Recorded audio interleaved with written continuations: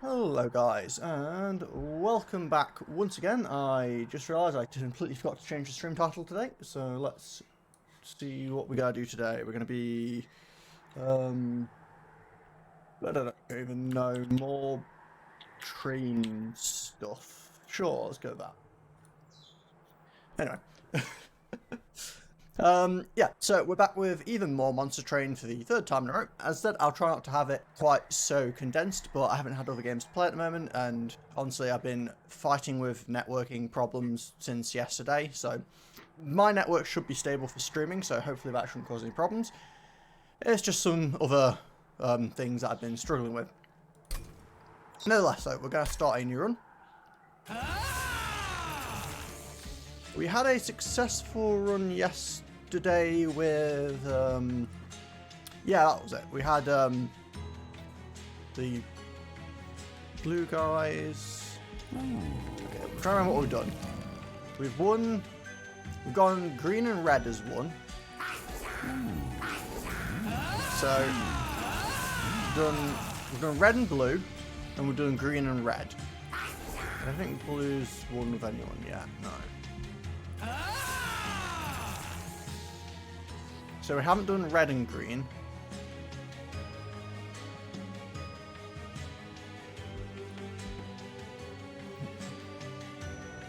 Okay, so what are we going to try? Do we try red and green? It's getting harder as well because it keeps adding more things on.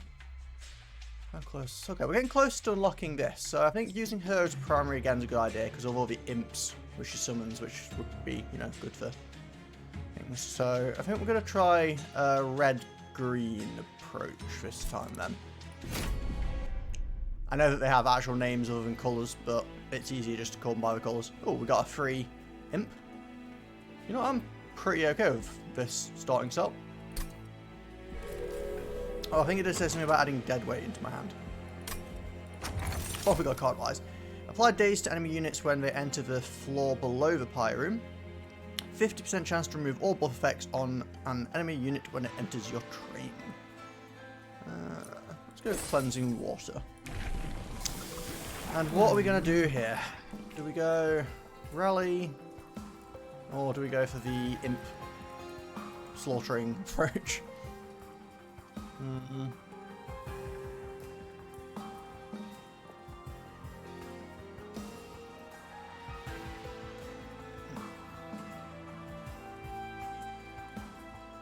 I think we're going to try rally this time.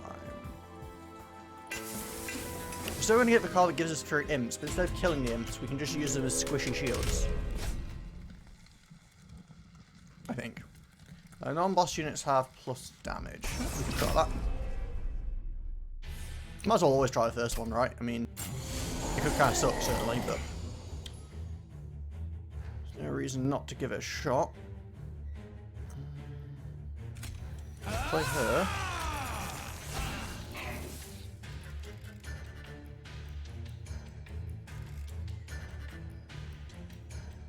Okay, so you don't actually do anything.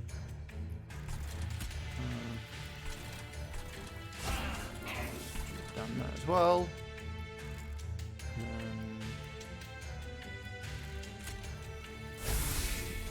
You regen. Go. Reaching out. Oh, we've got a little treasure goblin thing up there, do we? Let's see then. But you take no damage? Why do you take no damage?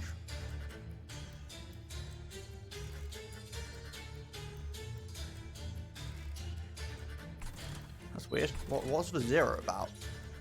That's for no damage, and an X is for killing. So what's the 0?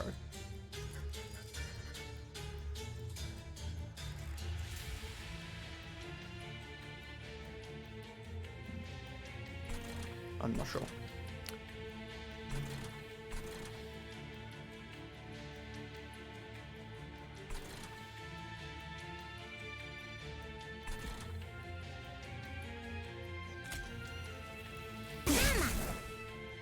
Okay, well, now you're... Oh, wait, now you're both dying? Oh, yeah, because you have a 1 damage to kill that. Perfect. Friends, you can go get some money. Oh, you're gonna hit for 8, so yeah, you're totally gonna die. But if we heal you, you won't take any damage.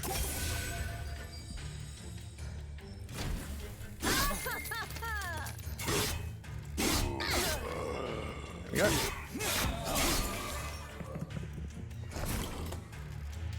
Okay, I've got nothing on the bottom floor now. Need to do something about him in the back, he's kind of annoying.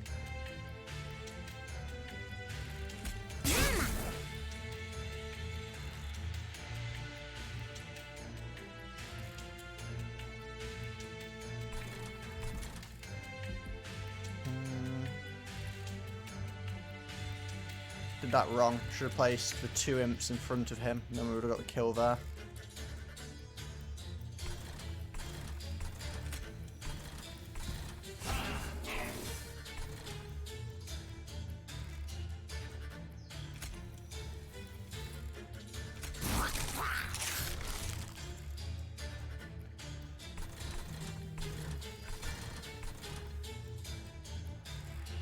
Really make a difference here.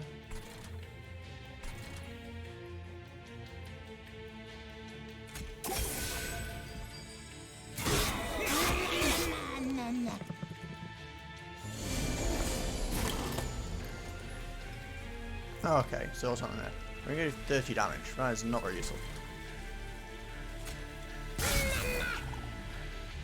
40 damage is better than 30, but it's still not particularly great. Problem is this guy in the back that we can't get rid of. I think 8 damage to us every turn is gonna suck.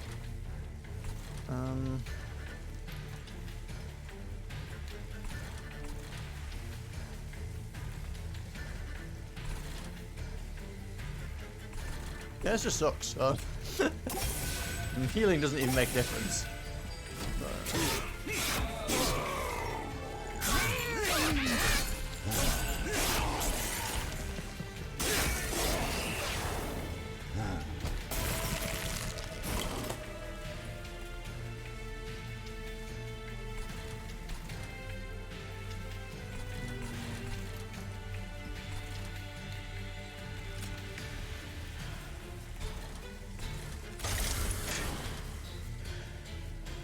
Doesn't even make a difference using any of these cards because they're going to one-hit him anyway. I mean, the Pyre can kill this, but we're going to take a bunch of damage for no reason.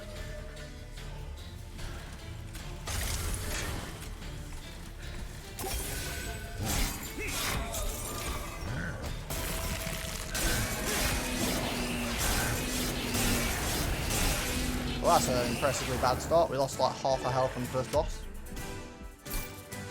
Oh well, maybe we can bring it back. Mottling imps. We are looking for a lot of imps, so we'll take that. And some AoE damage was something we were definitely lacking there. We just don't have any damaging cards at all at the moment. Sting's certainly nice. I think we'll take a Glimmer. Wait, I thought we picked up more cards. Sure. Push enemies to the back. Slay and Rage. Oh, quick. Quick's nice.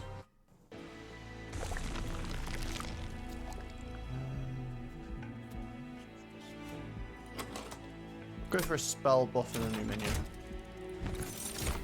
Forgot. 2 that I just kind of ignored there. Okay. I guess we can take a rail beater. Knocking the tank out the front might be pretty good sometimes. And what have we got here?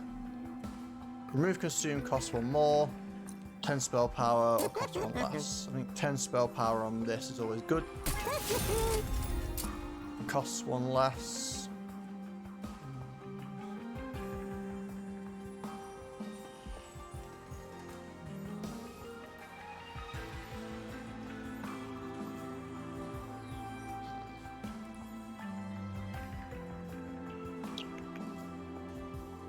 That's tough. We could make one of these not get consumed and cost 1 less.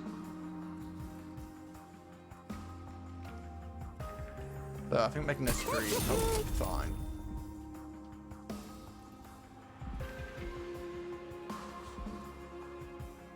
That'll do for now. We're off to a pretty bad start, so this might be a short run, but we'll see how it goes. Start enemy, battle enemy is Pyramid 4. I don't mind that. That one's not usually too bad. It's not great, because, you know, it's huge, but could certainly be worse.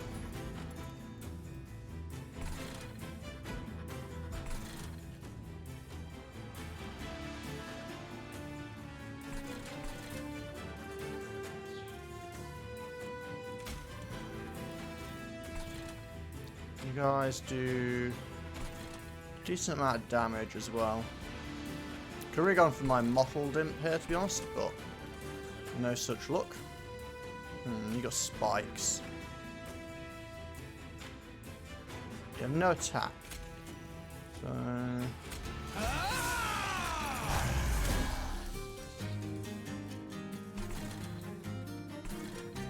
don't want to put either of these down right now, it doesn't make any sense.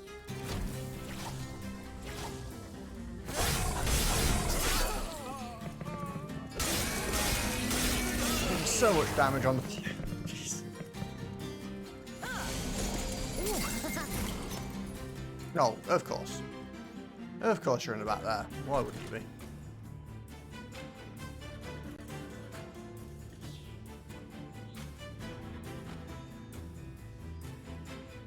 So I give plus 20 damage, which will do 30 to that. Still not for a kill.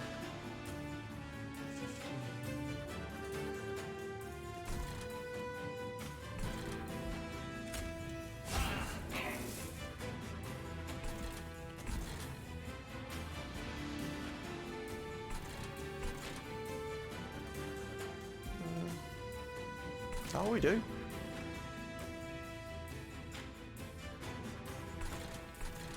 So. Bye. Yeah, I know you escape this stupid thing.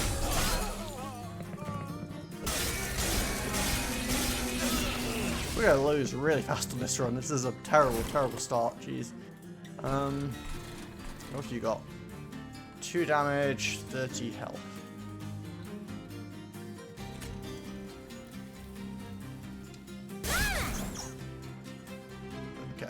Now you'll have low enough health when you're there, you only hit it once, because there's no way I can actually stop it from getting there.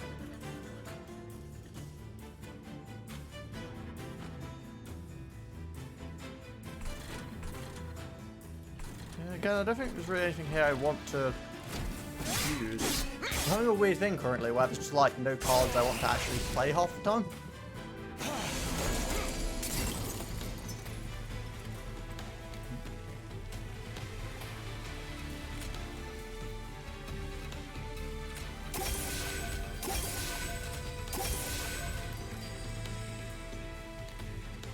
Well, we're getting 90 damage, and again, we're just going to lose this run. This run's going to be so bad.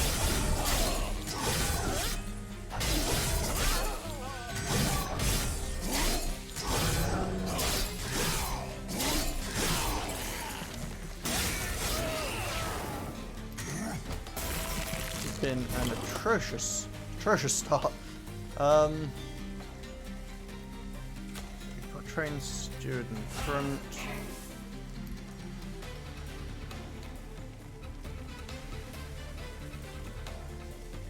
And stick more on you. You do 7 damage. Using regen doesn't even help.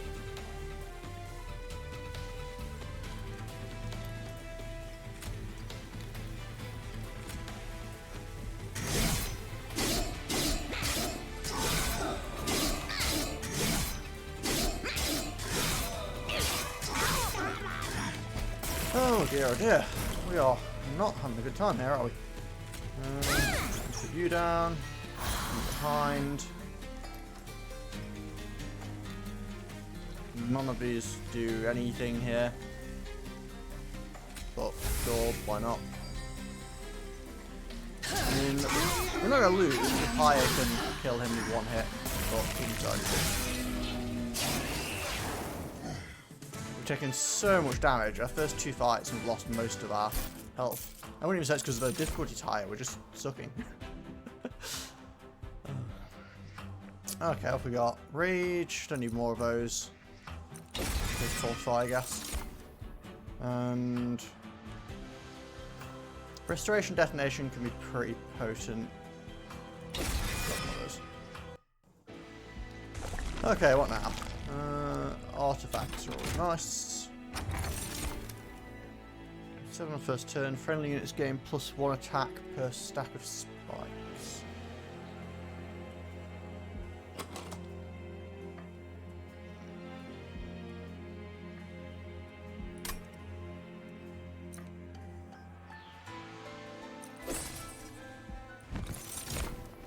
Ah, we can use him if we get him on the first turn. Works idea.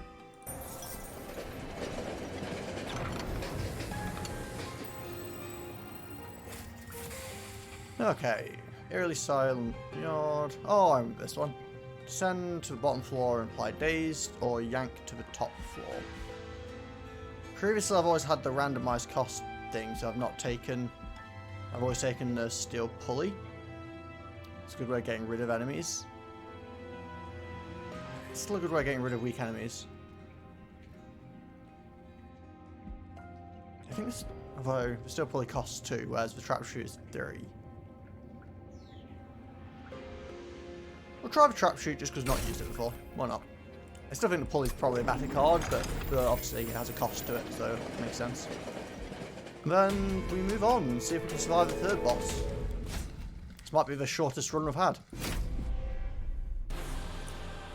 Okay, let's get on the road. Well, we've already got a bad start here. We didn't get the big, bulky guy who we kind of needed. Because we can only play him in the first turn. Otherwise, we don't have enough mana. Oh well. Okay, let's see. There's no point in going on the bottom level here, is there? So let's stick.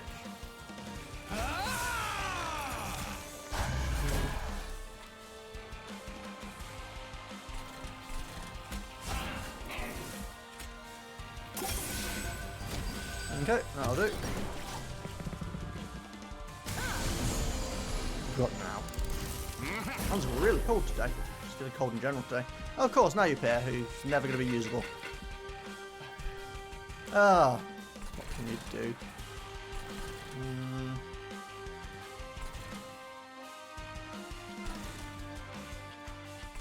Well, Glimmer can kill everything on one floor.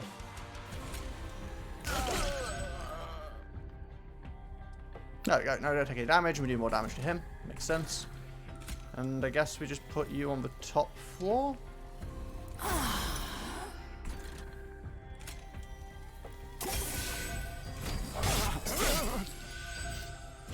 Not a great start, but it could be worse, certainly.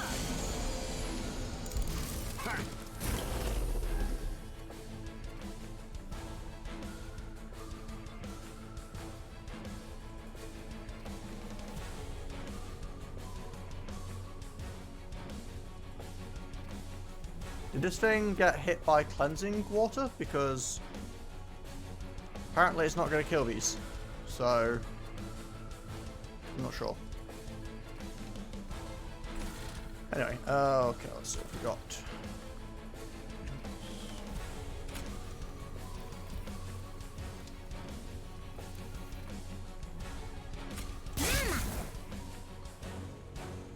Oh, the Pyre Chomper actually can let us get the big guy out if we get them in hand together. But that is the only chance. Throw you down here so you can do this lower damage.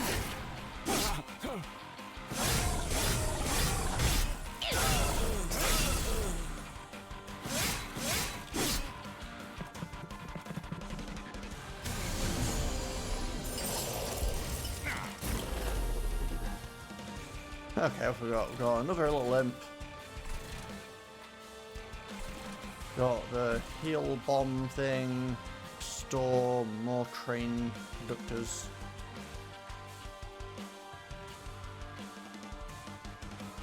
Train conductors here are just gonna die. You know, might as well kill one of the enemies with it.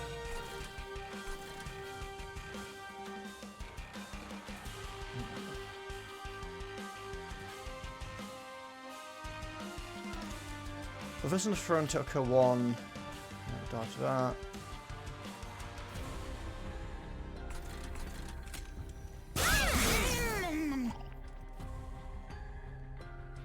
Wait, why did he...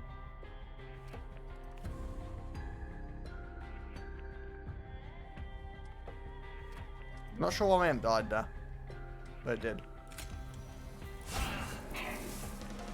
But replacement train in the back.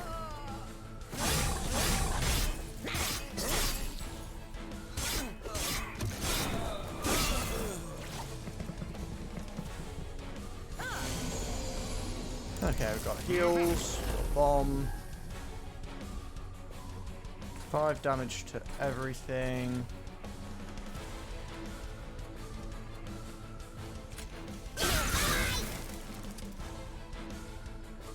Why do they keep dying automatically? What is going on? Oh, because it triggered, killed that, and then the extinguish effect. Okay, okay, that makes sense. I was just trying to figure out why things were happening, and I was a bit confused.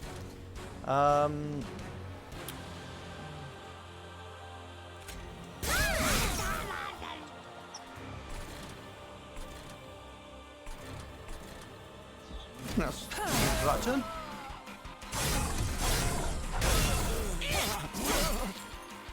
Damage. Look for some stuff. Darn it! I was really hoping to get that. Fire Chomper with the Demon Fiend.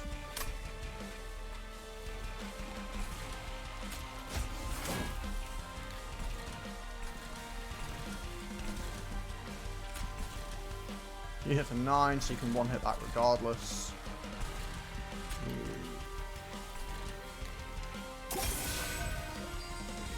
Doesn't really make a difference what I do here.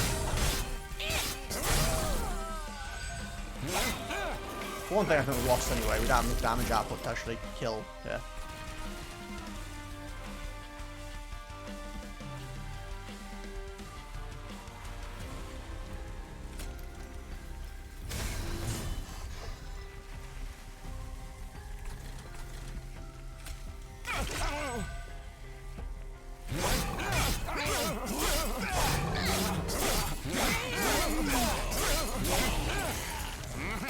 Yeah, because that's the most damage we can put it out.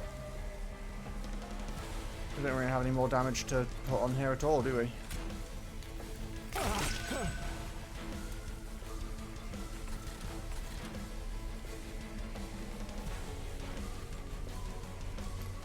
Yeah, because you one hit both of these, so it doesn't actually matter. We don't have enough space to put anything else down.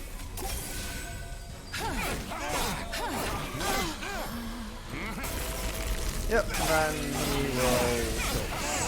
Wow, that was a terrible run, guys. We just got absolutely destroyed. That is the worst run I've had since I started trying this game. Oh, what's this? Oh, we got a new clan though. Umbra, commune with the ancient Umbra Shroud.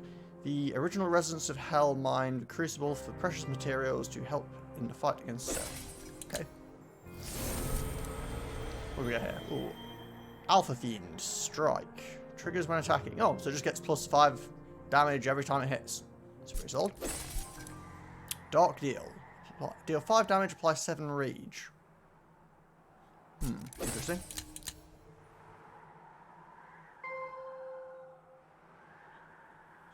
Okay then. What is this Umbra thing? What do we get? Ooh, he's a weird looking fella. Shade Splitter. Add a common or uncommon morsel unit to your hand. Ah, so this is what I kept talking about, non-morsel units. I was curious about that. Okay, so we're going to get a lot of random units, it seems like. So what do we want to take with them? Oh, that's weird. So... for the secondary, we get to choose here. But we haven't actually locked the second... oh no, we haven't locked the second character. I have no idea when we locked this. Why did I think we hadn't? What is this thing? Wilden 10? +2 damage, draw 1. Next turn. interesting to play with. But I think I want to try this guy first, and I was thinking maybe Stygian. Seems like he's getting a lot of cheap units, so maybe some spells for backup. I'm gonna go try this. Let's try the Umbra. What have we got? Pack morsels. Consume. Add 3 uncommon or rare morsels to your hand. Apply 1 spell weakness to an enemy unit. And Gem Trove. Apply damage shield to 1 friendly unit. Nullify the next source of damage. Add 3 uncommon or rare morsel units. Okay, you're getting a lot of these morsel units, whatever they do. When you play a card with consume, it is played or units get up. Hopefully we don't need that, and we'll, you know, go for the hope of just not having to use the pyro all the time. So what have we got here? We've got trample. When attacking, excess damage is applied to a subsequent enemy. That's quite nice, especially with 40 damage, it's pretty strong. Or 2 lifesteal. When a unit with lifesteal attacks, restore health equal to damage dealt. Does that mean it restores health twice for damage? Because it's 2. Gorge. Trigger when this unit eats a unit. I don't know how to make a unit eat a unit. Oh, that makes them really expensive though. Ooh.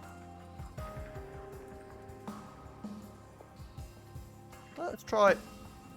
Sorry. Let's try this. I don't really know what this Gorge thing is. I'm kind of curious. Let's go see what it's all about. Oh god, enemy units have spikes. My favourite. But we're going to get lots of little units, so maybe the enemy having spikes is manageable? We can always restart. See what happens, right? Okay, so what do we do here? What are these morsels? What are you? 3 units eaten. Eater gains +1 shield. How do I make it eat a unit? Does it just do it on its own? It gains... I don't understand this eating mechanic. What are you here? It gains health and damage shield, 4 attack, or 2 attack and life steal. You're gonna die to that, right? Or you're gonna die to him in the back.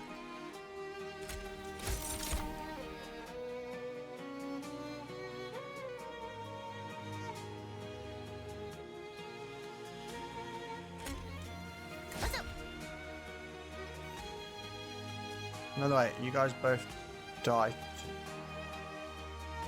I don't understand. I really don't understand.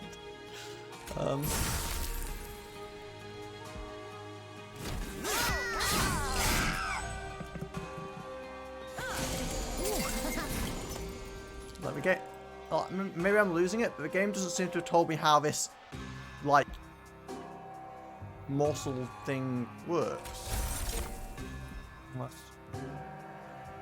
how's it? Eaten. After the next round of combat, this unit will be eaten by the front unit without an eaten ability.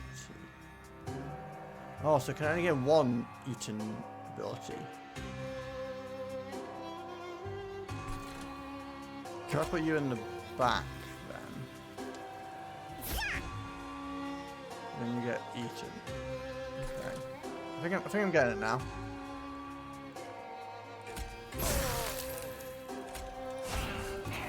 Okay, and then we can make... Can you guys eat things? Yes. Okay, this is interesting.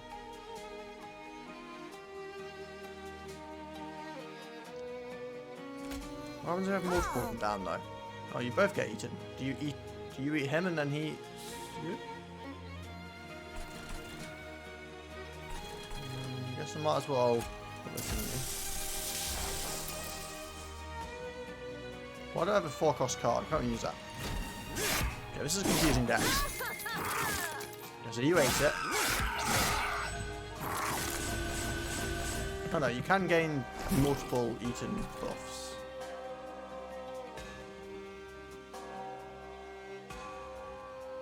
Good to know. So if I put morsel down.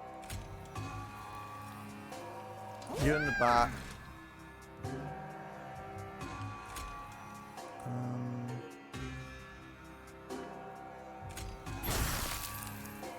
Wait, I should have used this first. Oh. Train shield here. That's fine.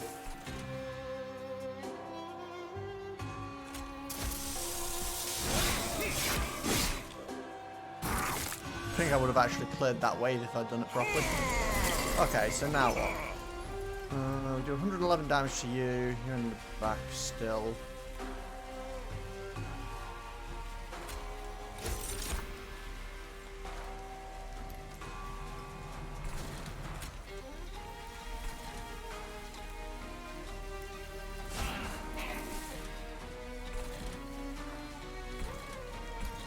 Okay, so what do we want here? We want a damage shield, I guess. Ah, that makes us win. Don't really understand still, but I'm just gonna. There we go. I mean, I kind of understand. What a weird deck.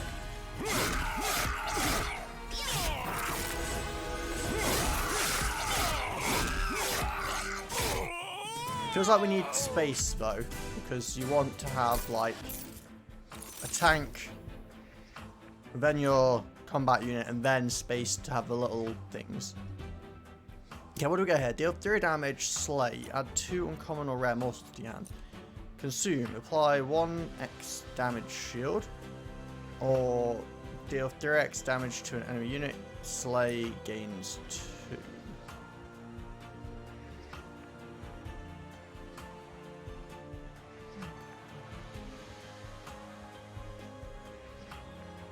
Just a reliable bit of damage is probably not bad, to be honest. I mean, it's better than the flare things, so. Okay, we've got plus 8 magic power on this floor. It's not bad.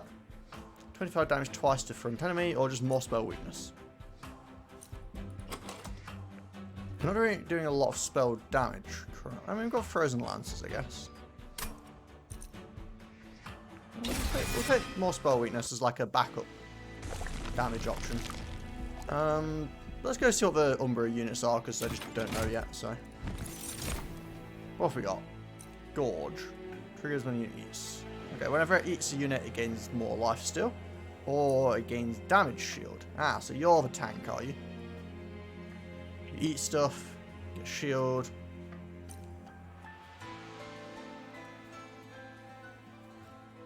But wait, then if you're at the front now, then the guy behind you can't eat stuff to get a shield. To get buffs.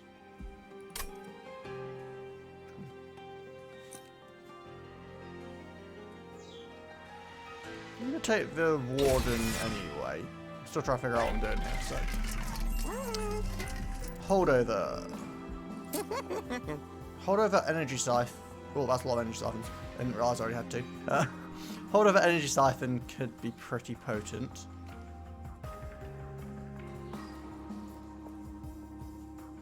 I think that's probably the answer, right? Then you can just keep dumping energy siphons on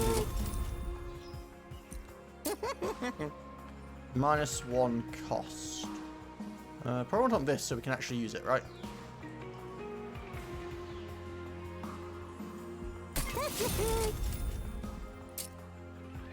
$20 magic power and consume.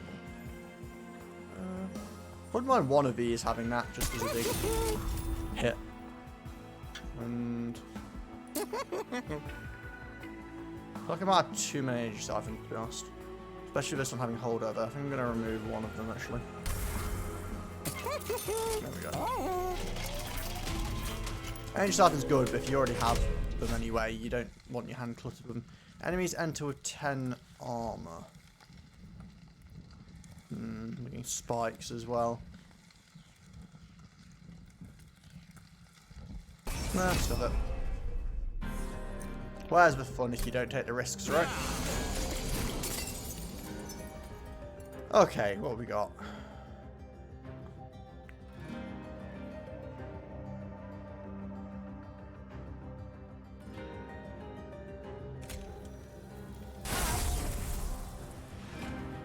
Oh, I forgot about the armor. Duh. Got some morsels. Okay, you lure me down. Behind, and then...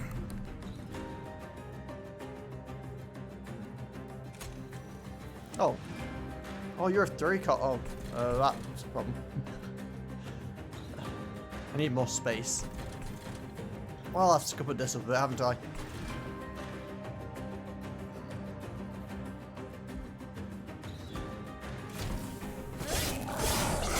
I mean, it could be worse, certainly, but that wasn't an ideal start.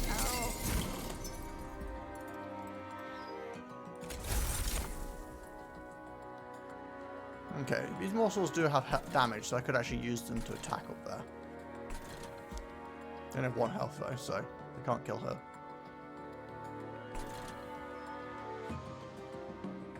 Oh, damage shield to friendly units.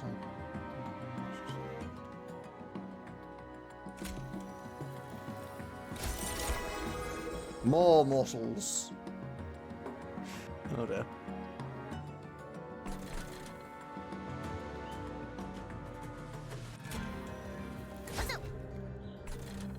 Go, my Morselian combat. I don't even know at this point.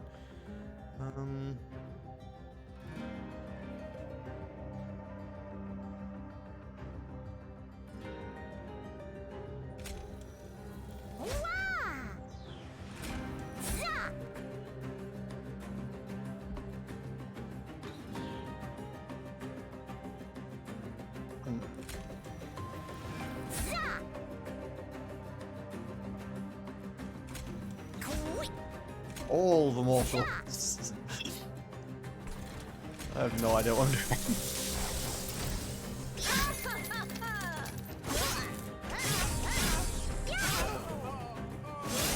Deck confuses me greatly. Ah, so you guys don't get to eat each other. Okay.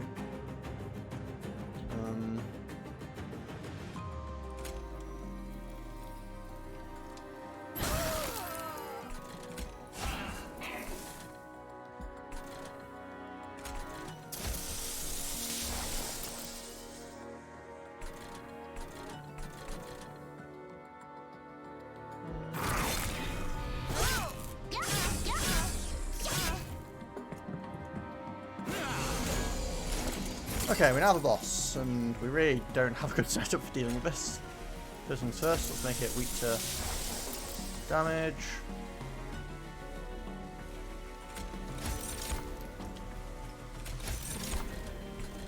More morsels.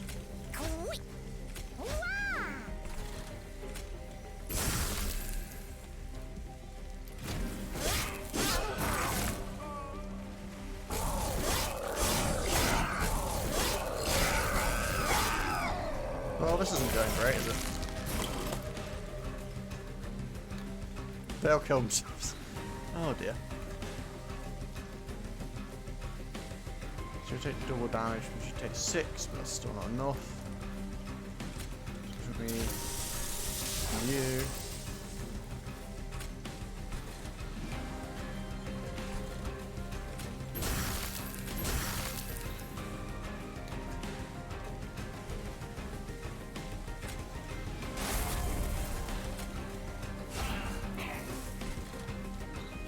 And sadly, these guys all instantly die.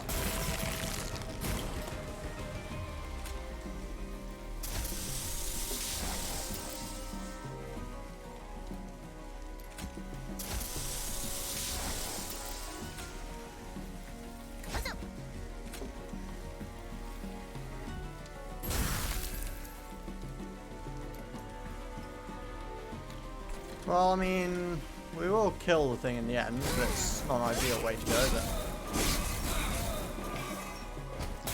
I need a bigger space thing though, so I can fit morsels around. No problem. Like, you just need a lot of space in this deck. Fit things down to buff up your units with. Theory Rage and 2 Ember Drain. At the start of turn, you lose 1 energy for every Ember Drain. I don't really want to give my own units Ember Drain, do I? Should get more packed morsels, I guess. Cool. I don't want any more energy siphons. Offering. Discard it before the end of turn, it will instead be played. And 25 damage and discard a card. I'll apply 2 sap to enemy units. Let me take this just for the damage. And then, oh, I've got here, Morsel Master. When you summon a morsel unit on this floor, create a copy. Okay. You only cost 1 as well, actually. It's pretty decent. Shrouds. Let's take you. Why not? Artifacts, upgrade units, higher health. Artifacts are always fun. Fortify health. When you play the 3rd card of the turn, draw a card. Cool.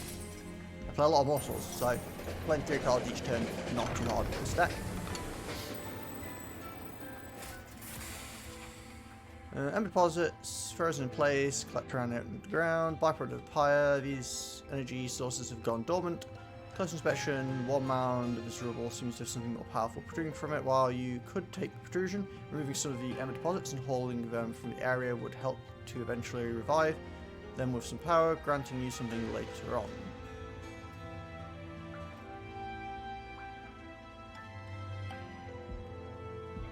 Okay.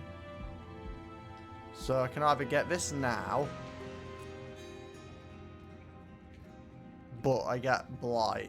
Plus 1 energy per turn for every 2 Blight cards in the deck. Okay. So it'd be bad if I drew them both at the same time, but when I'm not drawing them, it's pretty solid. Or we take this and get something upgraded later on.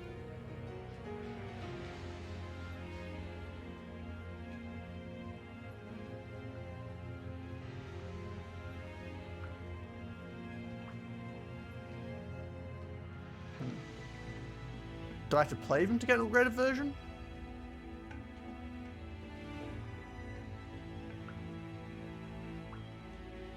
I'm going to take this just because I'm curious. Seems like a terrible idea in a lot of ways, but, you know, curiosity and all that.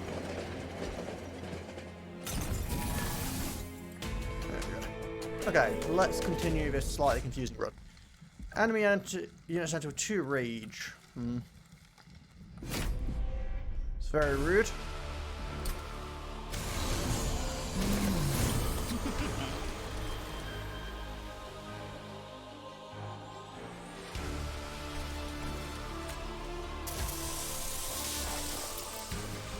Spell weakness you will frozen lance you.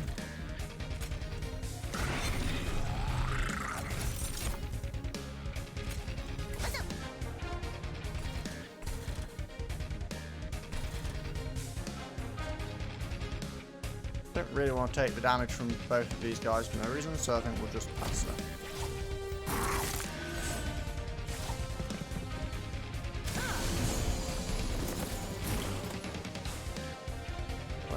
Summon a morsel on this floor, create a copy.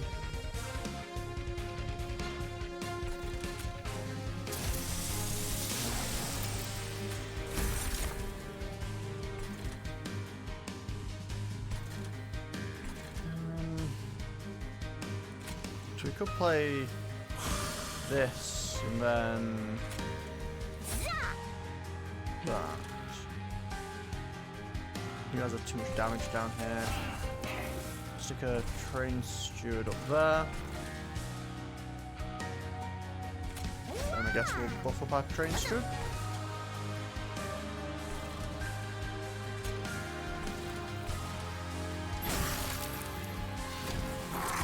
There we go. Lifesteal. Life. As long as he doesn't die, the lifesteal keeps him alive pretty well. He just needs to not actually instantly die.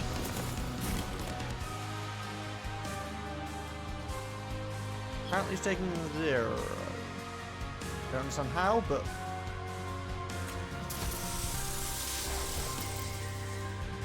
I said I get an upgraded version later on, so I don't want to get rid of him, right? So I can just around, I guess.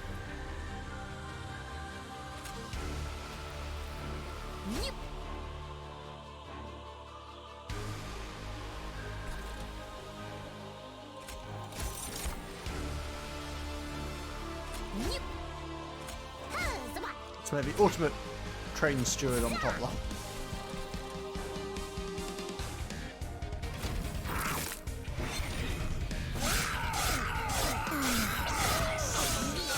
Oh, he has 0 because he regens the health.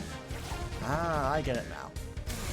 So he does take damage, but he gets it back again. So it's a 0 because of this change. Okay. You get more spell witness.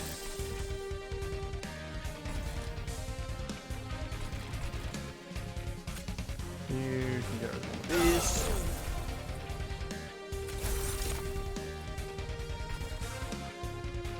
Full health.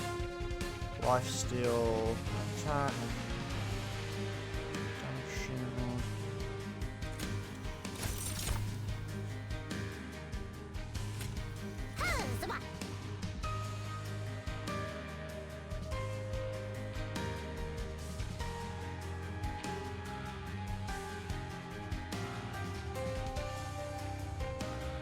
Oh, the front unit without an okay, I only did it now. I think it was the front unit without an ability gained from Eaton when I first read it. Nope. Kojuhan. Kojuhan. That's right. Sorry, really bad at saying names. How are you doing today? I'm just trying Umbra for the first time. It's quite interesting. I'm a little bit confused, but it's kind of fun. Okay, what are we doing up here? You can have... Sure, I guess you might as well have some more damage.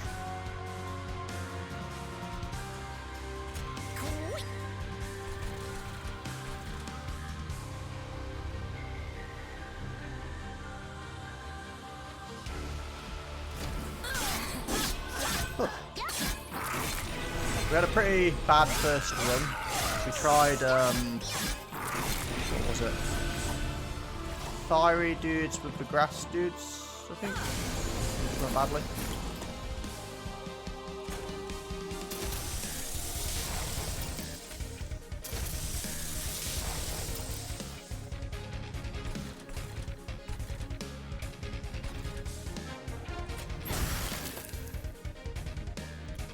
Okay. This. Kill. Get some morsels. Delicious morsels.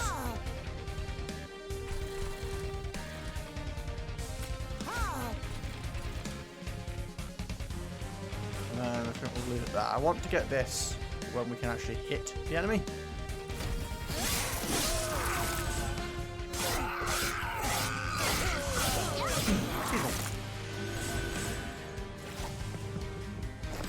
Is this a game you're familiar with, or... Well, I'm assuming it is, otherwise you probably wouldn't have ended up here, but... Okay, I've got more though. You at the front now. Might as well stick you down here.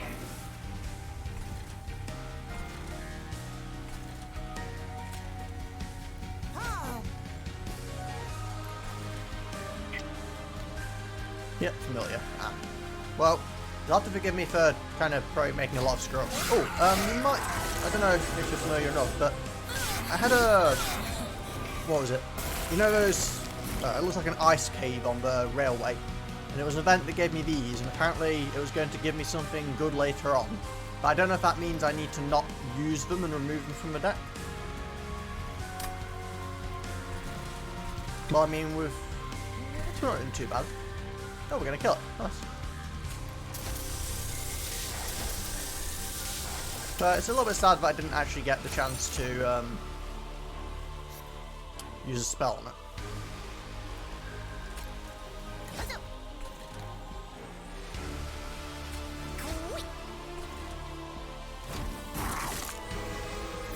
Don't use it. Okay. I thought that was probably the case, which is why I hadn't used them yet. Just wanted to make sure that I wasn't carrying around useless cards when it was just like if you've taken that thing, you get it automatically. Okay, what do we get here? Deal 30 damage, 30x damage to the front enemy. That's quite a lot of damage. Consume. Apply 1 multi-strike and 4 Ember Drain.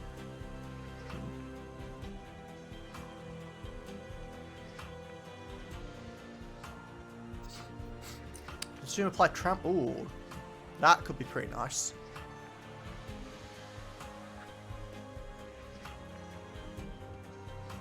I can duplicate it for extra rewards. Ah, interesting. I think I'm going to take the Umbra Stone. I like the idea of putting that on my main guy. Trample seems pretty good. What have we got here? Guard of the Unnamed. We've got another Morsel Master. And a Icy Silophyte. Applies one spell weakness on sweep. I think we'll get more Morsel Masters actually. Doubling things up is pretty strong. And we definitely want more space on the floors. Okay. Stygian creature. I think we're going to go with this. Oh, yeah. Like I said, there's a doubling thing, right? So that's good. Some gold. And. Do we want to double it, or is there anything else we'd rather have? I mean, if you say we can duplicate it to get extra rewards, I'll try it. Why not? It feels weird to duplicate the thing that has like a negative effect, but what have we got here? 3 armor or 2 rage. I don't really want either of these.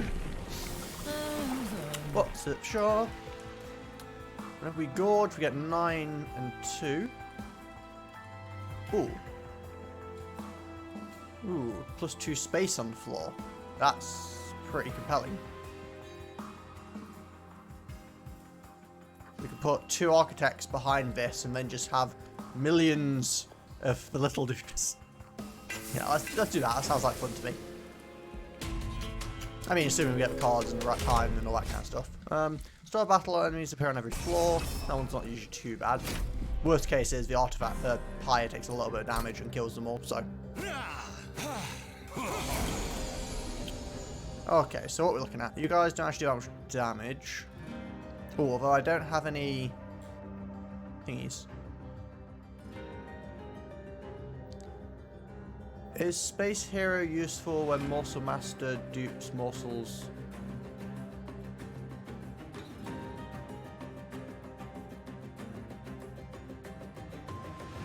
You can, yeah, I found out before you could overfill them. So, whilst it's only got 6, and here we'll get 8 with him, you can actually get more, like, they can go over. Someone was telling me this stream that it could go up to 7 at most on a single floor, so.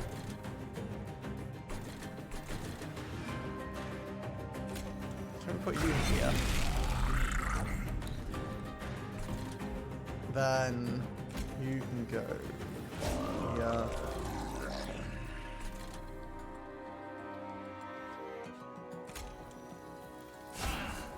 Behind you.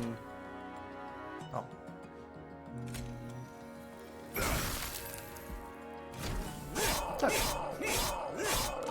I'm gonna take a little bit of higher damage, but I think that's fine.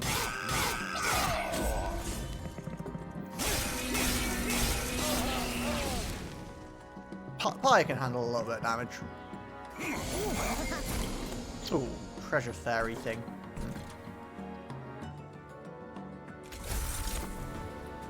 Okay, so then we do double of these. Oh yeah, but we'll fill up the space more, so playing 1 will now take up all 4 space, whereas before I could have played 4, 3. Maybe that wasn't the best way of doing it, actually. But hey, I mean, we get 3 for the price of 1. Could be worse. I probably should put 1 up here, really, with him, but oh well. Didn't think of it at the time, so, you know, it's just how these things go. I can't kill that, which kind of sucks.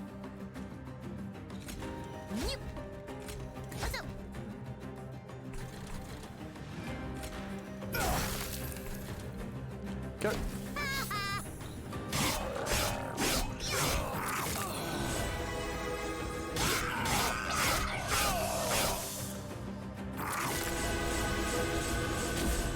You can really buff these guys up the back.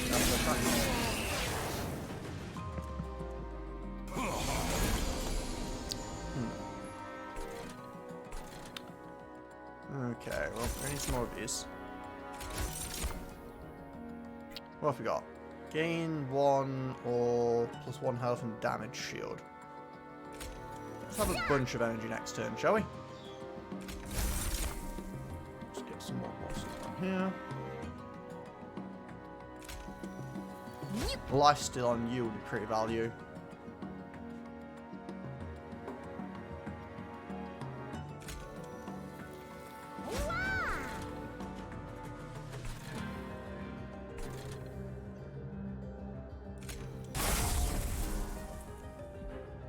Oh.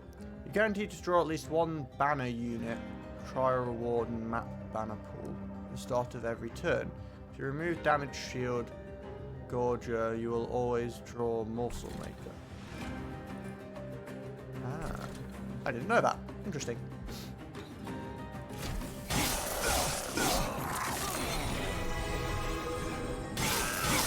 Nice. I guess that gives you. Oh, hey, Steve. Hi on a call too far. Well, thanks for lurking.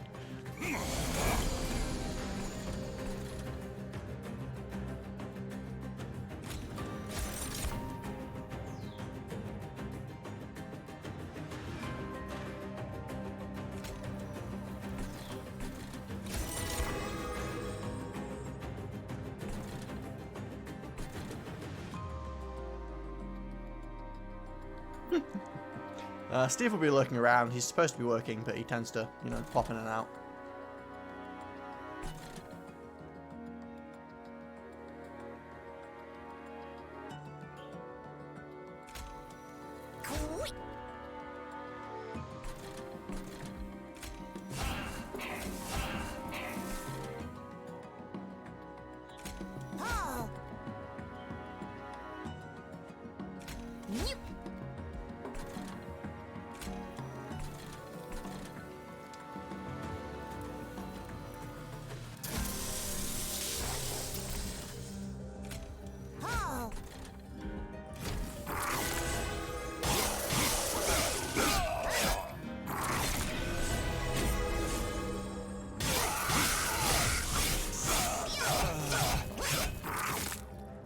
Okay, we really need that. Actually, just a good point. Where is that thing? Jeez, around the back of the deck. Okay, well, we need that on you.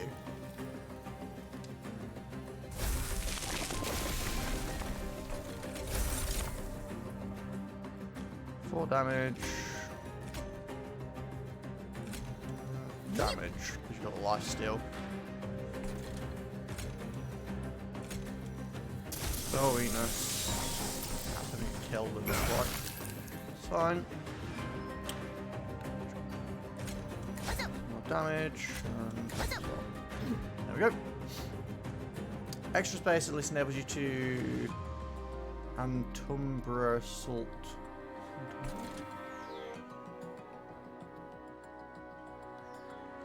One morsel and play a different one due to a 7-unit max. It is only one morsel positive, so dubious value. Yeah, I suppose. We're at 6 here anyway, so we'd only be able to gain one more at most. Maybe I should split up the two dudes, I'm not sure.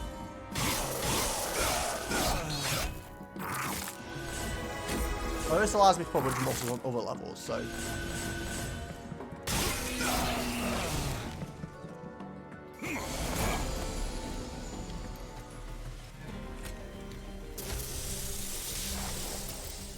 Well, that's not a great hand, is it?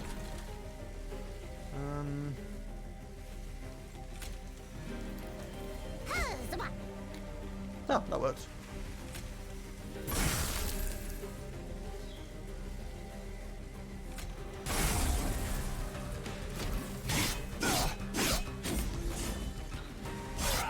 I guess all the damage shields from that will make this work pretty well, right?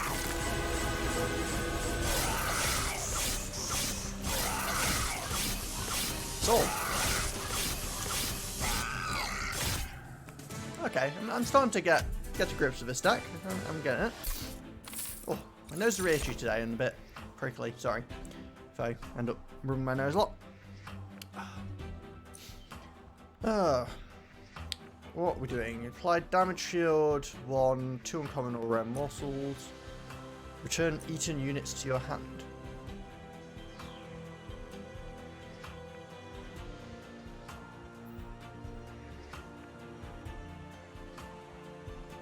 Okay. Don't know why. +1 on this floor. That seems pretty strong. Urchin spines. Consume. Apply 2 spell weakness to any units. Permafrost. Apply frozen to a card in your hand. Consume. Discard your hand and draw 5.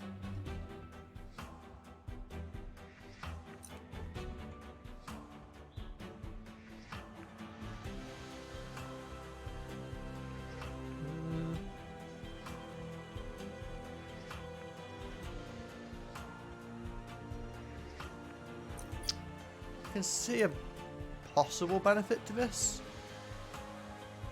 I could freeze the stronger lance thing in my hand. The one that has consumed, and that way it's there when I need it. Let's go on here.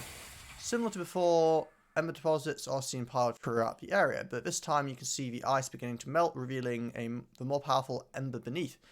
As if influenced by the warming of its related energy, the calcified ember you removed before starts to melt as well, granting you something much more useful to harness along your journey. Convert all calcified embers to excavated embers. Consume. Gain 2 energy, draw 1 card. Draw. Here's the result. The more pretty strong cards you add, the less chance you draw Trample, Tome, and Time. Yeah, that's a good point. Efficiency is key, so I probably shouldn't have taken Preserve, really. I still need to get rid of, like, some train stewards and things like that. Probably I should just try and get rid of dead weight.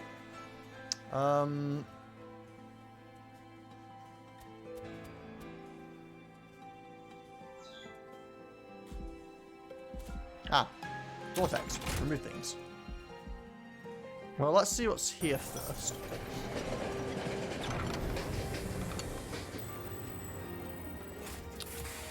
Some familiar crystals. Common Memorial. Middle reflected twice by crystals surrounding it. One large, one small. In front of each are markings for creatures to stand and receive the remaining energy. Make 1 unit 1 cost. Okay. Or make 1 unit plus 2 cost, but get 30 in that. I think the small one, right? A little Gorger.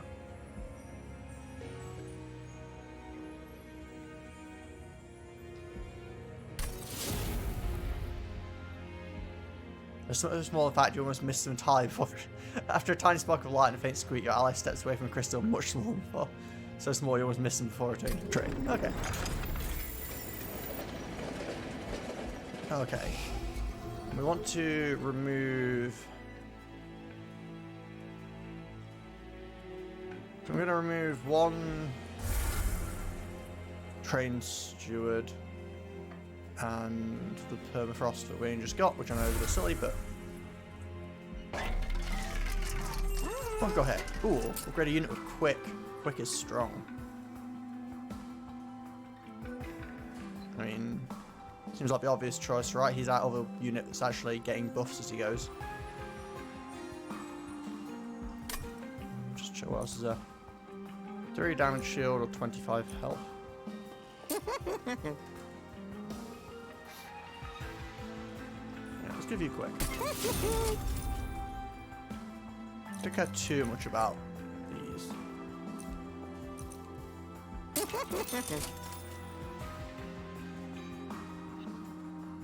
Endless. Dies or is eaten.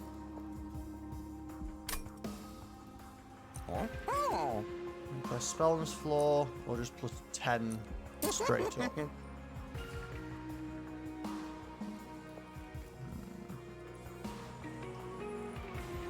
I'm not playing a lot of spells, really.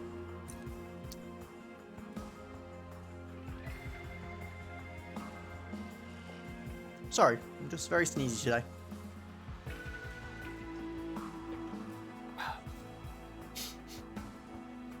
I think we're going to remove some more cards. I'm going to get rid of another train steward.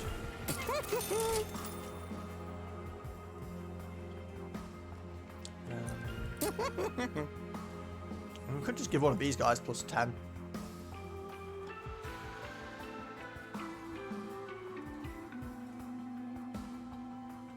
Yeah, true.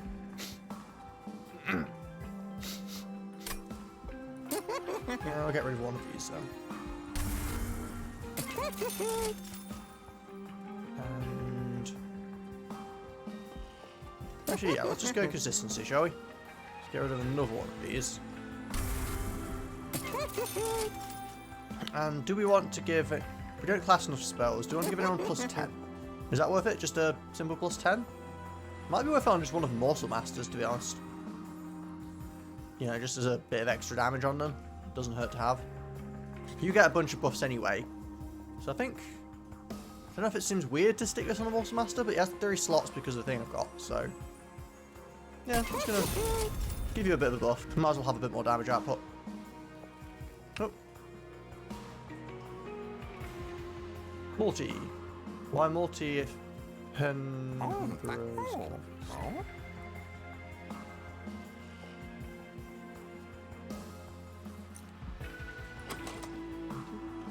What's multi? Multi...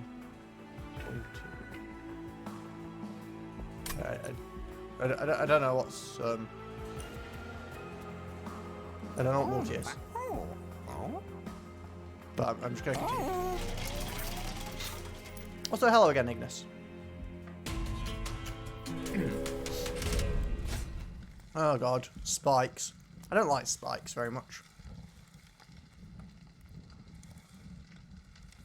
I do like artifacts.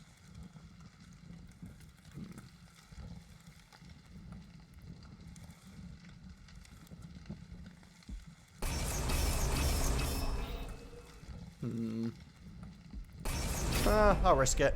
Spikes usually ends badly for me, but hey, nothing ventured, nothing lost.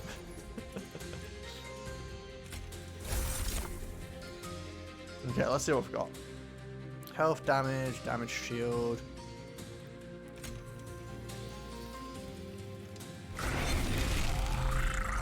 Wait, what?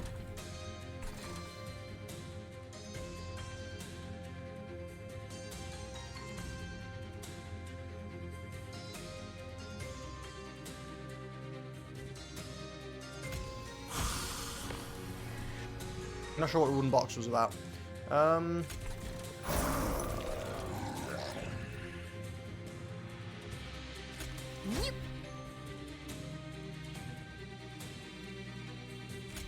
get him some life early on, so he's, you know, chunky. Give you a bit of extra damage. Oh look, he's actually physically smaller as well. That's kind of cute.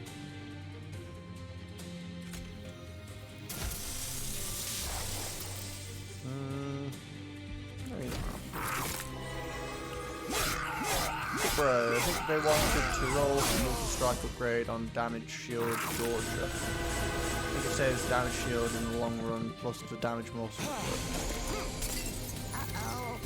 Yeah, you guys clearly know what you're talking about a lot better than I do. I'm just going to leave you to it.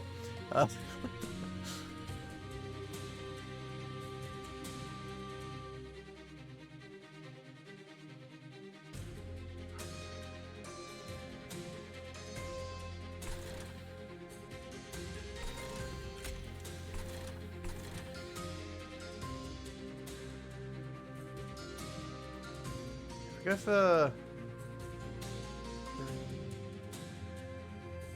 We only have space for one extra morsel anyway because of a 7-unit limit, so using both these on this floor doesn't necessarily make sense.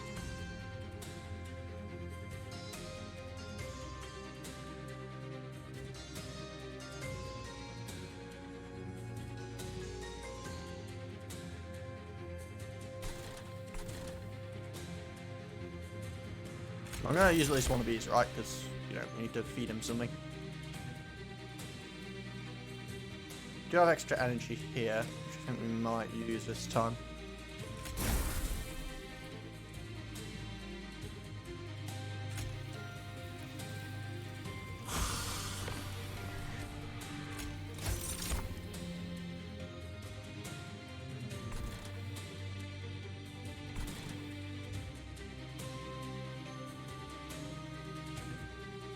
go all in on him and give him space for one extra, or do we put a bit? We've got tons of space there anyway. I think we just put it here.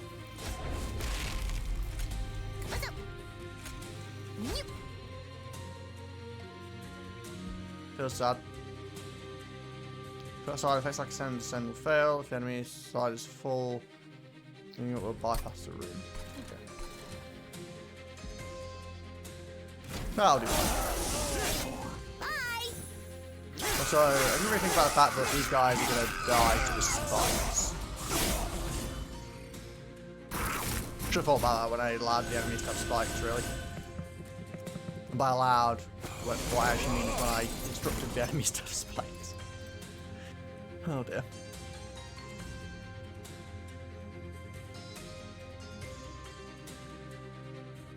Oh yeah, I forgot this is a stealth boss, isn't it? I don't like a stealth boss.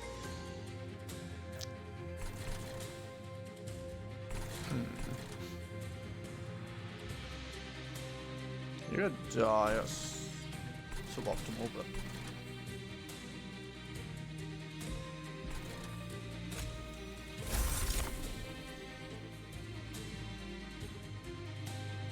Yeah, spikes are really bad, aren't they? Because all these mortals attack and then get killed. Yeah, I really shouldn't have given them spikes.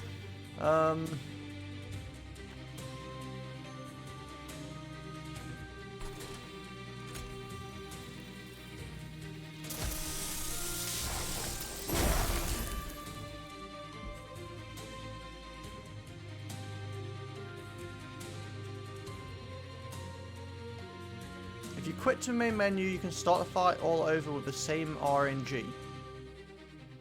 What?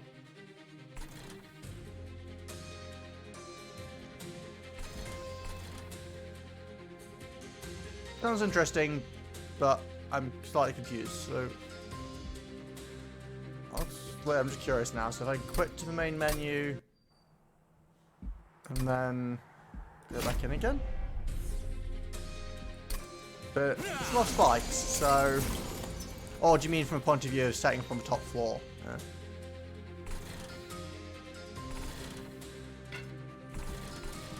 So that means we can, like, go...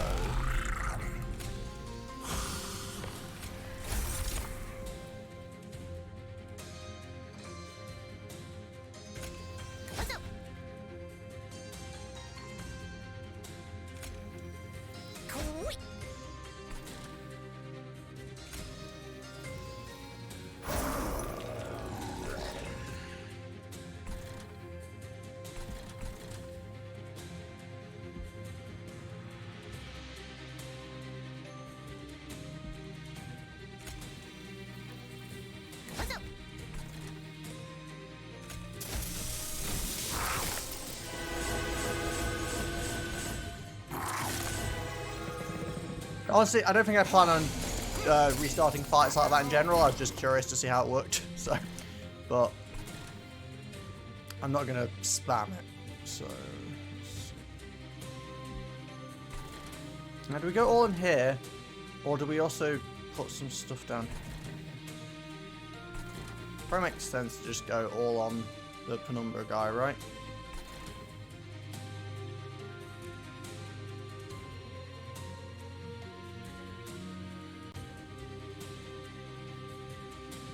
I'm gonna use easy boy.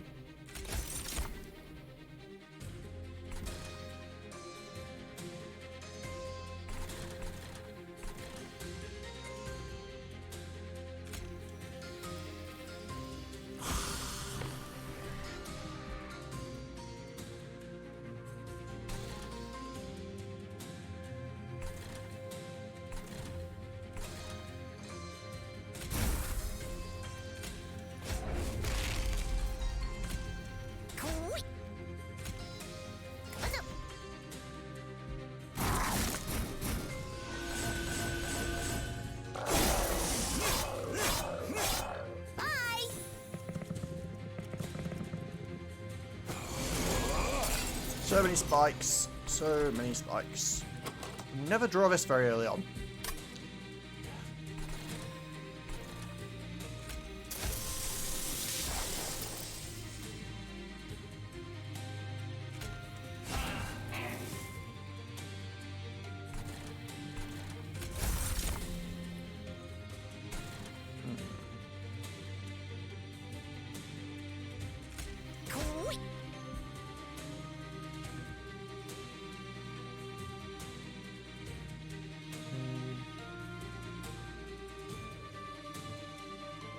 Lifesteal's temporary though, right? Yeah, for the next 2 attacks.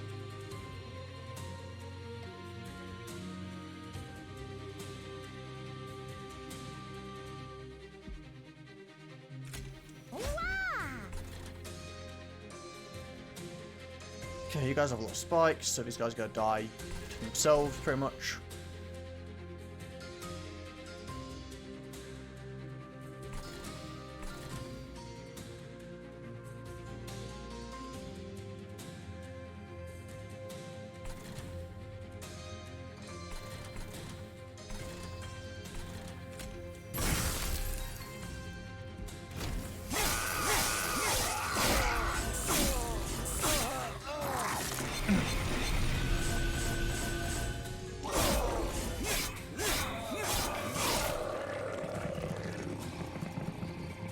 Now can we please get the thing that lets me do spillover damage?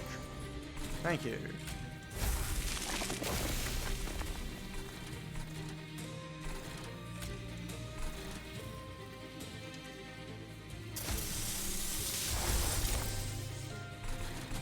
We got damage shield, damage and damage.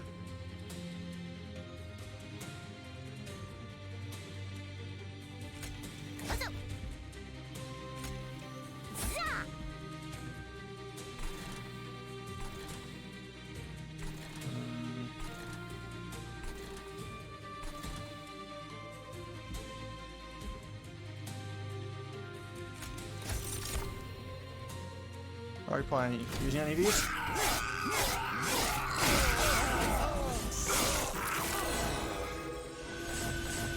Oh, yeah, good point. Sorry, I wasn't thinking about that. Killing morsels. There's no point having this because it's a unit cap that I'm running into, not anything else.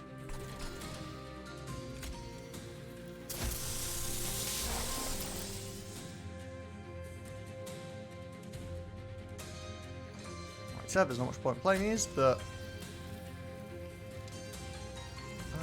actually, these already all get killed due to the sweep, so now there is a point in playing them because they won't hit the spike things.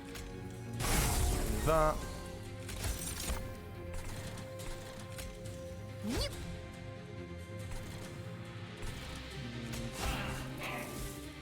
Might as well stick him down there. No reason not to.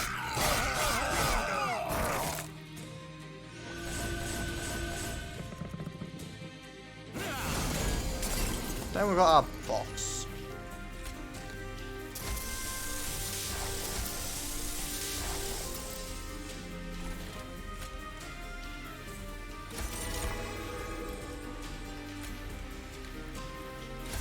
You're playing pretty well. Oh, thank you.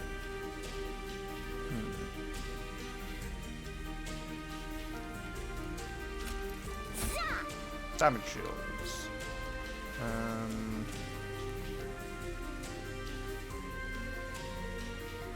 More health? More health, because we have to survive that stupid thing's stealth.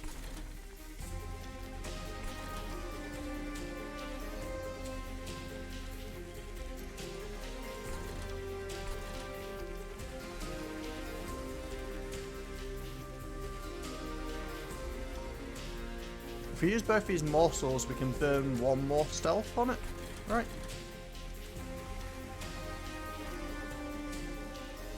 Is that correct or not? I think that's correct. We'll find out.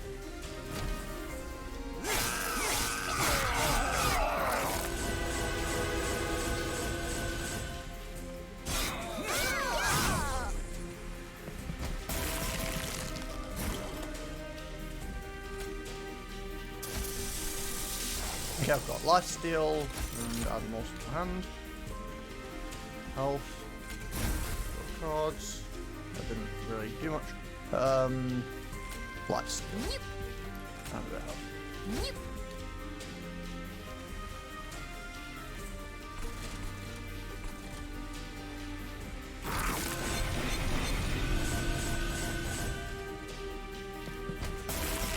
How are we gonna do here? Oh, completely fine. Well, that works.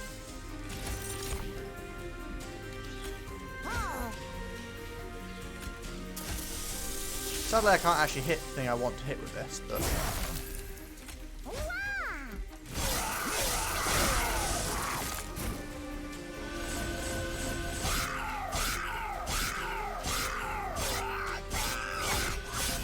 Wow, it's a good job I have a lot of life steal, because that multi-strike was pretty nasty. Oh, what are they at? Mine jacks. +2 on the middle floor. Do I even need that at this point? I mean, I guess I could just always set up on the middle floor.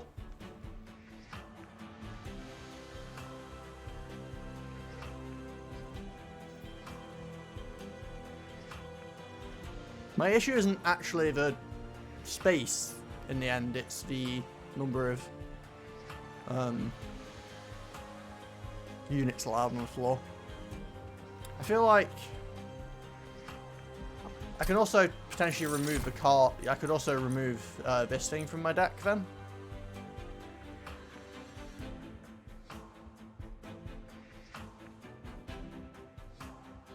So I think I'll get rid of this one from my deck and set up on the middle floor with mine jacks instead. Kind of like a sacrifice. Add 3 uncommon or rare morsels to your hand. Sacrifice.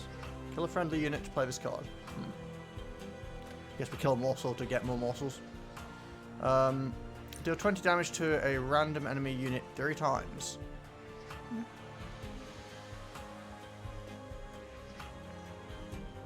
Quite expensive though.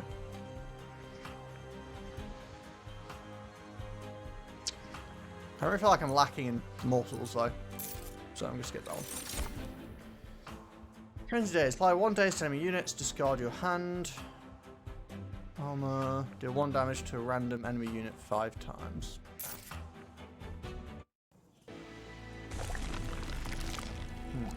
Ah, discarding.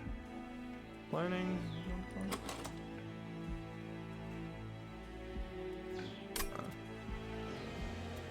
I think we got this one. We got friendly units enter with 2 lifesteal, or units cost 2 less. Well, my units are mostly morsels that cost basically nothing, so I think I'll take the lifesteal starting. And then remove things from my deck.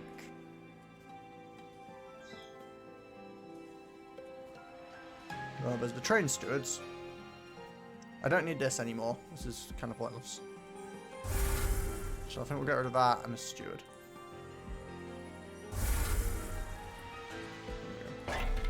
What have we got here? Oh, no money.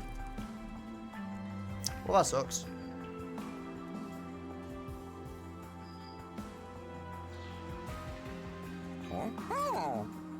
I mean, none of these are amazing, so I would have had to roll and stuff anyway, but... Oh well.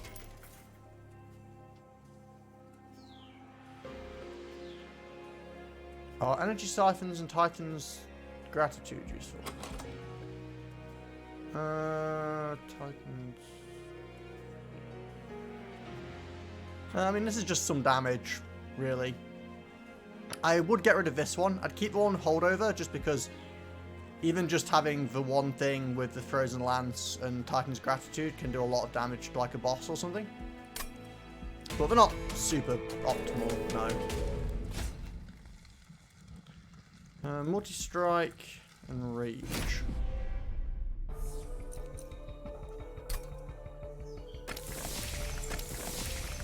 Oh no, not the multi-striking things that do literally nothing.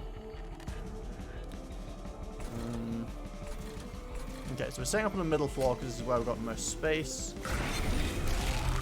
What's the wooden box that appears around when I play him? I don't understand.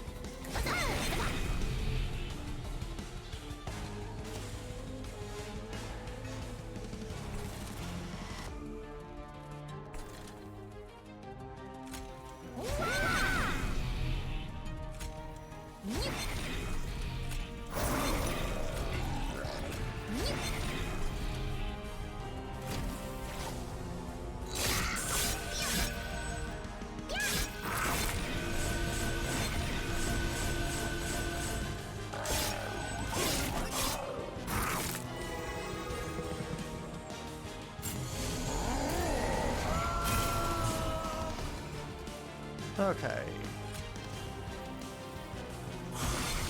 More morsels.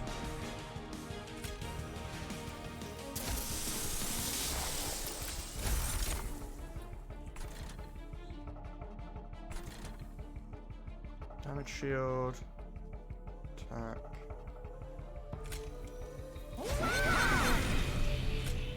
Get them both.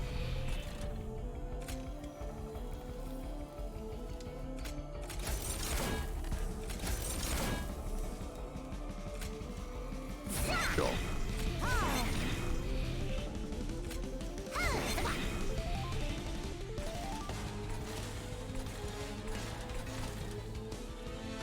$25 damage. 24.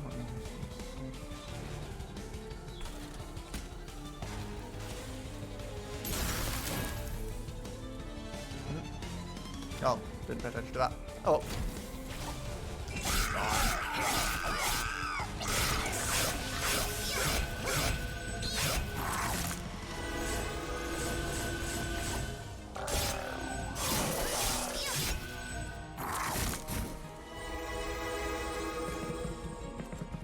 I mean, he's pretty decent on his own on the front line. If you didn't occasionally put units down there, he just doesn't take any damage because of buff shields, so.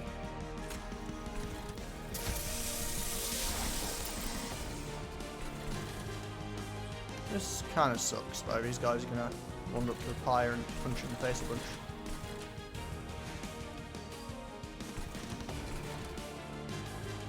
Really have a solution for that. I mean, I can Umber Assault to get rid of this one.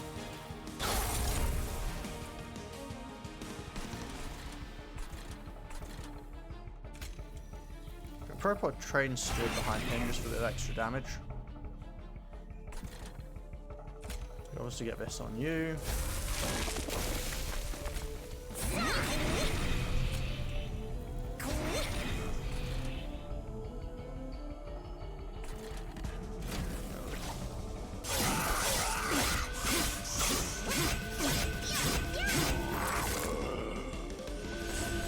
All the damage. Shame I can't get multi-strike on him. That'd be pretty sweet.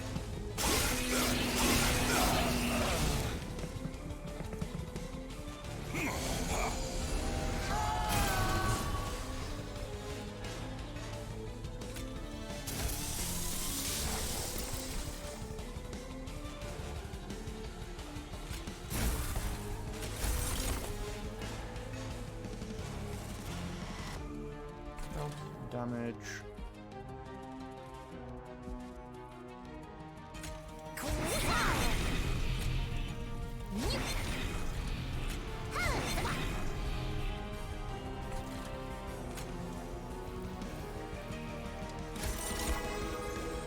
Oh, I should have done that first. I looked that one up, didn't I? It's fine though, they can cycle around and we'll come back again. It's not the end of the world. Are there any of these I want to give to him? Give him this one.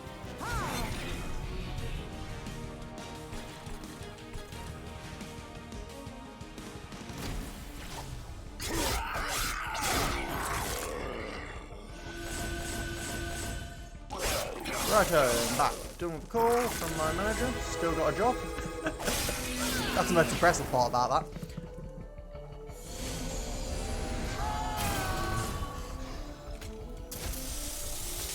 God, am I supposed to complain and be like, Steve, why do you still have a job? If you didn't have a job anymore, you could spend more time watching me play games. Which is clearly more important.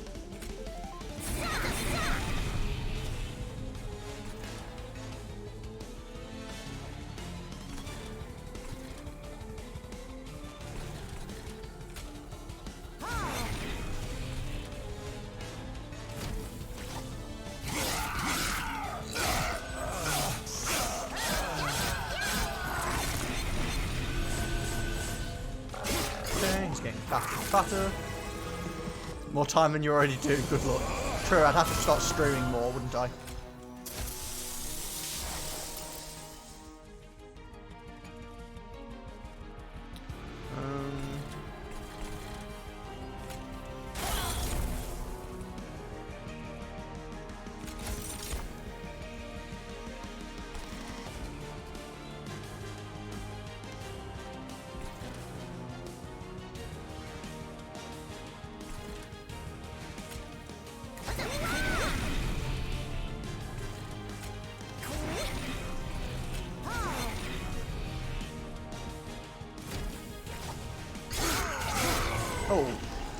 realise he had sweet. That was a mistake. Well.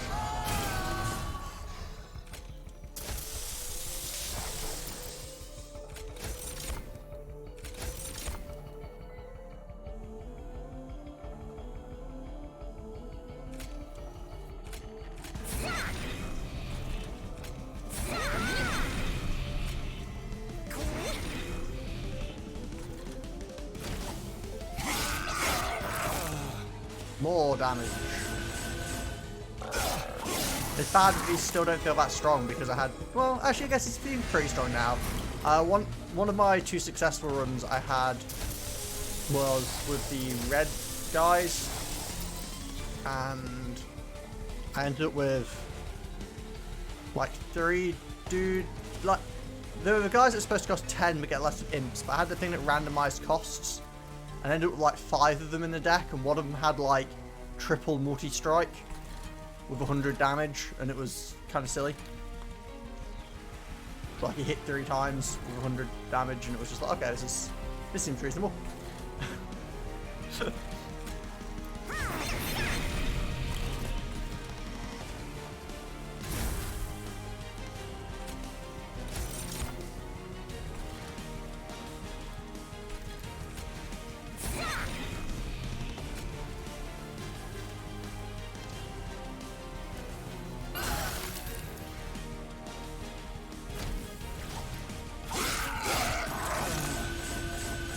Still get paid and able to spend money on games in the house. You reluctant to say yes at this point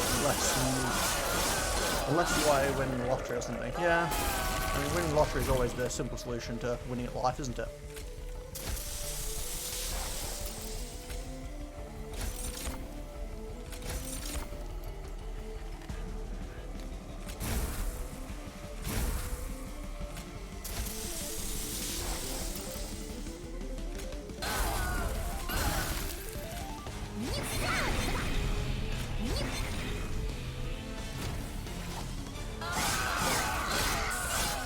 Well, the copious amount of life steal I can put my Umbra guy makes him pretty resilient to bosses. Also at this point just having a boatload of health and damage. Yeah, owning a house sounds quite nice. I just need to actually get a job first. Technically I should hear back from them today, but honestly, if I'd have not heard back from anyone by now, it doesn't feel like a particularly good sign, does it? Firebound Attuned. Can I be played if Empyrean?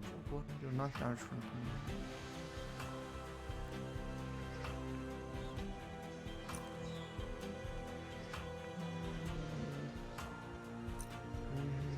that could be pretty useful against bosses in certain situations.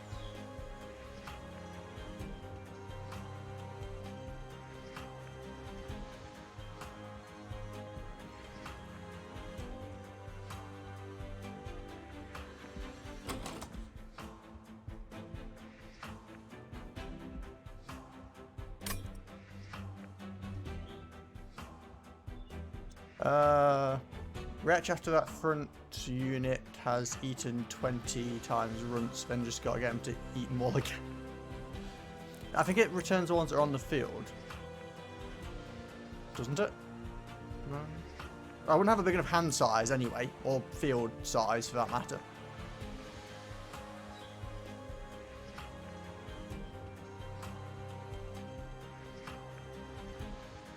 I'm not sure if it works. I'm not sure exactly how it works, basically.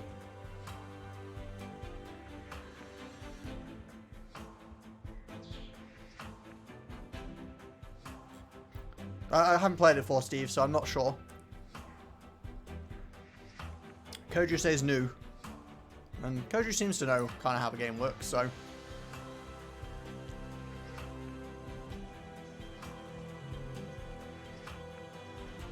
Honestly, I'm not too fussed, and I want consistency in the deck, so I'm happy enough with how it's going so far. Okay. So, we actually don't need any more space. Non-cardless morsels of region. Okay. More draw or more energy?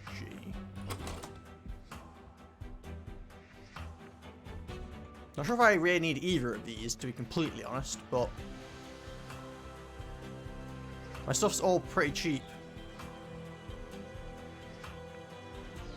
And I'm limited by space.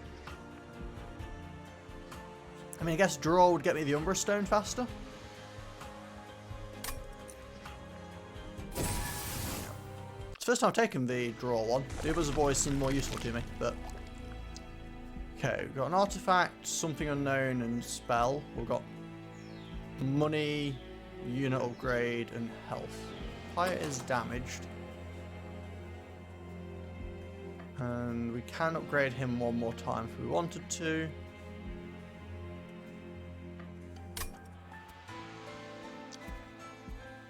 Artifacts are always cool though. Do you have any spells we particularly want to upgrade?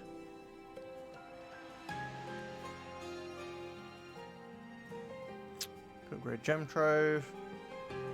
Could.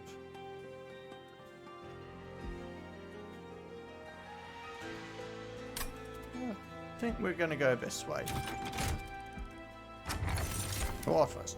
Apply daze to an enemy units when they enter the pie room. Your pie gets -5. 50% chance to apply daze to an enemy when it enters your train.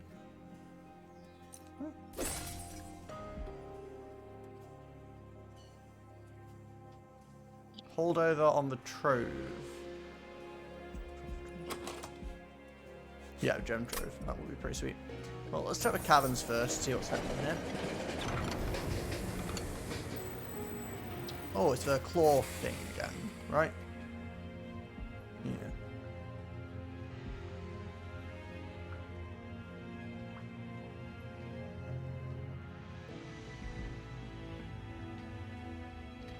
Making shape splitters 0 ember means you can play them and everything else. Removing shape splitters means you draw game trophies. Which one's shape splitters? Oh, these. But I kind of want these, don't I? Like, this is how I get morsels. Seems pretty important.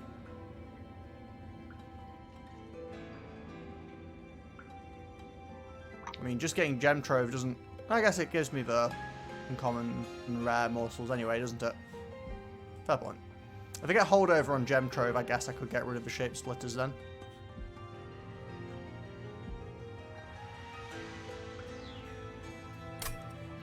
Now, as for this, these are consumed, so I think it's fine to take them even if they're not.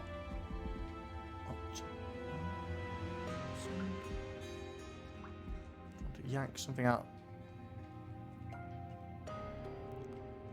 Yanking something and then dazing it's probably not the worst idea. And again, I tend to have quite a bit of mana left over.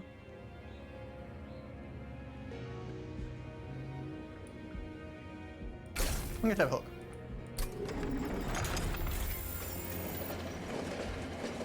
Champion, and what do we have here then?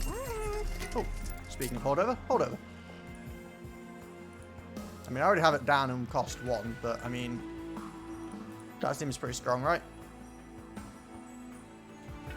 Just give everything damage shield all the time and add morsels. That's clearly the right answer. I mean, I can't think of a better choice.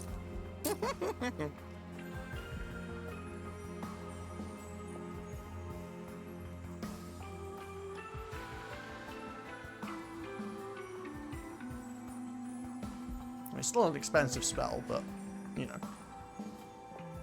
I have a bunch of things that give me more energy as well. We're going to hold over that. Magic power and consume. I mean, honestly, it's probably worthwhile just to have a card that does 125 damage. This Seraph uses Ember Drain Sweepers, suggests keeping 0 Ember Splitters due to that.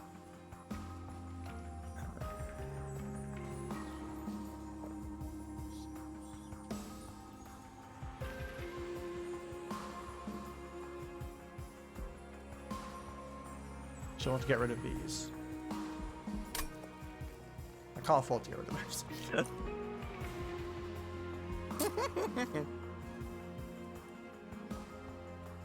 I think I do buff this. Just having a one-time hit of 125 is pretty potent. That's worthwhile. Is there anything that's worth making cheaper? I don't think so. Cost isn't too much of an issue right now.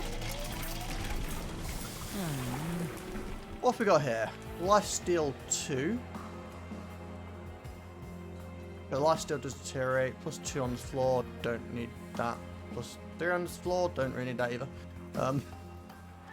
Oh, that only gets plus 3, right? This gets better Gorge, so I should go for this one. Glutton. In retrospect, the Architect thing actually, I should have just gone all Glutton, but, you know. But he just start a lot stronger. But I think we still go this way because of the amount he's feeding him in the long run. It's not even going to take that long for him to be stronger.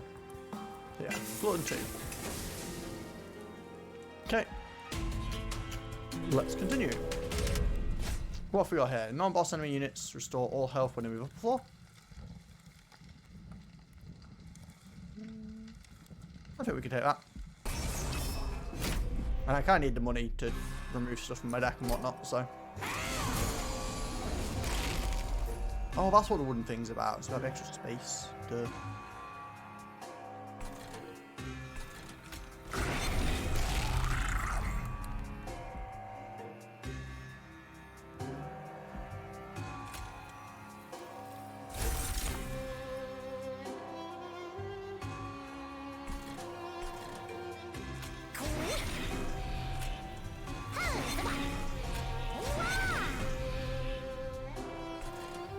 This to get another card.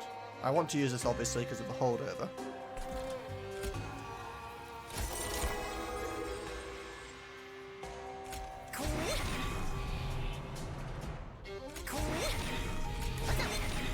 All of the morsels. Oh, that's kind of satisfying. Don't need to do that right now. Yeah, so he's already stronger than he would have been if I'd taken the other ability.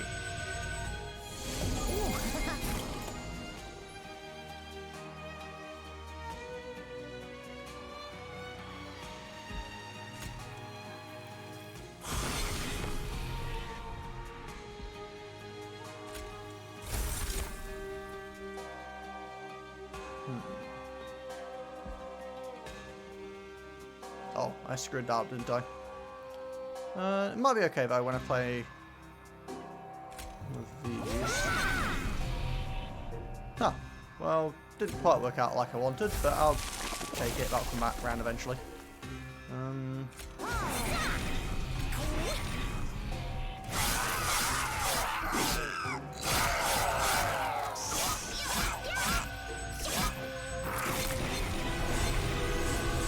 Setting mid-floor is less separate turns than top floor for no benefit.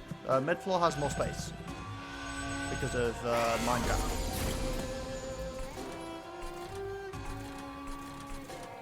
Which doesn't always matter because of duplicates, but does sometimes help.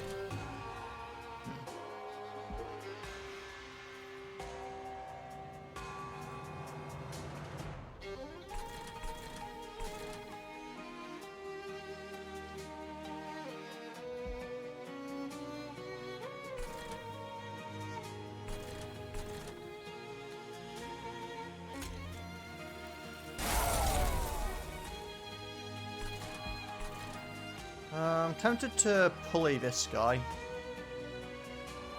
Or I could just hit him with a... Pulley him, he's going to take 3 days. So he's going to take 80, 120 damage, which is pretty much the same.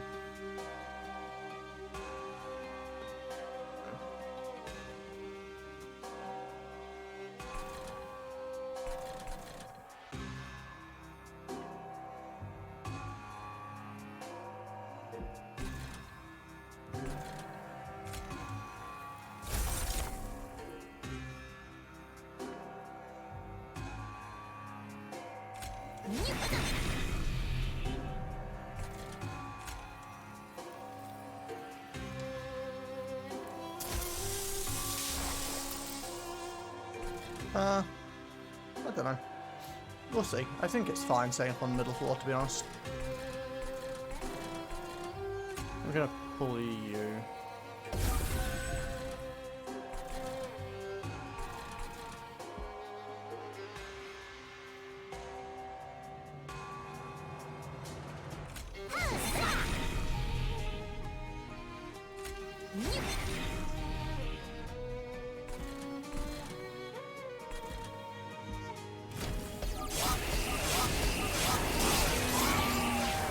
Did you have Heaven's Seal Charge?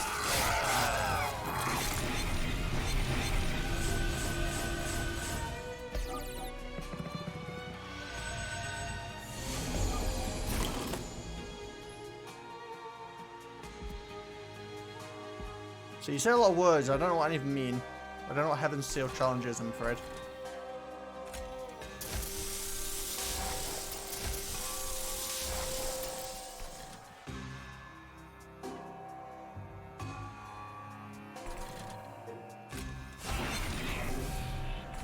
Oh, sorry.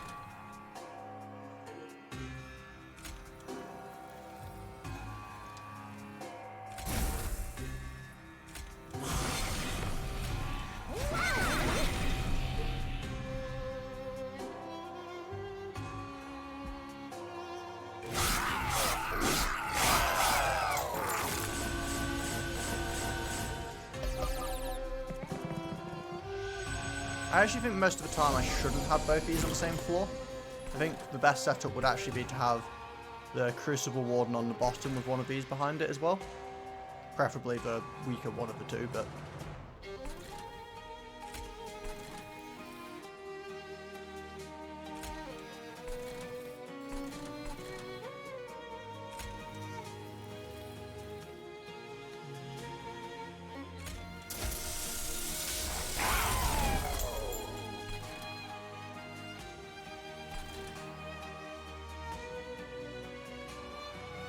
You guys aren't going to attack me anyway, so I'm going to go back down.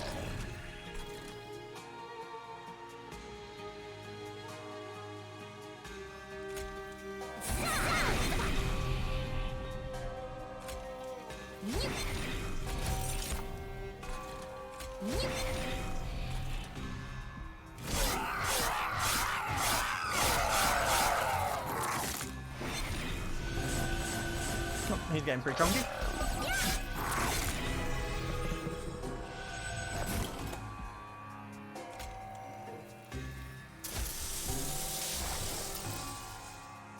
Okay, we've got this now, so...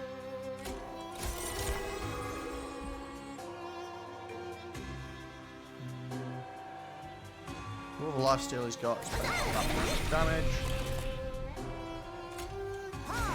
Got a bit of life though, and then we can give you a bunch of shields. Alright.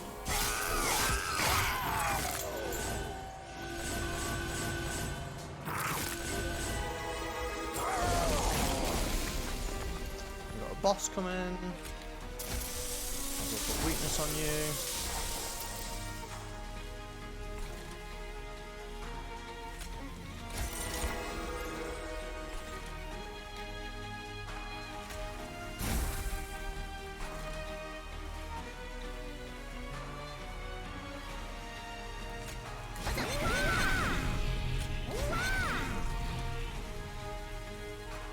You do have trample.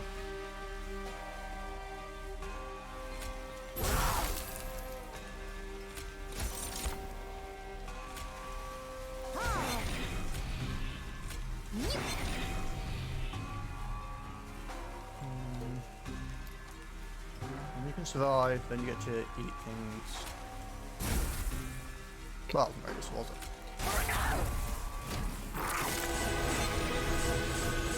I mean, I think we should be fine here anyway, but...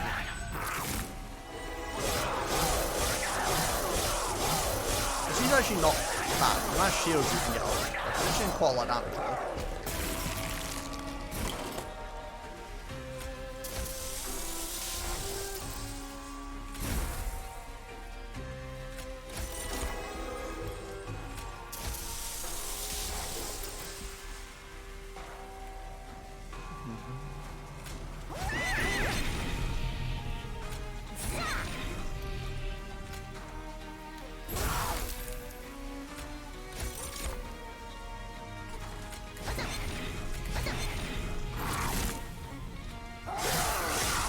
Well, I think we do enough damage here.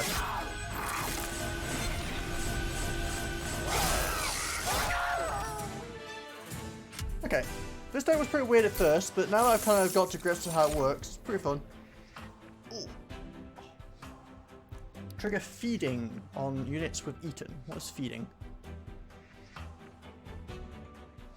Oh, it forces them to eat straight away. Okay. Another gem trove. I don't care. Want to try and be consistent if I can. Likewise, don't need any more of this stuff. Okay. Duplicate. Don't think I really need. I mean, I guess I could duplicate this, but there's no real point from what I can tell. I think removing cards is probably key. Wait, triggers eating instantly. Yeah, it means I can do it before the round, which is not the worst, but... I guess also technically you could play a bunch of the dudes, trigger the eating, and then play a bunch more dudes if you had spares in your hand and you were space limited. So it might have actually been worthwhile, but... Anyway, we're going to go this way. We're going to... look at the artifact, the trinkets. Whenever you play a spell with the same abilities and... Okay, none of those are particularly great for what I'm doing right now. Apply dazed when I get below, extra spell slot upgrade, or 15 attack and higher. I don't want any of those really. Remove cards. So we're thinking we should remove these shade splitters.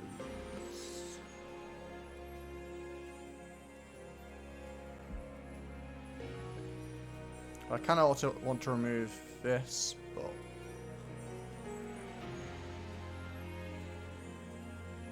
Check trinket, reroll. I did reroll already. Oh, sorry, stream delay, yeah. For the gorge times 2. That sounds pretty potent.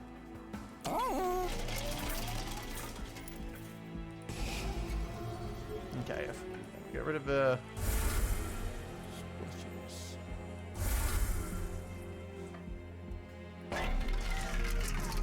Light's gift is good for bosses. Yeah, it's the below the pyre room thing again, which I'm not sure if I'm really setting up there.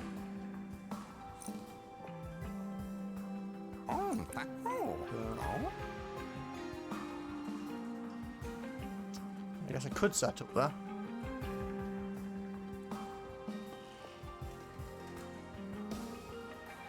No, yeah, I could remove siphons and stuff as well. I'm not sure how much of a glaive is currently on my stream. You guys seem a little bit behind, which is throwing me off. I don't think there's anything else we want to hold over. Magic power. Maybe. Testing delay. Or are you testing the delay when you say it about 30 seconds to you? No. -1 spell cost.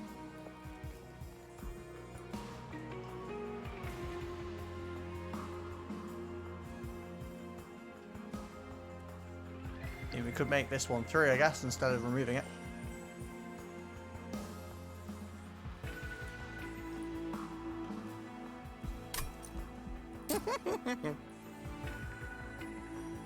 We could also make this stronger and make it 3 instead.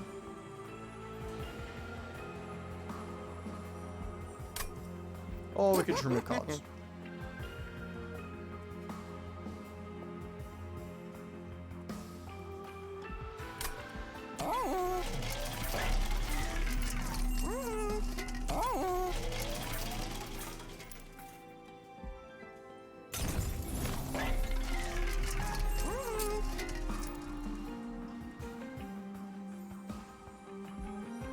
Yeah, might as well just make this 3, I think.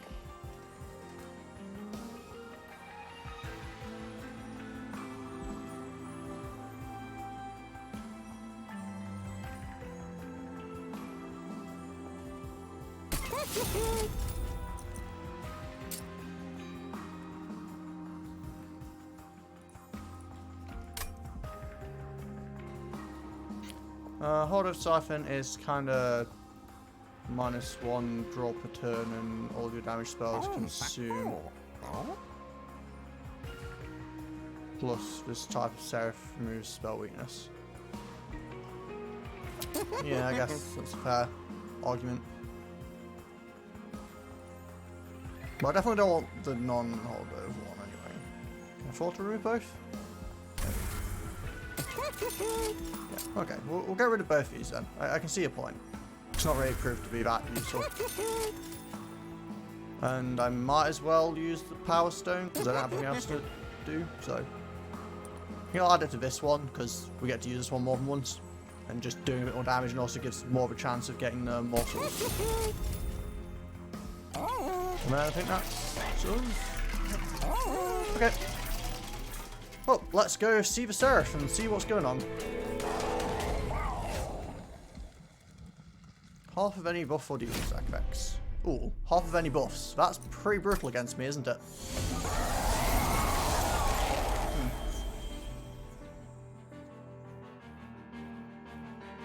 Well, see how it goes.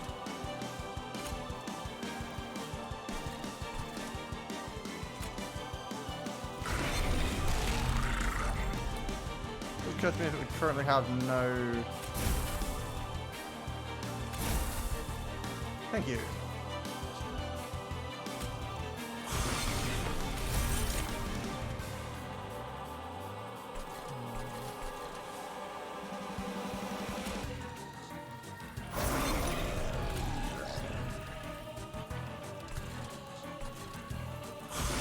Could do it this way.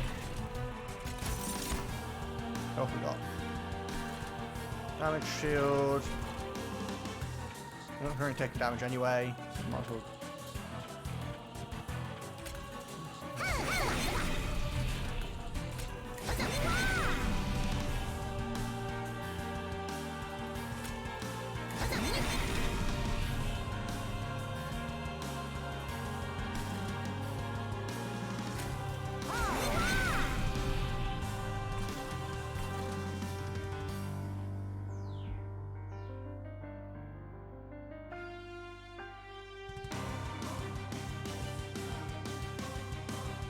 Yeah, most of my cards I'm going to be using a 3 anyway, so I'm not actually too worried about the Ember Drain.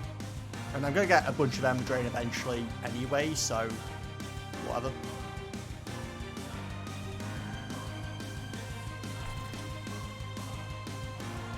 On that point, I'm kind of tempted to use this just to get rid of this thing, because I don't think we'll be able to use it later on with all the Ember Drain.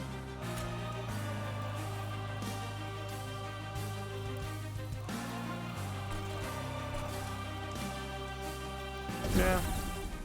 Just go with the approach that later on we have no energy. Just go that way.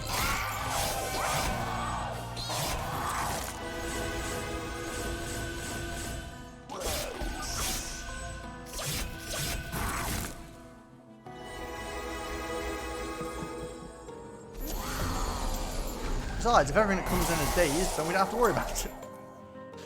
Just have to like roll the dice well every time. Easy.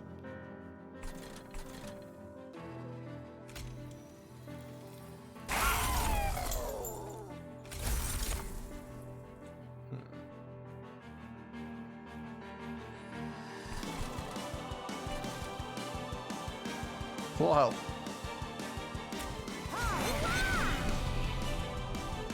Ah.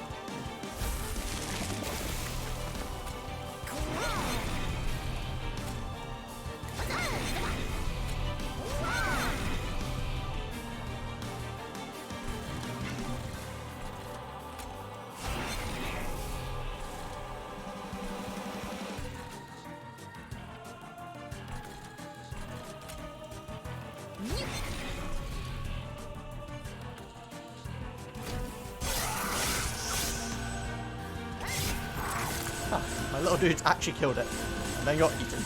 Uh-oh.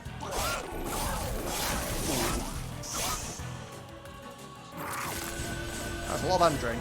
On the plus side, he ate half of the Ember Drain.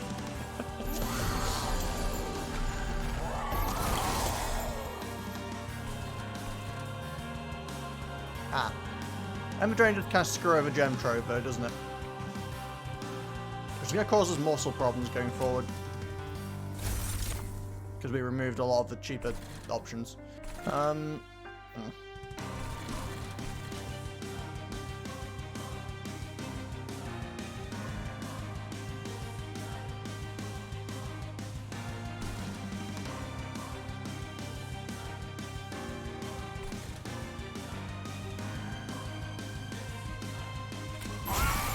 rather not get Imagery on him right now.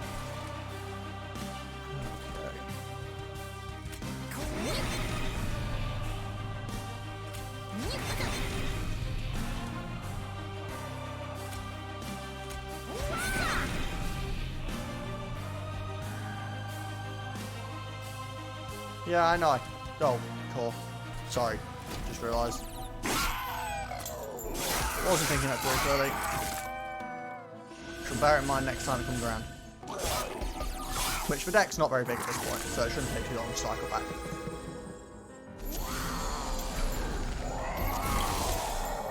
Oh, hey. Would you look at that?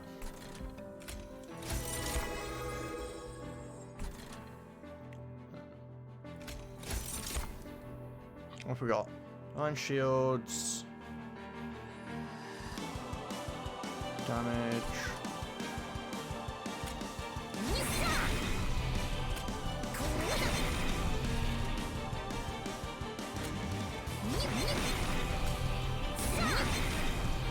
Oh, sweet. Oh well, that was done. I hate sweep. Sweep is so bad against these, well, so good against these kind of decks, but so bad for me using these kind of decks.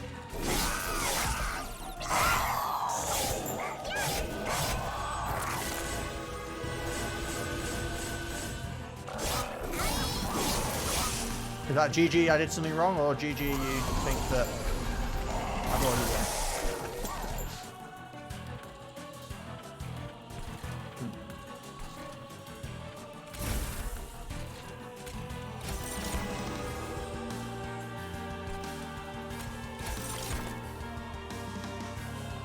Oh, of course, we drew back again. I do not have enough way of getting...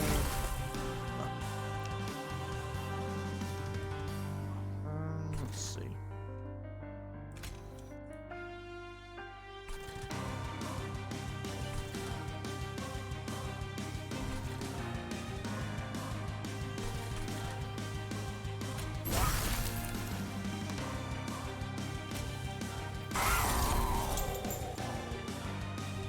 Nice. Strong one.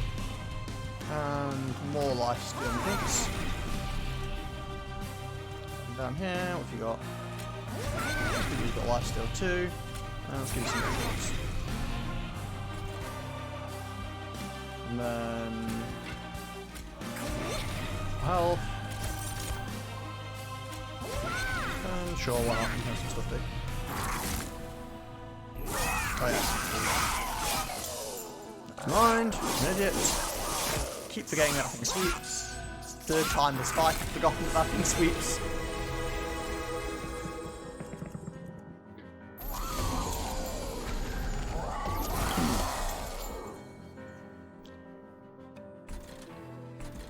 My deck has gotten very small.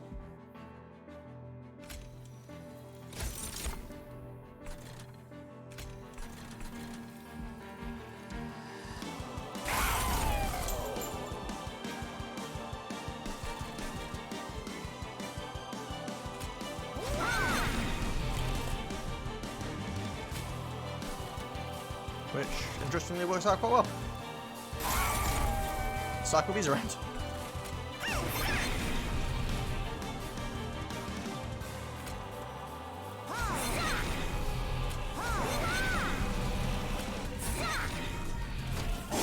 Now it doesn't matter if that's cold over or not, because it comes back every turn anyway.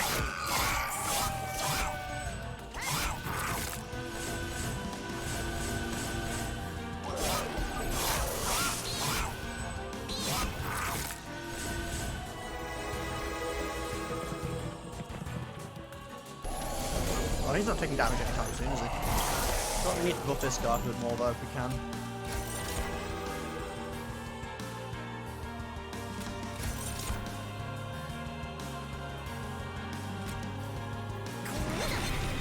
more lifesteal.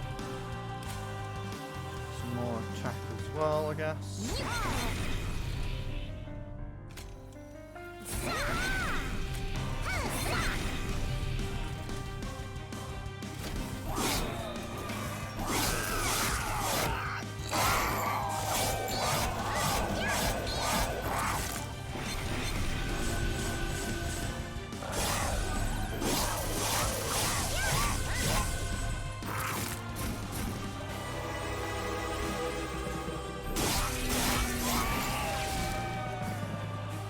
Oh. Okay, final wave. How we doing?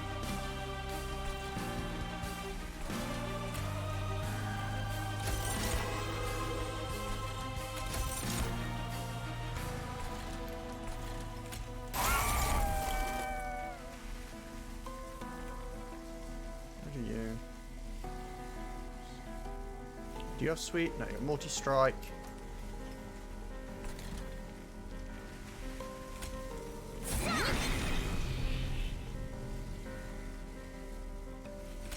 Just make sure you're stacked with lots of life still.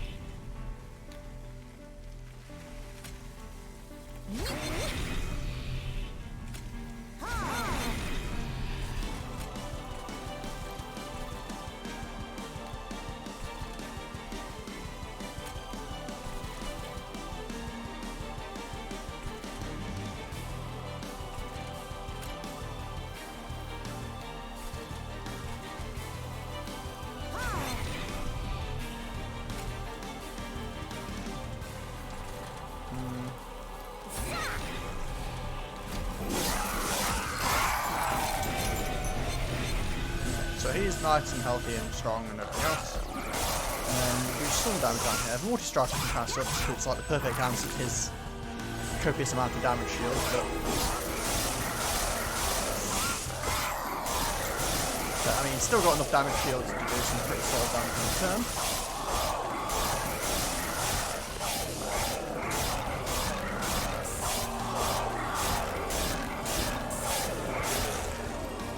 Now comes the real question. Do we kill him here or not? Yes, we do. Cool.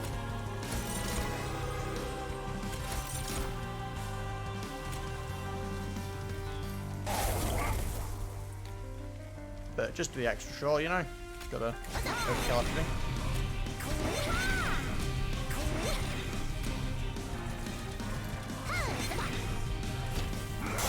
Okay, maximum damage.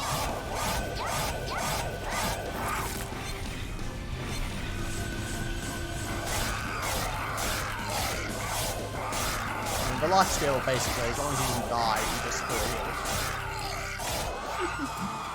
Hey, very good. That run got off to a bit of a weird start. 18 damage taken. Ah, because the pie took damage. Oh well. Thank you, thank you. That's my third victory. And also, does that mean I won my first run with the Umbra dude? That was kind of fun. At first I was pretty confused about how that worked, but I quite like that actually. When I figured it out, that was pretty fun. Major battles now have additional enemies. Oh, great. Oh, we got some golden cards. Very nice, very nice. What do we got? Add a morsel miner to your hand. Morsel miner. Eaten. Unit gets +5, +5. Wait. Feels familiar. I thought the crystally, the dude with like crystally thing on his back had that, or was that a morsel miner? No, it was. First time each enemy turn. Wait. The first time each turn an enemy unit dies, add 2 morsel units to your hand. Fair enough. Cave in, descend, friendly and enemy units on this floor. Oh. Everybody down. Start of turn, add a common or uncommon morsel to your hand. Good for reliable morsels.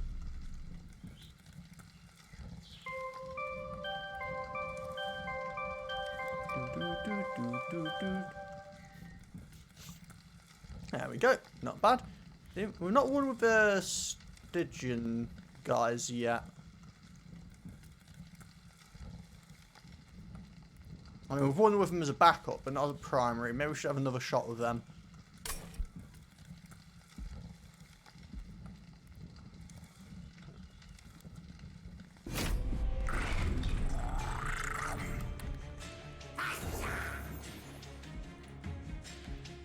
Then what do you do as a... What do these guys give a secondary? Oh, if they're secondary, they just give morsels. Makes sense. Though morsels are pretty solid in any deck, right? So... Not worse than ever. Store or +2 attack, +1 draw next turn. Stygian's like high draw cheap spell builds. Suggest Awoken support for Sting. So maybe like Awoken and go with the Root Seeds because it gives more draw as well.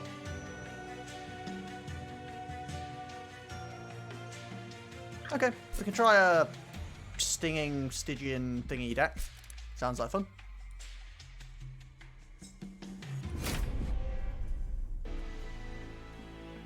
Flash Fury is doing 3 damage.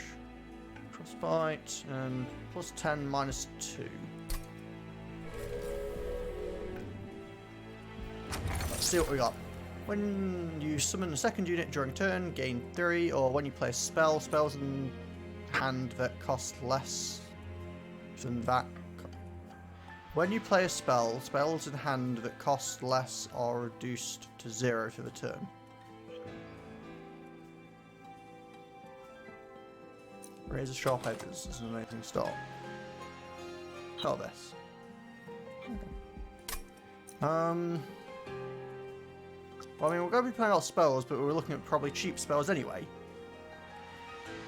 But I'm also not summoning a lot of units, I don't think. So I think Split Anvil is going to be better. Depending on what spells I get, it could be really good. Now what have we got? Damage spells on this floor cost 1 less, or 10 Frostbite to everyone that we attack. I think this guy can get Sweep eventually, right? So Frostbite might not be the worst. Oh, well, I already clicked the one. Sorry. So I think Frostbite probably. If we're not running super heavy spells anyway, and we already have the Anvil, this feels a bit pointless. So I feel like Frostbite's probably better.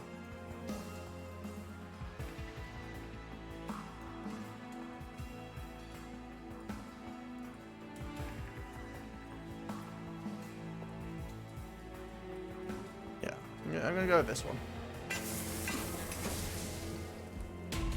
Okie dokie, let's see how we do in the first battle. Start of battle, all enemies appear on every floor. Take this one pretty much every time, because even if the thing gets damaged, I think it's worth it. And the thing pretty much always gets damaged from this one, unless you have, like, good AoE in the starting deck, but... Oh, a Golden Train Steward.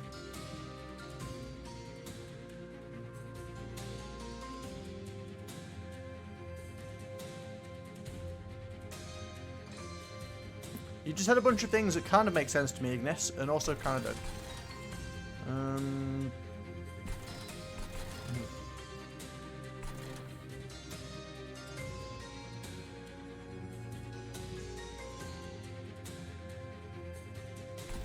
You guys do a lot of damage.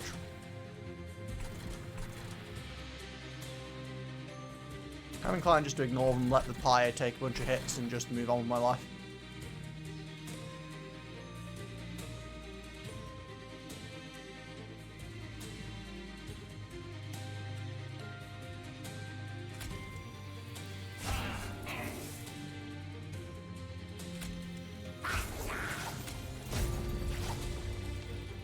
Sure.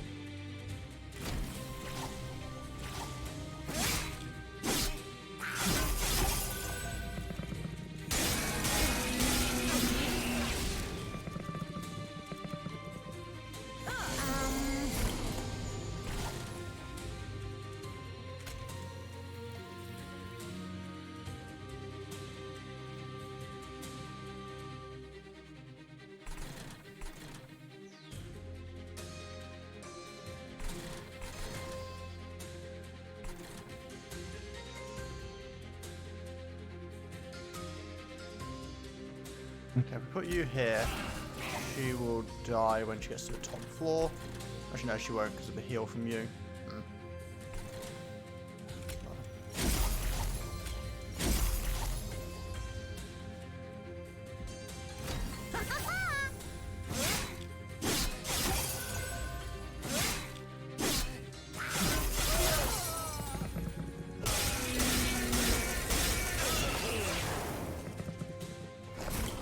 Not sure if she's gonna die or not. Yeah, she will, because Frostbite comes first. Okay.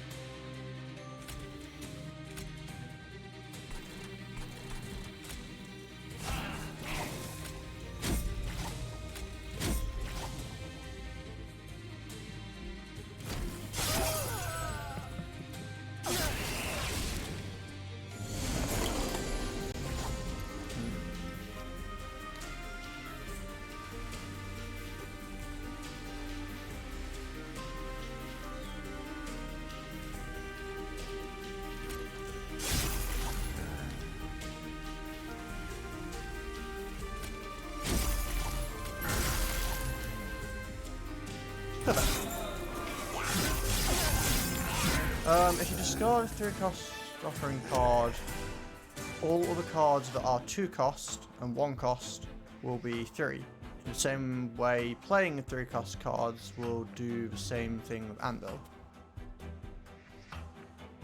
Okay, I think I get you now.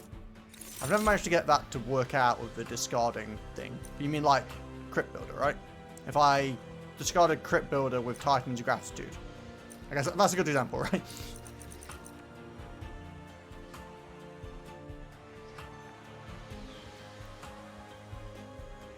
So the question is, am I going for a more expensive deck with using Anvil and things, or am I going like Energy Siphon, a bunch of spell weakness type things, and getting stings?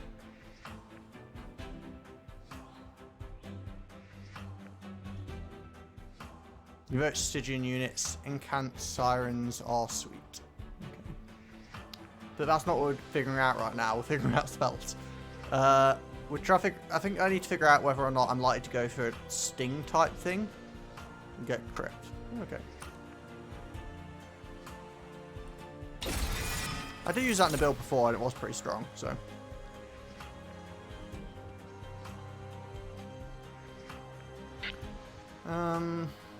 Restoration Detonation's pretty nice. Just to healing anything that's at the front.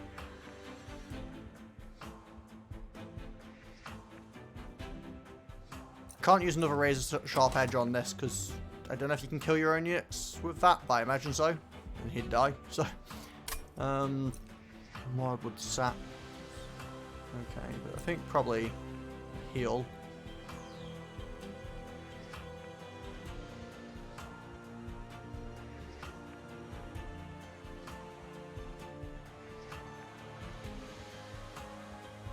I already have 1 edge though. Do I need more than 1 edge? I already have 2 edges. Do I need 3? Is that not a bit overkill?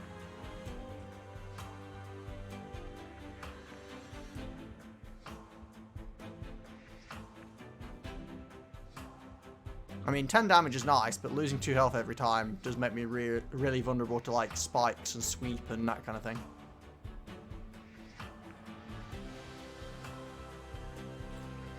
Okay, if you guys think it's a good idea, we'll grab some more edges. You guys clearly know this game better than I do. I will delegate to you. And you guys fought Stygian units then, or though Stygian units with unit upgrades, or a working unit but with magic upgrade.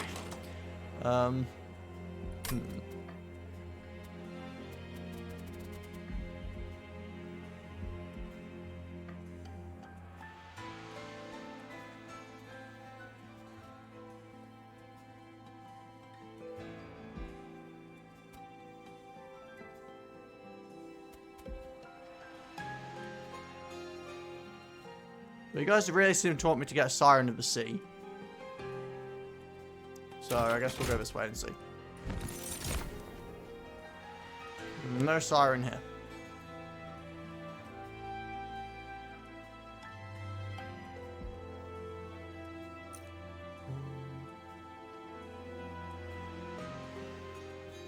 I mean, that doesn't seem like the worst thing ever. We could put more attack on that with the stabby blades. Let's go sweep. Cut in the back, get some frostbite and some damage.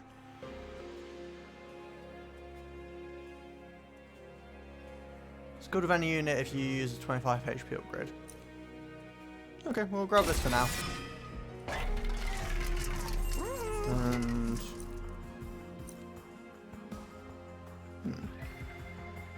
That'd technically be good if we had something tanking.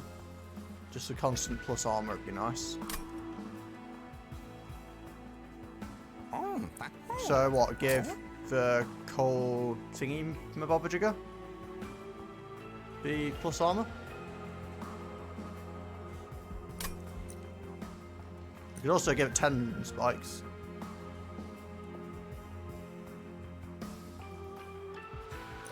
So we can make the sweeping tank, I guess.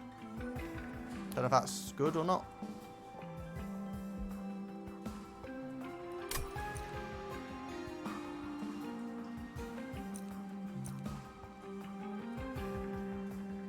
What do you think? Should we give Thornstone and Runestone to our Cold Celia? Cold Celia. Yeah, that's true, I guess. Sweep and Spike's kind of a similar thing. We'll go for the armor thing, and then leave it at that and save some money for possible things later on. Or do we remove cards?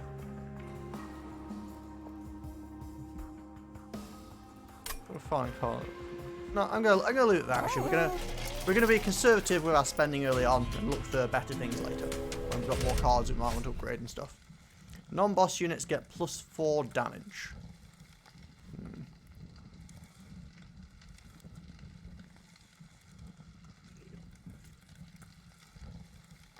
I mean, do we want unit draft? It just adds more cards to the deck.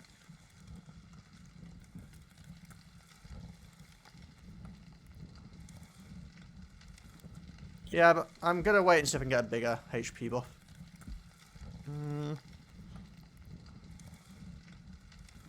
Oh, he has sweep. Great.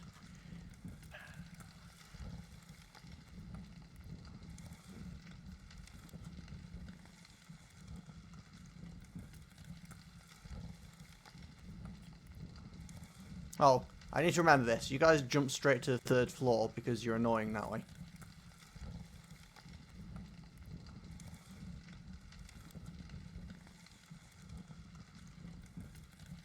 I'm not too worried about unit draft. I'm going to leave it off. Because with them already whizzing up to the 3rd floor, it's already kind of annoying to deal with. Okay. We're going to set up on the 3rd floor then. So we're going to get...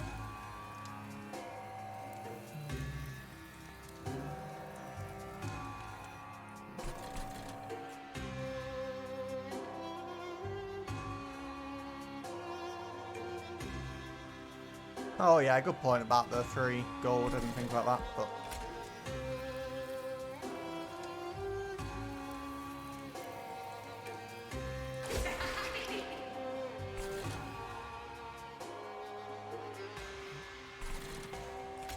do this, and for now I think I'll put the train steward in front because I think the first round I don't want to take this much damage straight away.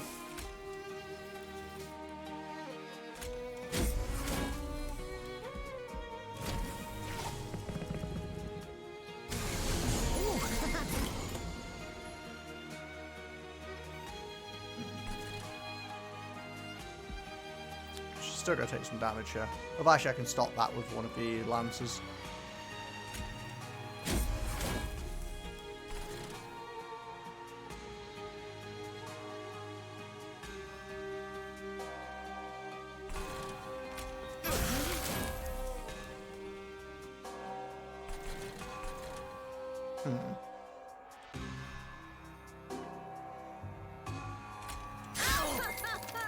Oh my god.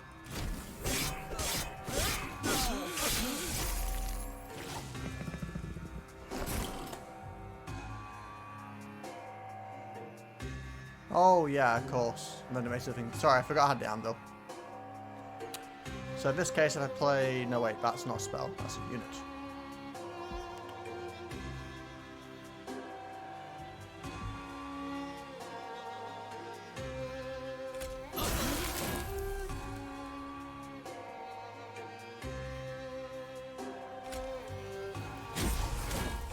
Takes damage, but she gains armor, so it balances out.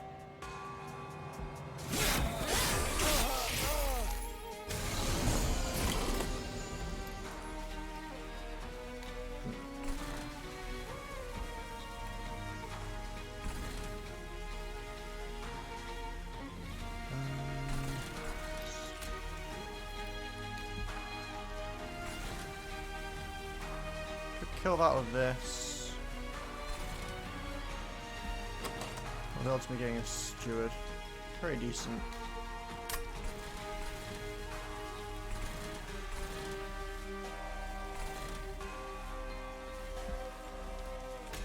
Especially if I use both of these.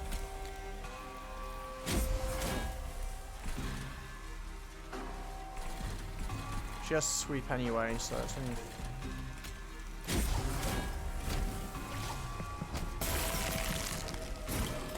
Okay.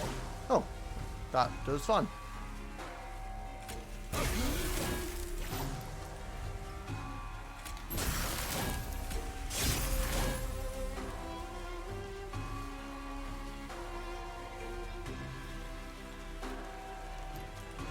Gains 2 armor, loses 2 health, so it balances out exactly the same. Which is more damage.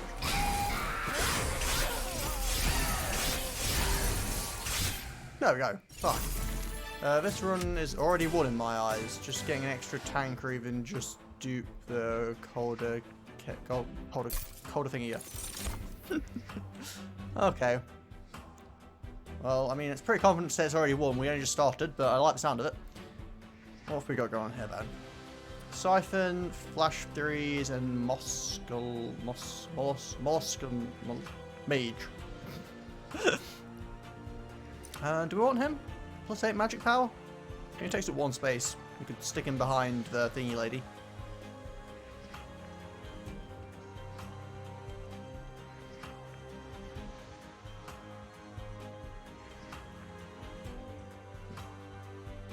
Or do we just skip and just go for max consistency?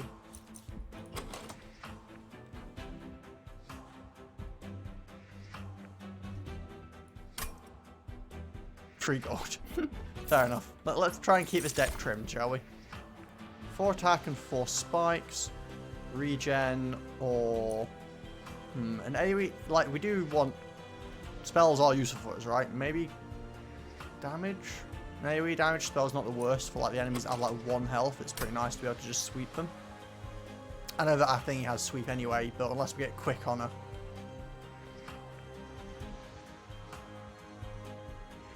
Yeah, that's what I'm thinking. I'm thinking just like 1 glimmer. Pretty good.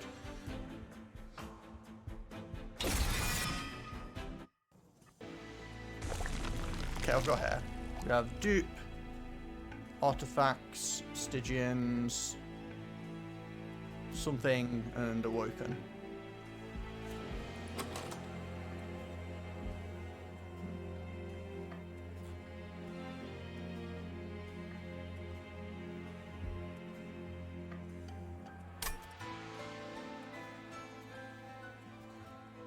You got Stygians? Okay. I mean, I like artifacts anyway, so. Okay, we've got a guard. Or another one of her.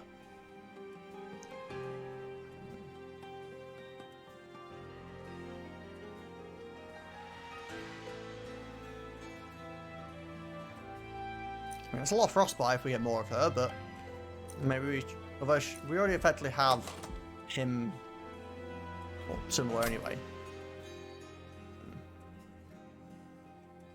Guard as a tank. We are playing a lot of spells. Okay, okay. Tank it is. Okay. Apply rooted to enemy units when they enter the room below the pyre. Or enemies get -1 attack. I mean, -1 attack is always a good thing to have, right? Well, always a good thing for them to have. It's not a huge amount, but it can be pretty significant.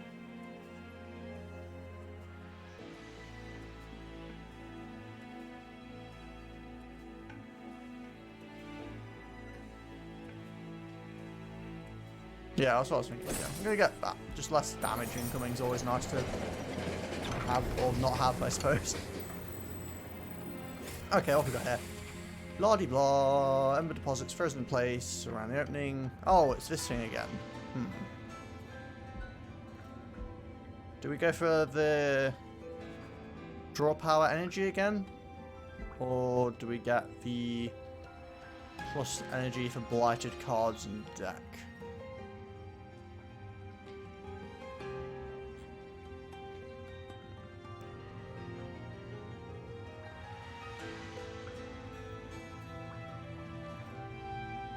0 Ember incant draw triggers. 0 Ember incant. I feel like that should make sense, but my brain might not be working right now. 0 Ember, so it's 3. Incant when you play something. Draw triggers. Draw triggers? Oh, these things, because it costs nothing. Triggers the thingies. Okay, yeah, I get it now.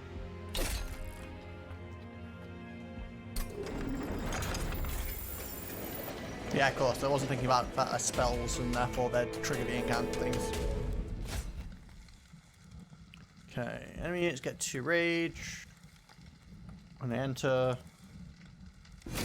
And the enemy attacks. So we want to set up on the top floor because that way we just have to deal with the obnoxious amount of rage.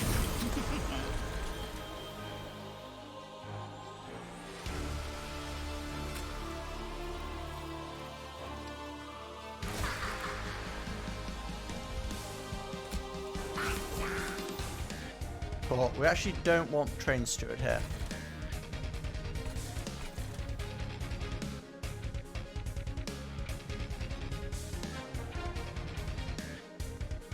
I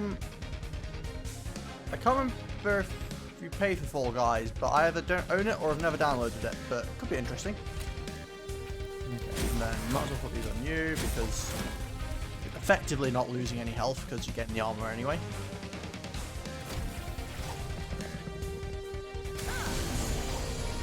Really do have a tank though. If not, I'm just gonna have to. Yay, thank you. There we go. And then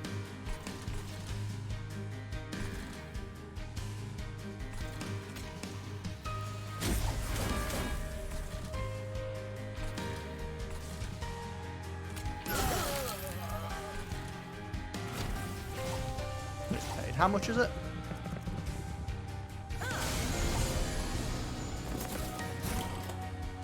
I'm definitely getting to that point where I'm probably hoping that I get this job or just a job soon because buying games to stream is becoming, you know, it's just becoming awkward where I want to get new things to stream them because they seem like they'd be fun to stream, but getting games that take like, you know, 1 or 2 weeks, it's suddenly, oh, that's £20 here, £20 there, and it starts to add up. But we'll see. Just buff a few up some, which gives everyone armor.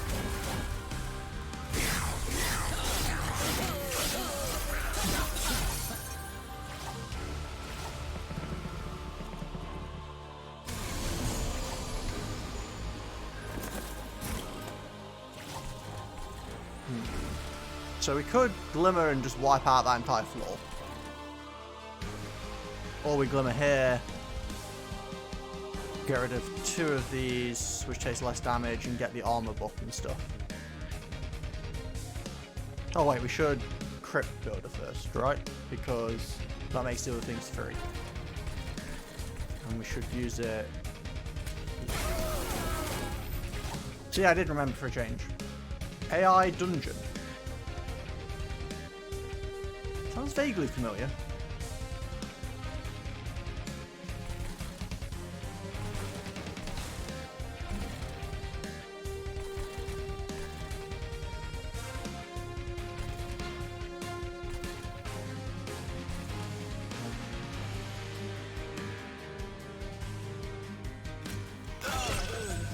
I just want the armor. And then I will Frostbite the boss. And get rid of...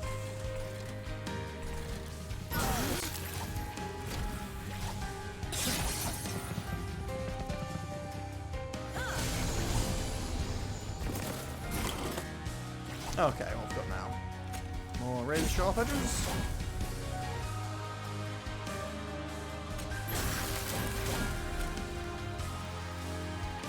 I'm just gonna keep stacking armor.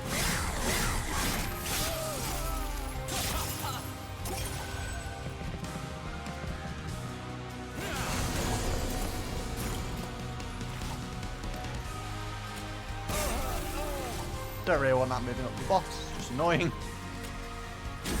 Stronger.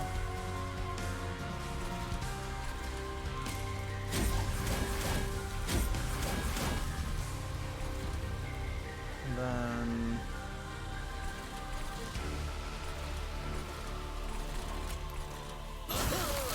yeah, just get more armor.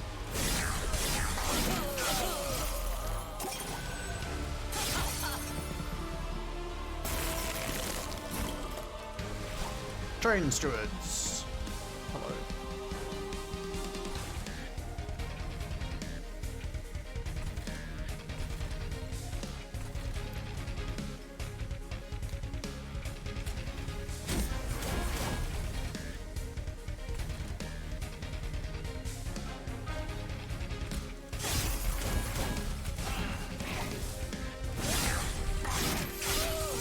I'll give that one more turn as well, just get that number off the way.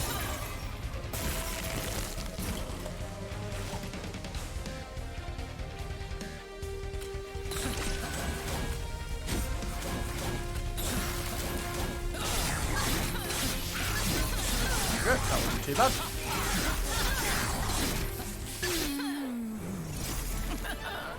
Oh, AI dungeon. I don't know if you are probably not considering this as the first time you've been in stream, Koji. But if you want to join the Discord, there's a suggestions channel in there. But I'll try and remember AI dungeons anyway, because I know some people don't like just joining Discords for every random stream they tune into, which is totally understandable. I'm not. Ironically, I'm not big on just having a million Discords either, so... Ooh, quick. That could be pretty nice. Quick and sweet. Yeah, sure, that works, Steve. It's gotta be quick, right? Putting quick on my, cold her. Just seems really potent. Yeah, I'm doing it regardless. Oh, this is the one you were talking about, right? Siren of the Sea. +2/+2.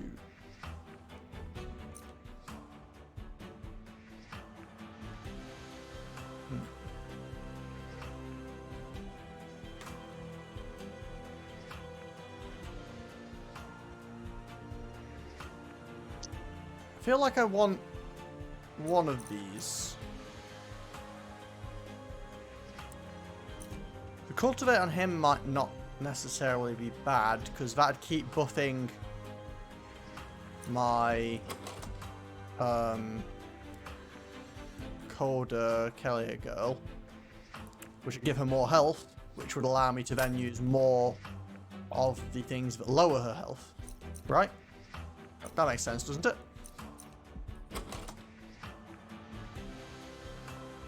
Although we lack ways to heal.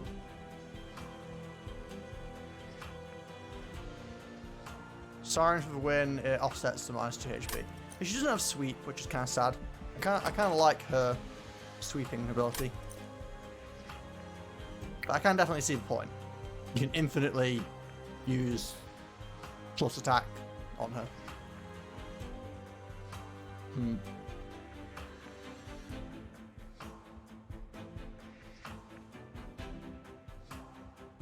She's better against bosses, so I guess I could take her as well.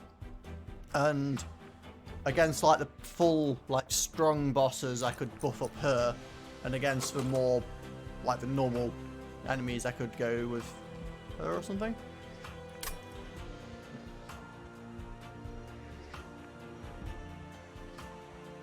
Yeah, I guess if you get multi, but...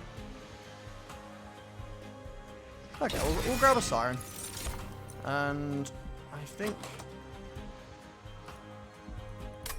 it's probably always good to have a little bit of extra space in the floors. At least that's my general take on things. Well, obviously, everything's useful, but... would I get more draw power? Well, I already get quite a bit of draw power from root seeds, right?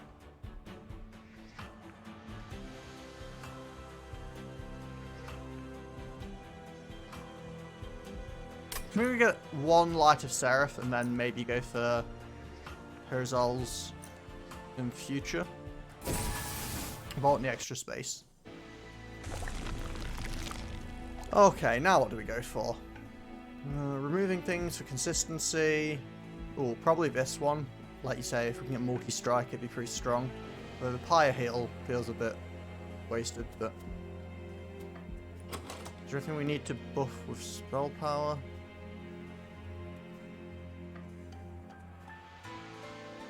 Yeah, draw on seeds, energy from Anvil. Yeah, that was... I'd love to say that was my thinking, but it wasn't really, but it worked out that way.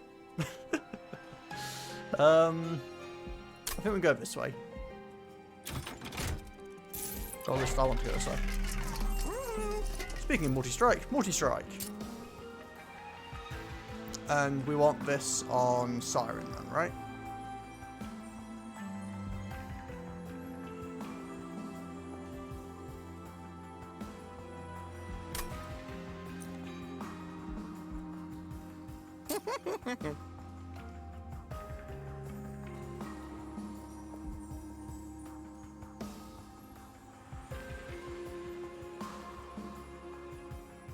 Yeah, that makes sense. Is there anything else we want now? Do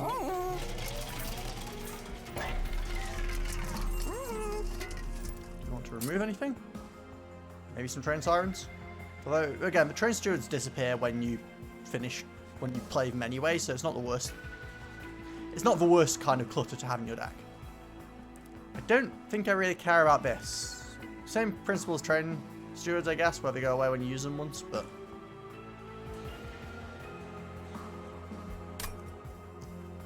I think you're quite delayed on the stream, Ignis, I think. Or you're doing other things at the same time as watching, which is fair. AI dungeon escalated quickly. What? Okay. 5 attack and 10 health.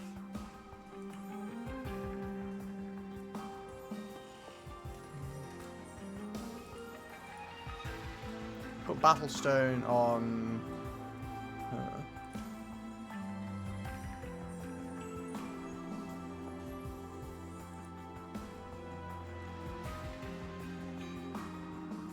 HP on Guardian on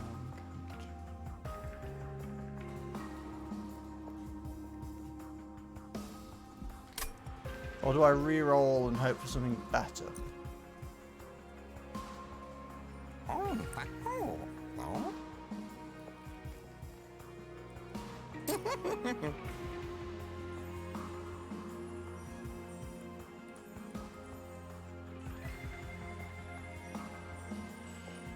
Pretty solid on her, really. I mean, I guess currently my best floor is probably all 3 of these on one floor, right? And not actually having my champion dude. Because then they all get their incants going off all the time. Okay, I think we put...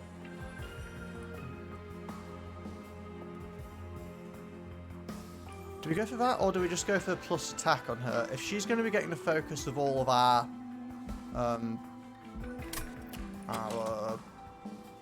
razor sharp edges, then do we actually just want more attack on her so that she just has 11 sweep in general?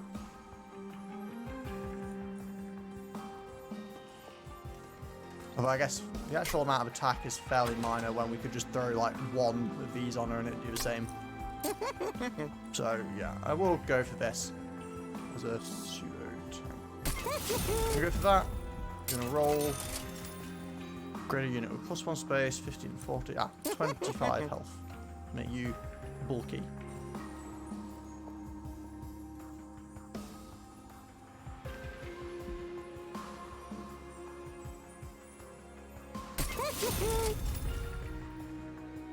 Bulky boy. And can attack or anything?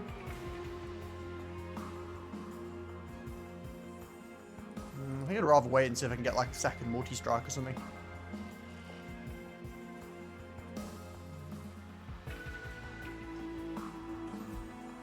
Ten attack on totem. I mean, it'd make it actually do something, but probably not really worth the gold, is it?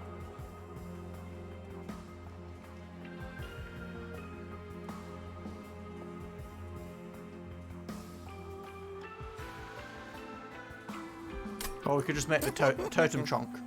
41 health totem. 15 attack. I think we'd probably just leave it. Honestly, I'm kind of tempted just to remove the totem.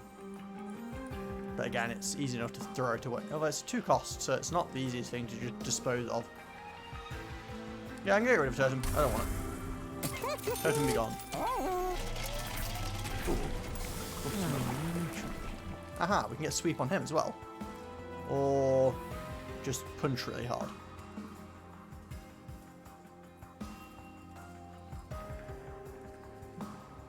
Sweep and spell weakness. Or punch harder and frostbite. I mean, we already have 1 sweep. So do we need multiple sweeps? We're not really in spell damage, we're in just spell buffs currently. So I think I'm going for frostbite actually, just for the raw damage off of that. Although we're not in a frostbite build either, because there are builds that revolve around a lot of frostbite.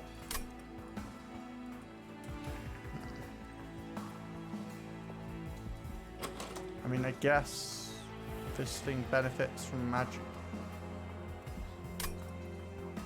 I really don't know.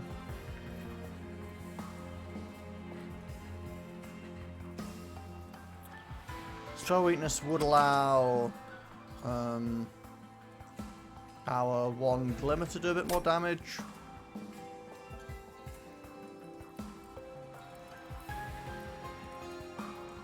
Kind of hard choice.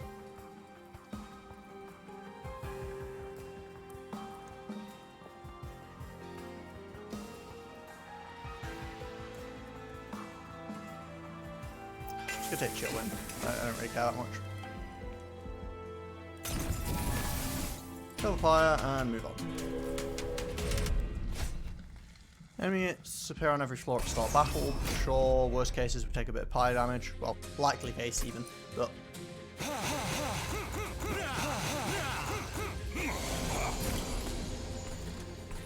Ha, suck on your minus damage.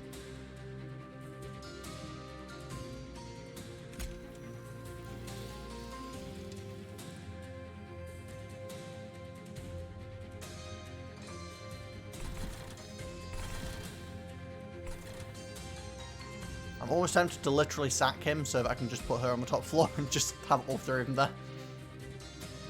I'm not sure if we should literally throw him away. He only costs 1 as well, so I actually need 1 more space to be able to play him, which is not bad. Could also just glimmer to sweep the floor.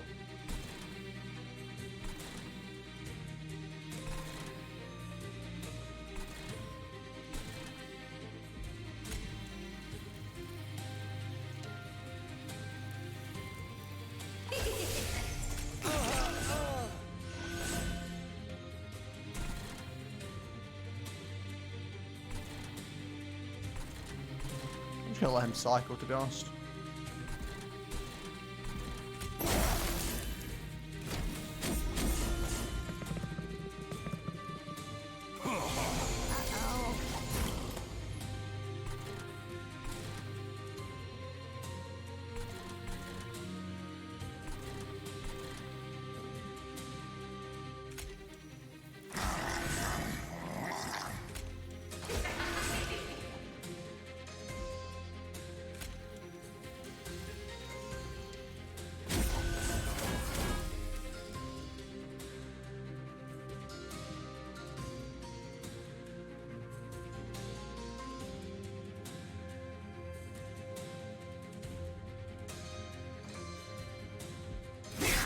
Siren Glimmer and Lance to speed. Oh.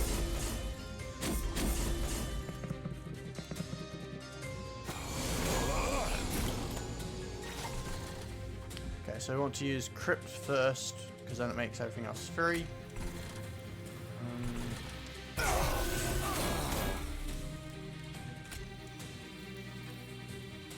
Kind of tempted to give. I don't know if we should give her a bit of a buff, but she'd have to get all the way up to like 30 something to be sweeping a whole large group. I think it just makes more sense to have her higher.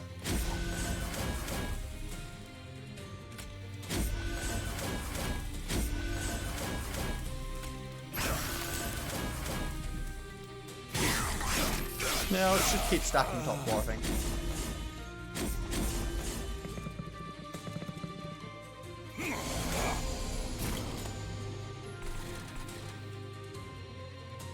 We don't have an expensive spell to play first this time.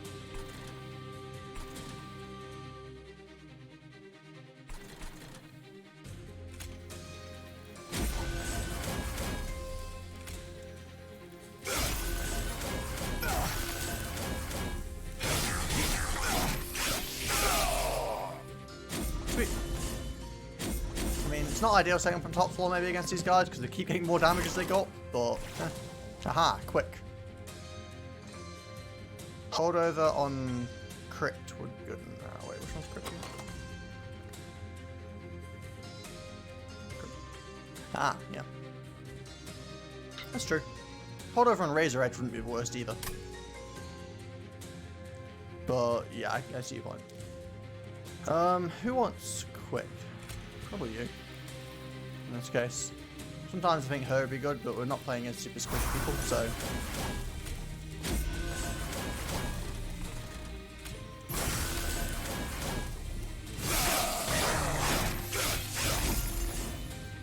Oh, we can actually kill you.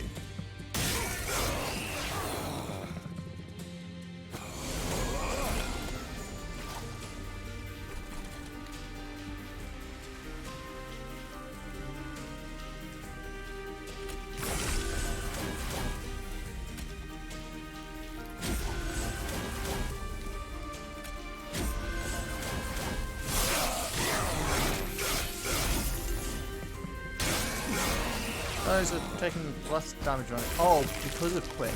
Ah. There's actually a downside to quick. He hits the front ones and then. You. Might as well play you here because free, but you'll just die instantly. Literally killing you for no reason, so I guess we won't bother.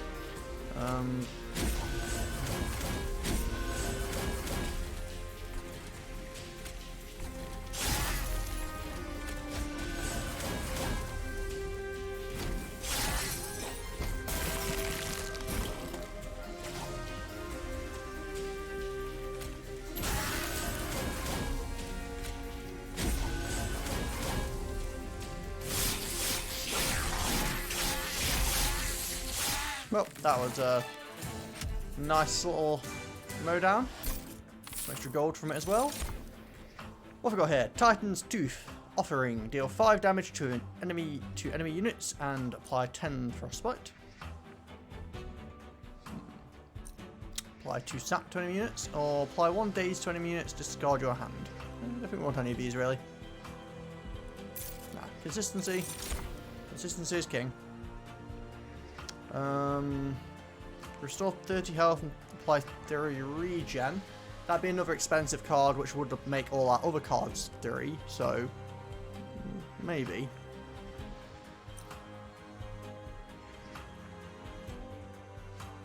And Graft could be decent as well.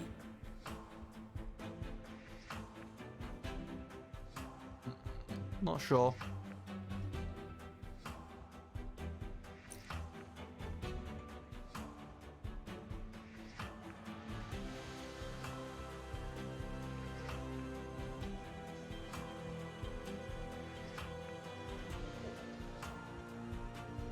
Oh, excuse me, needed that stretch. Oh.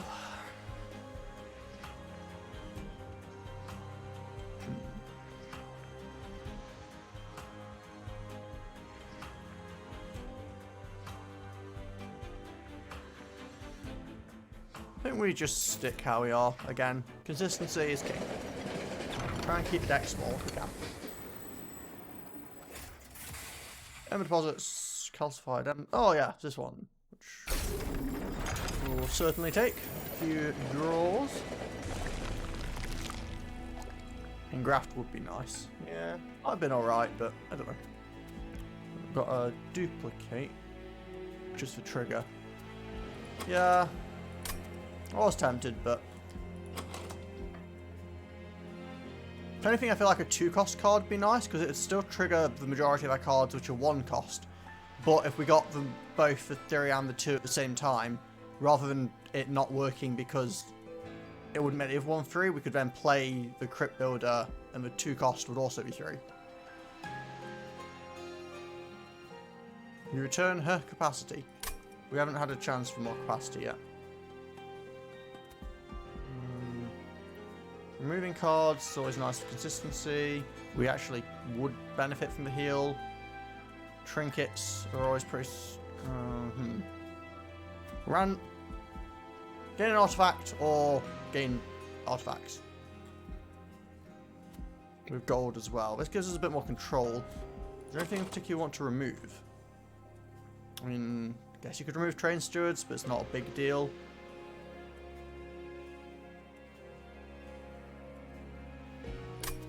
Trinket shop for 2 times incant. They don't incant. Oh, for the double. There's a thing that goes double incant. Oh, okay. Take a look then. Sting spells. Friendly units get +1 attack per spikes and +3 health. I think we have to reroll that one. Doesn't look very useful to me. I'll leave it here for a second and let you guys take a look at it. I'm gonna go grab the health. Back. Oh, Stygian Lancers, Frozen Lancers, Stewards are bad. Okay, Frozen Lancers are bad. And Stewards. And Stygian. Stygian?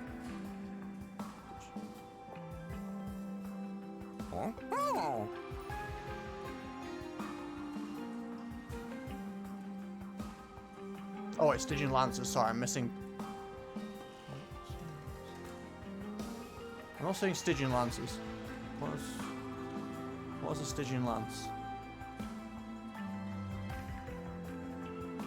I got the Frozen Lancers. Do you mean the Flash Freezers? I don't know. Anyway, so I don't think any of these are useful, right? We don't have any stings. 3 health is pretty... I mean, it's nice, but it's not that impressive. And we're not using spikes.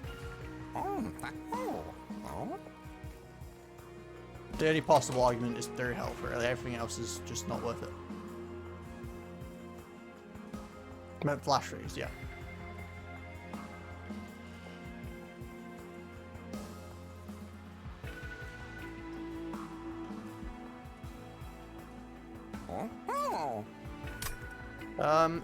Is hammered chestplate really worth it for us? I mean, the extra health is, you know, nice enough. It's not anything crazy, though.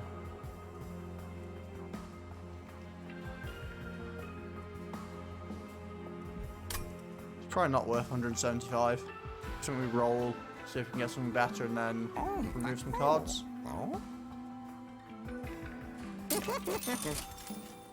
Ooh, extra upgrade slot. Yeah, but I didn't think it was worth it.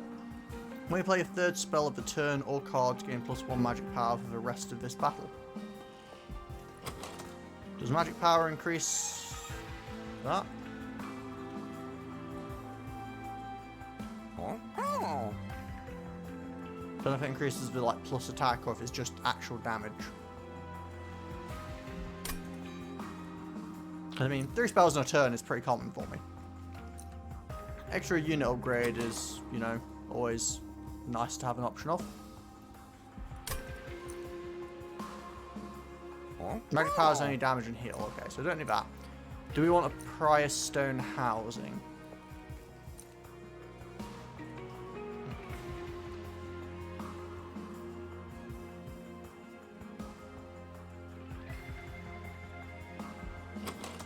We'll give us the option at some point of making her really strong. Yeah, okay. We'll do that and then we'll... Is it worth spending money currently on purging cards? Or do you think I should hang on for now?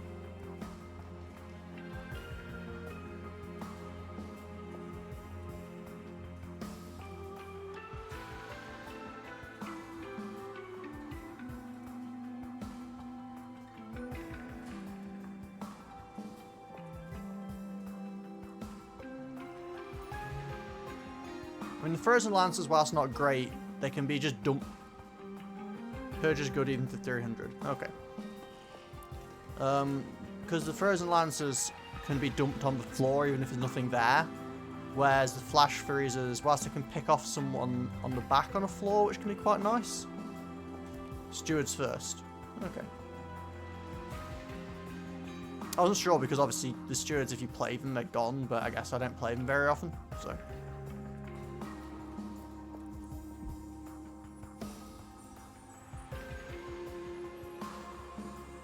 For better drawing hands. Yeah, I guess so.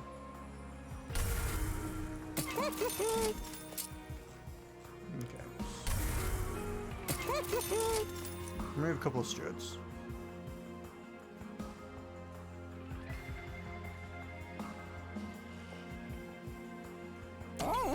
Flash Freezer AoE replacement, Super Souls AoE. Yeah, but sometimes it can be nice to pick things off before they get to you.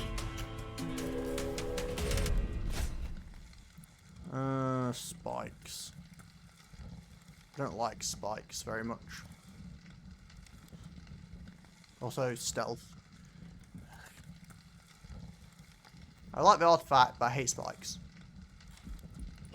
My units aren't I mean, you'd be completely redundant. We don't have heal, so spikes are just a constant problem. I think we have to skip this one. Because I think we just die otherwise. I mean, theoretically these guys can survive because of the armor, but I feel like my Siren might just die to spikes. I mean, I guess she does get +2 health from Incant, but I don't know. 4 spikes is quite a lot.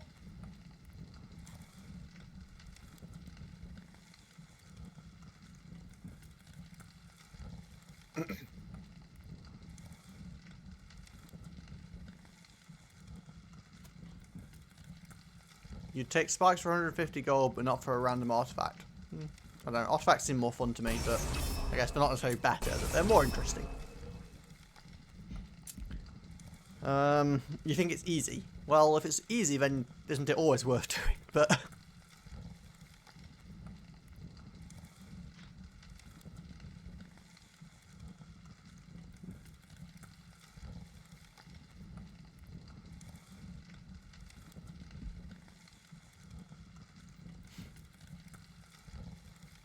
eat it. Okay, no spikes. Oh no, wait, eat it YOLO. Okay. So, yes, spikes.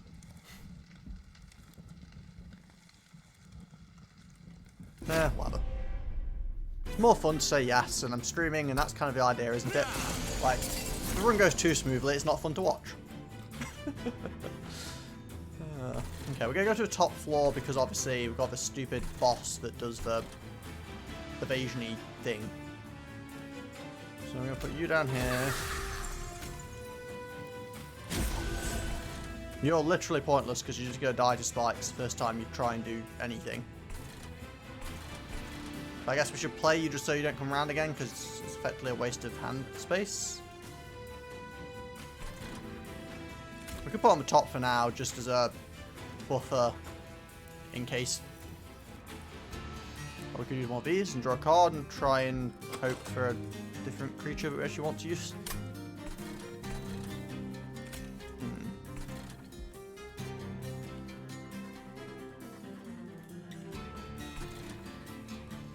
Yeah, I'm just gonna throw Tefs in front. Worst case, it takes a hit, right? Come on. I was worried this was gonna happen though. Now I can't fit them both in. I mean, I guess I could frostbite Tethys and kill it so that I can make space. I should probably frostbite that really for the 75 gold.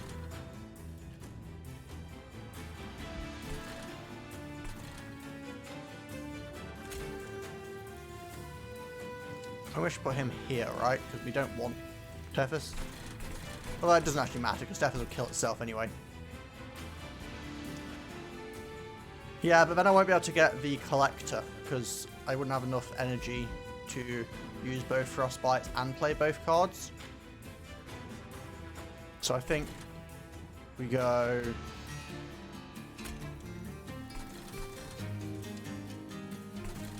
You on the front. Frostbite. She'll come back round again anyway. And then we just get some buffs going on.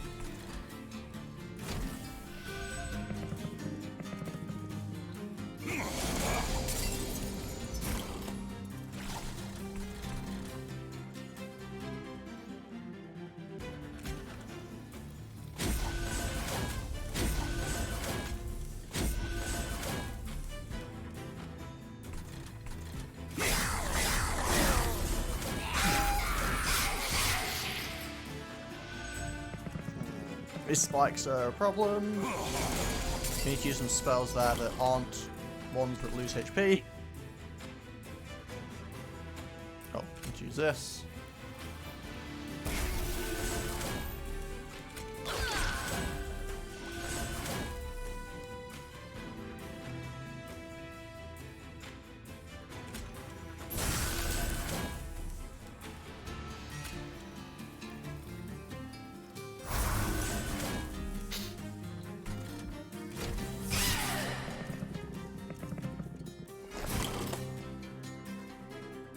Yeah, that's true.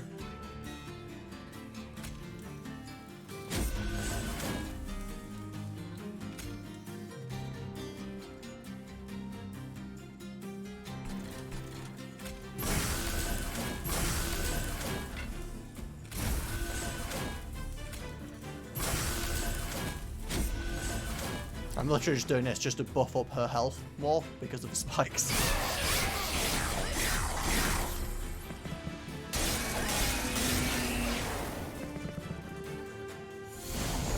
You're annoying, but whatever.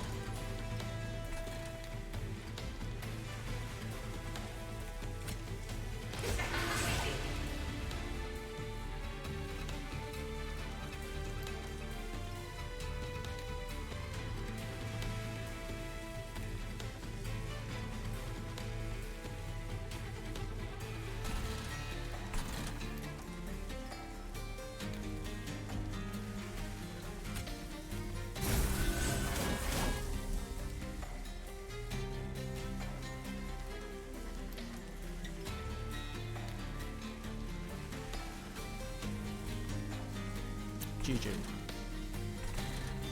Is it? Okay,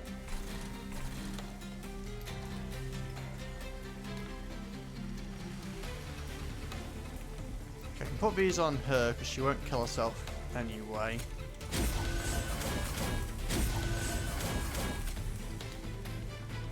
Then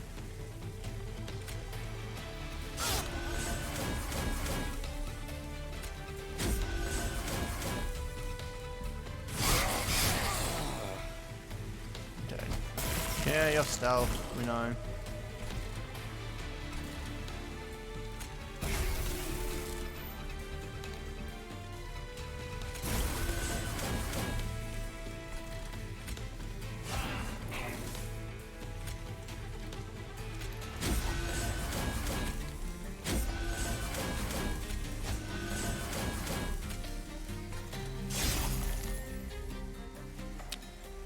Duping Quick Tome means you draw at least one earlier and get both Quick Sire and Quick Sweeper.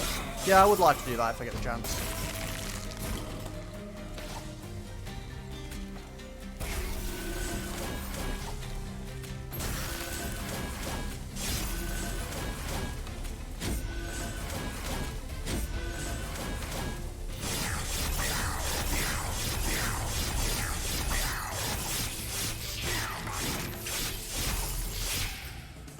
There we go.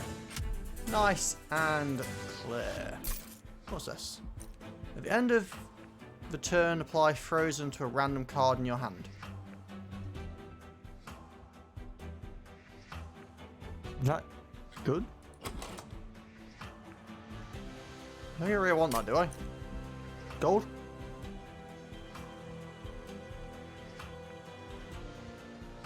Like, we just take the gold here, right? I don't think that's really... Frozen is an ability that I've seen, like, cards where it's like, oh, you can apply Frozen to a card. And I'm like, but why? I never really feel like I need it. I mean, I guess I can see if you're running a deck that really requires, like, multiple cards for combos, but... Wait, it's a draw gem? Oh, yeah, because you keep the card, so effectively... Okay, yeah. Okay, I get it. So effectively, it's +1 draw. Okay, from that point of view, it makes sense. I was looking at it before, and I was just like, I don't really get it. I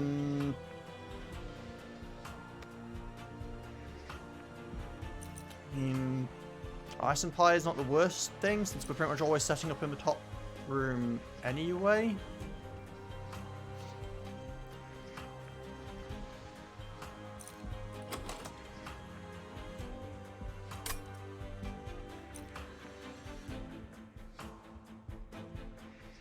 So I don't know if we want to just add more stuff into the deck, or if we should just be trying to remove more stuff.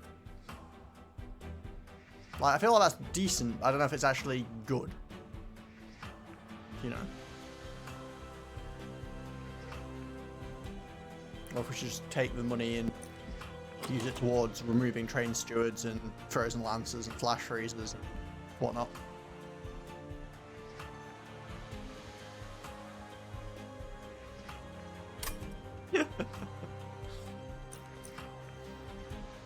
Yeah, it might not be a steward, but also I plan on removing the stewards anyway, so we'll see.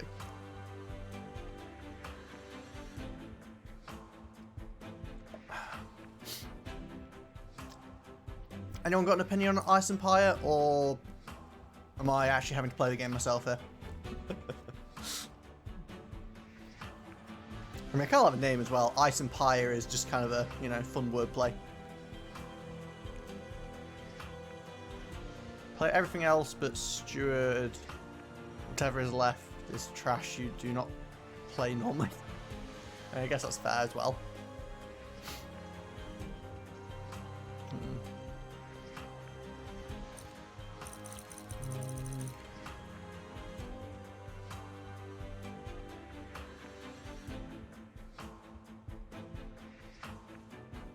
I mean, 90 damage is quite a lot. Oh. No, I'm gonna skip it. I'm still trying to go consistency if I can. Stings, +1 draw each turn. And 4 spikes. I mean, if we have space, I guess that's not the worst thing ever to just have in the back of our guys. Just, you know, giving us more draw power.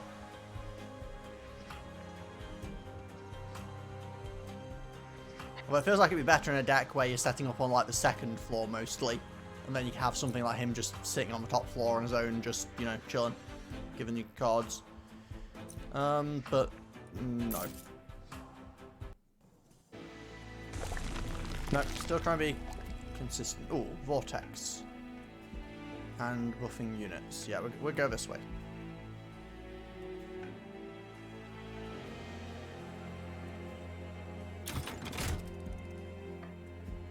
Check what we get from the cabin first. I know Sting could work, but I feel like the way this deck currently is set up isn't really actually around spell damage. It's pretty much all around like the razor sharp edges and the root seeds, buffing up the units.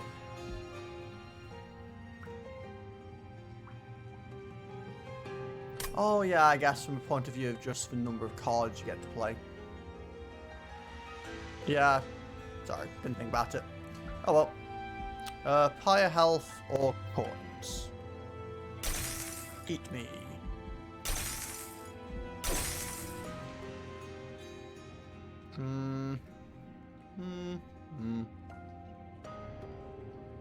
Ideally nothing gets to the pyre, but things have been punching it a little bit. But 25 coins. 25 coins sound nice.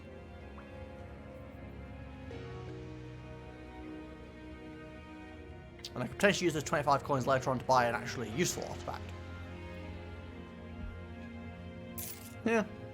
Money.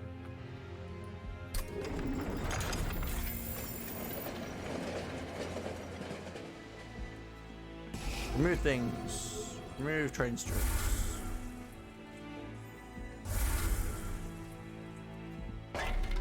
Okay, now what? Dies reducing to get endless, +10, or incant +2 armor. I mean, that makes sense, right? Just make him bulkier. Can't see a good argument against that.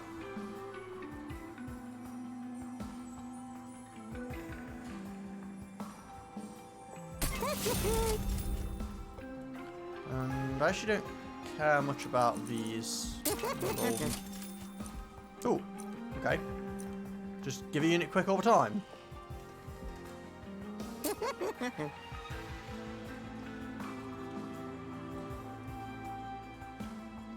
I feel like we should do that because then obviously we use the book on the other one, right? Who do we want quick to always have quick? Probably a Siren, right? And then we can play the quick on her. Although quick on sweep is pretty strong though, because it gets rid of all the little things. Guess the question is, what else are you going to want on the character? Like currently she has 1 slot left. And she has 2 still.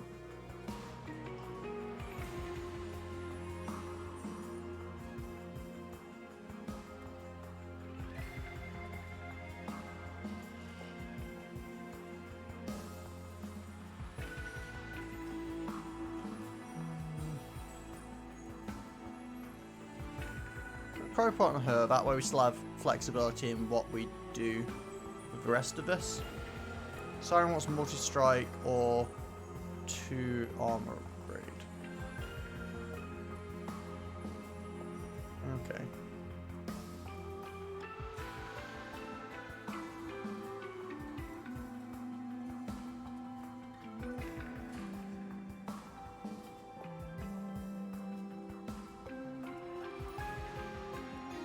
But they both want multi-strike or 2 armor? Well, she already has 2 armor.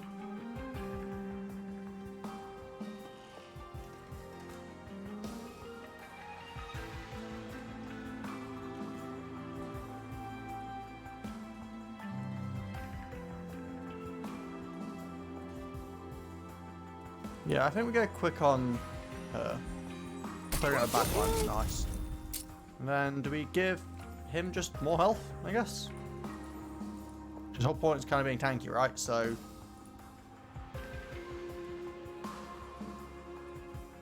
probably could hear a bunch of health, but she already balances herself out. If only spikes, then I guess sweep are a problem.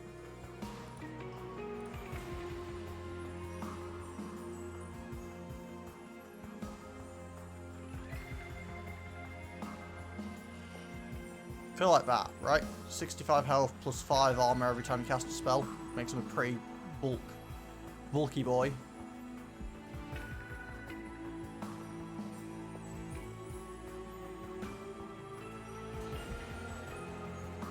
Yeah, I'm gonna play. And nah. That'll do. Moving on. What are we against? Fell of the Wings of Light. Fell of the Wings of Light.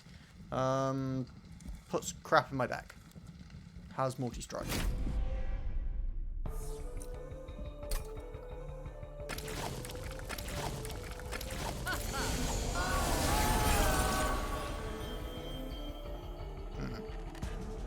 Delightful.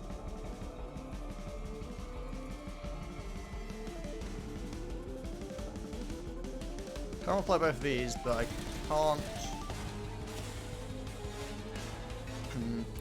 Downside to being on the top floor here is going to be that this guy is going to keep getting debuffs on me, whereas if I go on the bottom floor,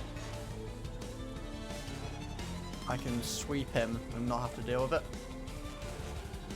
I think that's the right thing to do here, right? If we're going to keep dealing with these guys, we can keep sweeping them and not having to worry about it.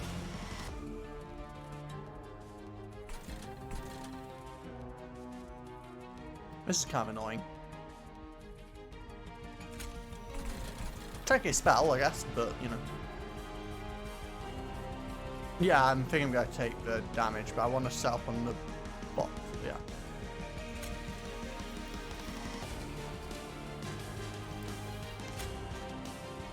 Theoretically, I could not play him this turn, just play her down, and then still use that, and use Tethys as a meat shield for now until he comes back around again.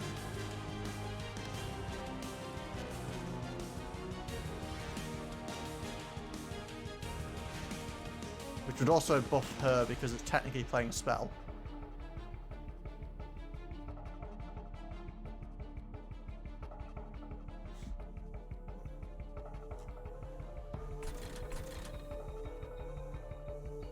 just a bit riskier. Although she's pretty tanky anyway. Yeah, I'm gonna take that.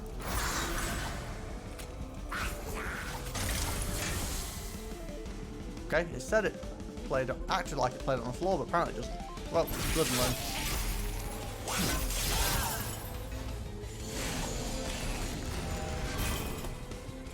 Oh. Well, that came back round quickly, didn't it? Oh, he's through. Ah, that's perfect, actually. You're through. That's why he came back round. But I was like, what was going on? Okay, that means we can put you in the back.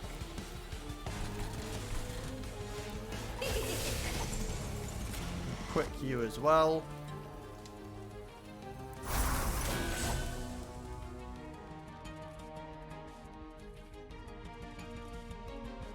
And then this doesn't really matter what I do here.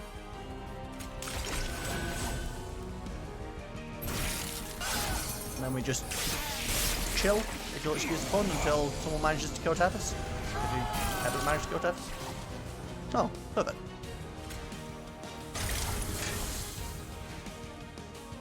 Oh, that was stupid. Yes, I realized mistake. Pretty bad mistake as well. That would have been pretty good turn. Oh well.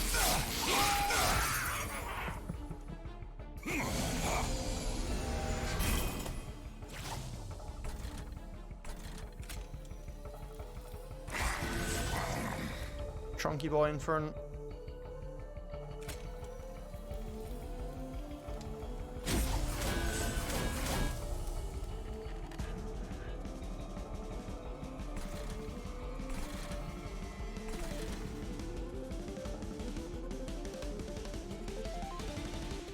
Put this on you, I think you only get to hit the thing once.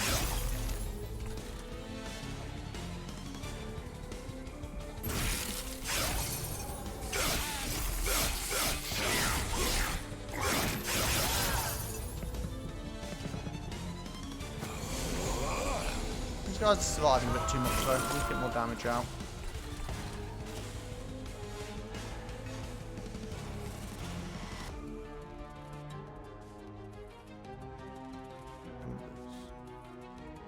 Yeah, I know. I'm gonna get rid of that.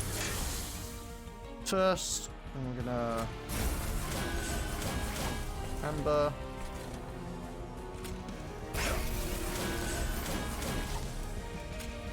There we go. Now we're getting somewhere.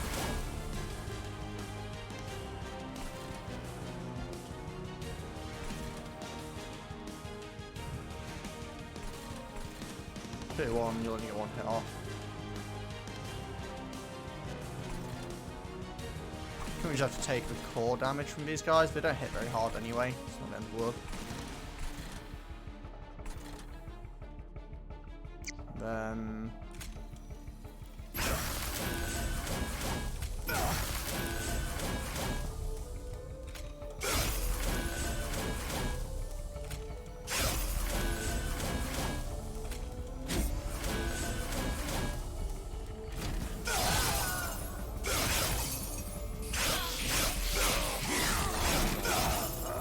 okay, a bit longer to get set up than I would like. That's why we usually set up on the top floor. But most set up on the bottom floor for these guys, and we haven't actually seen that many of them. But oh well, what can you do? Okay. So we're gonna go.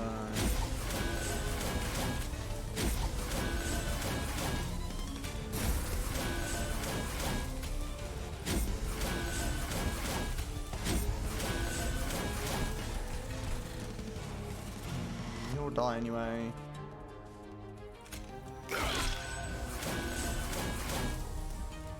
Okay. High HP isn't on 20, you're still very, very healthy. Okay, fair enough. Previous, like, in like some of my really successful runs, I say really, some of them I've only won 3 times, but I didn't take like any pyre damage, so I guess it's like any card game. Like, I don't know, people always say about Yu-Gi-Oh! The only life point that matters is the last one.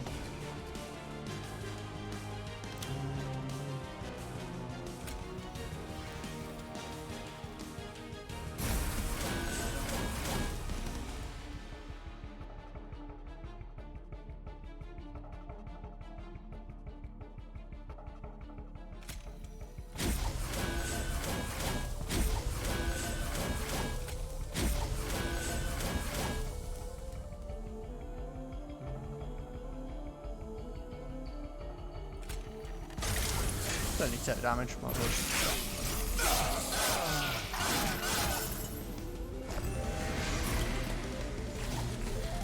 Okay, now what we got? Hammer.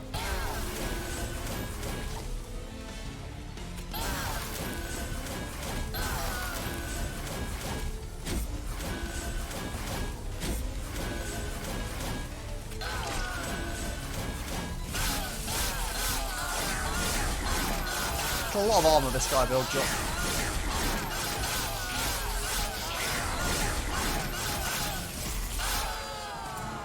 Stabby, stabby. There we go. Very nice.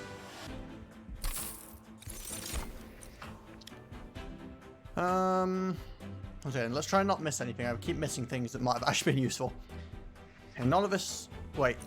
Technically you can play this with 0 cost, can't you? It doesn't do anything, but it would still trigger things. But that's fairly minor. I don't know if that's really worth it.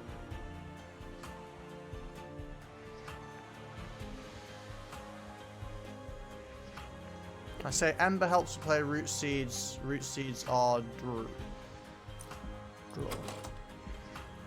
Well, if I get one more space though, I can actually stick Tethys or whatever on the line with everyone else.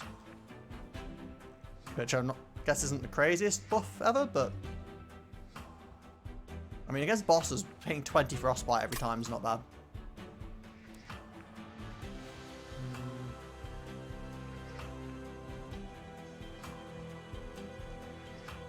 Oh, okay.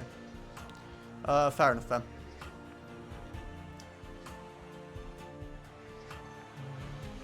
I think we'll grab... I don't know. Do I grab this? Because it can technically be played in 3. The sap's not a terrible thing to have. Like, potentially against the boss, you could dump a big sap on it, but I'm not sure that's worth it. Feels like it's a free card that does nothing, but...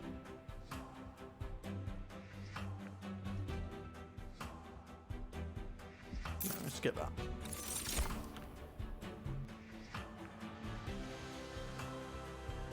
Try and kill enemy sweeper with quick. Yeah. I want space attacks. That was my original plan. What kind of mean just ignoring my champion. Okay.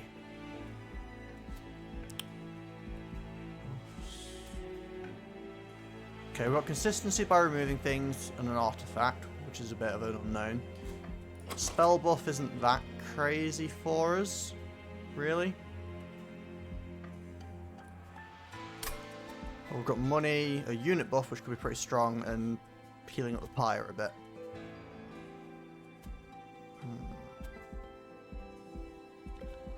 I'm just thinking with a unit buff, if we could get like another multi-strike or something on her, that would be pretty crazy. And what's in the last bit? Unit comes with health and remove. Duplicate, magic, and money.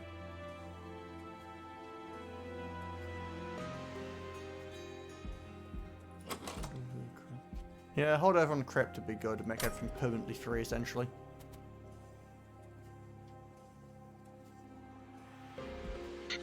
Guess if we want to look at unit buffs, we're always going to have to get a health regen at some point. Removal here. I mean, we could go super card efficient and hit the removal on both and like yank out all the lancers and one of the flash freezers. Probably not a bad idea actually. Then we get the unit buff here. We get a spell buff and an artifact here. Yeah, I think I'm good with that. Let's go this way. See what the artifact is. X-cost cards get +3 to value. Merchant costs are reduced by 25%. Probably this one. It's better early in the run, but I don't think we don't have any X-cost cards, so that's kind of pointless. And 25 gold feels like it'll be more than made up for by merchant cost anyway. So, you know. Like with the artifact guy at the end. 25%, one artifact is more than that, so yeah, we're going to go for that. We'll check what we've got here. Permafrost, magic power.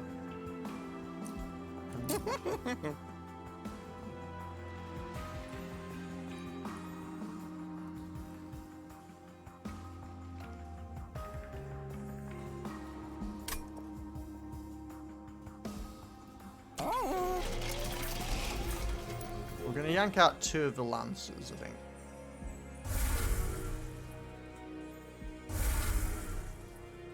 There we go. And then...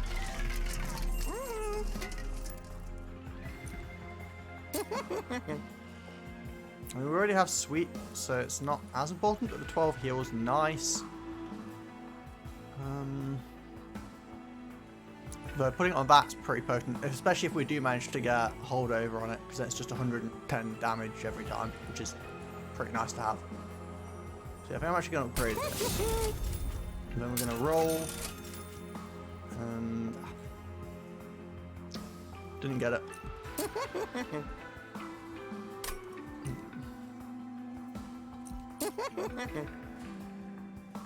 Theoretically, one of these that doesn't consume is good because it's still +1 draw a card. Is it worth spending 70 on? That's one question.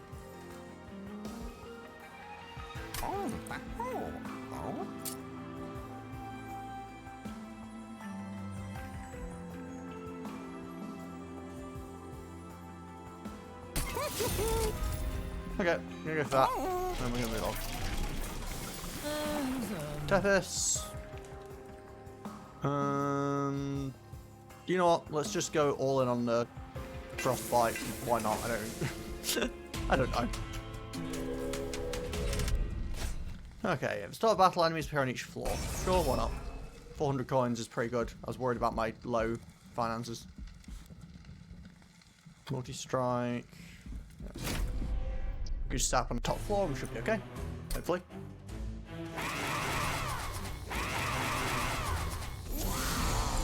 Purge more aggressively, add infinite withdrawing Ember with Ember. Yeah, I suppose, but... ooh, that is a weird starting hand. Well, we'll use the one that's just a straight up draw. Kind of wanted the unit that does a bit more. In fact, I can put both of these down.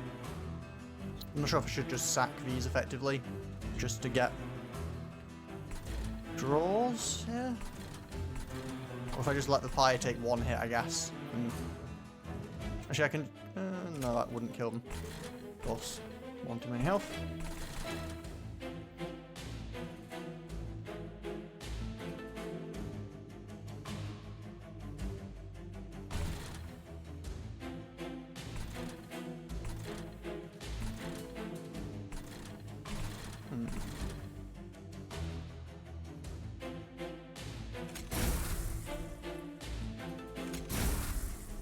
Hey. You. Then you. And I guess just trigger their effects. Okay.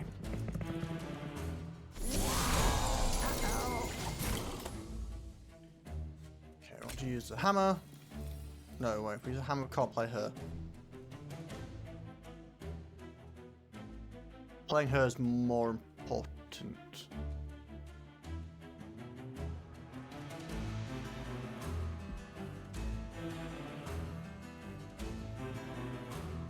Wait, how are you taking 20 damage? Oh, they do damage when they die. Yeah, you go right in the back.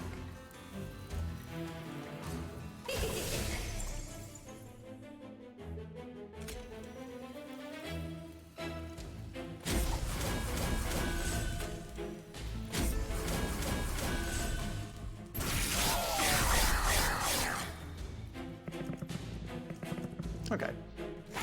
Now with our full setup, everyone chilling out on the front. Oh, we even got this.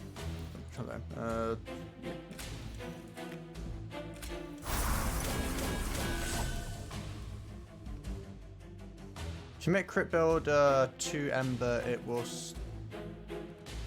still will cheat stuff out, but the unit will be playable. Yeah, that's certainly something I might need to look into.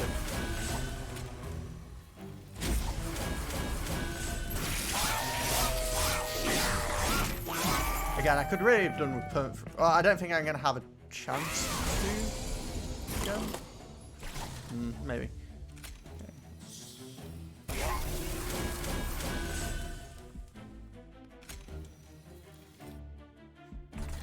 I'm going to do 6. There's nothing we want to sweep that has more than 6 health, so that's fine. Just keep looking at Water Strike.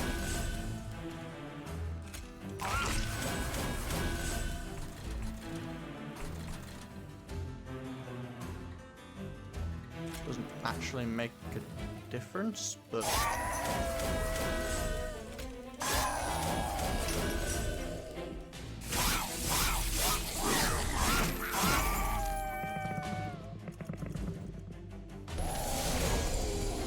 you guys keep doing what you're doing down there. More crit builder.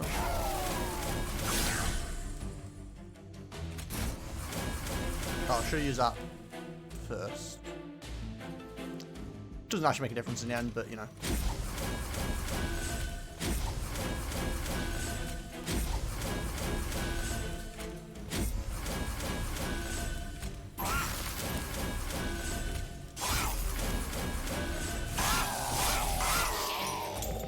Okay, my top floor is pretty stacked at this point. Feeling good about this. What have we got? I think we go.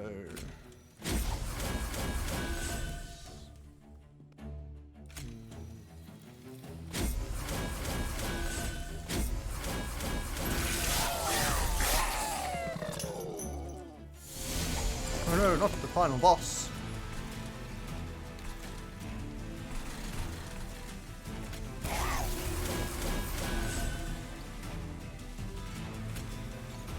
Oh, again, I played this in the wrong order, but again, doesn't really make a difference.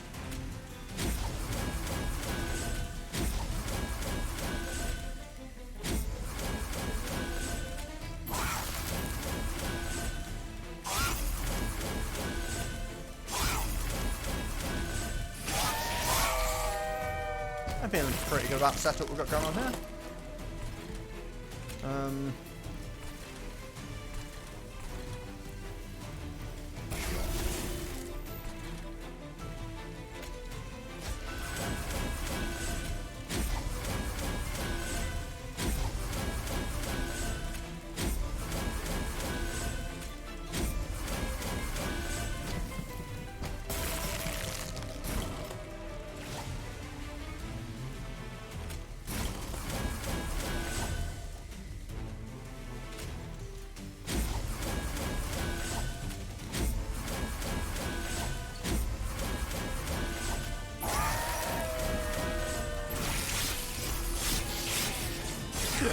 It's quite a damage output.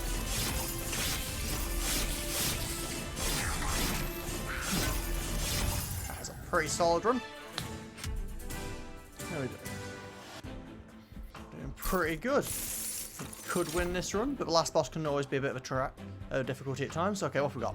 Apply 1 daze to enemy units, consume, apply 2 spell weakness to an enemy, or apply 3 sap, discard a card at random.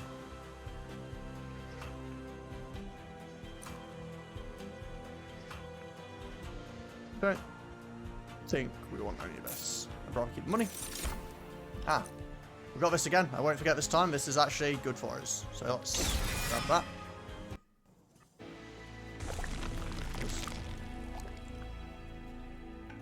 Okay, now. Yeah, upgrade unit is what I was planning on going for here, and also removing even more cards.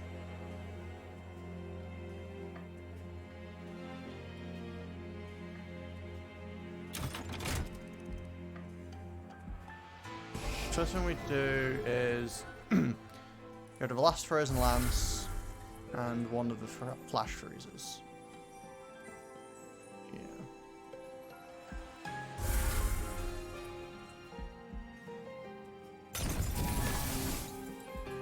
Then we need to figure out what our choices are. Large stone. Strength stone and rune stone. Okay. 15 pyre. Plus 2 stacks of frostbite each time it's applied. Doesn't decay. Start of your turn, add a sting spell to your hand. That's really good for me, isn't it?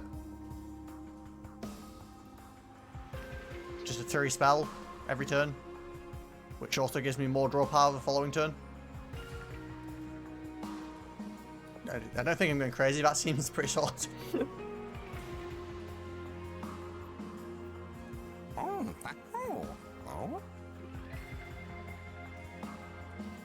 Taking stuff just to master it is fine.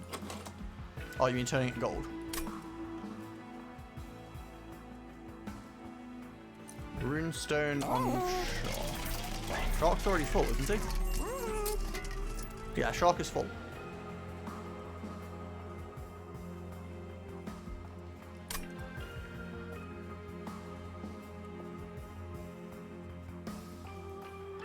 Well, we're going to roll this anyway. Ah, there we go. More multi-strike.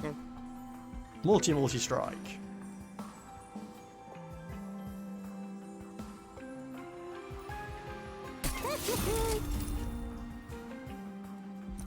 And then, do we put plus 10 damage on her just because we can, or?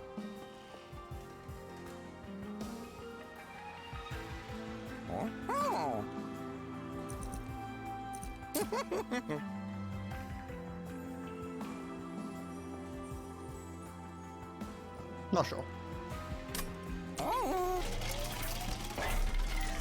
think we're going to grab Dragonthorn Throat anyway.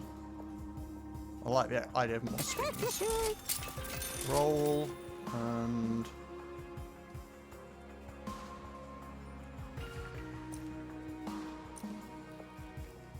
when you play your third card for the turn, draw a card.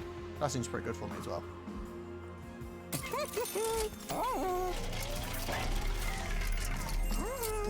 Okay, so we're going to upgrade the Siren because we're right near the end anyway, but do we give her plus 10 damage, which is obviously just solid with the double multi-strike, or do we actually want to give her more health? The spikes are a bit wasted though.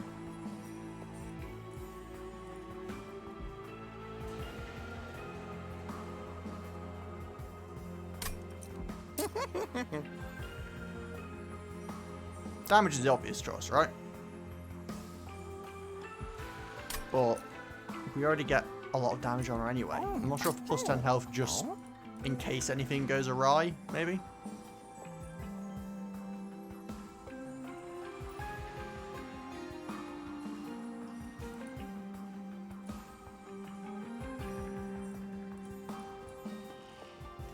Kind of like a safety net. HP is fine, yeah.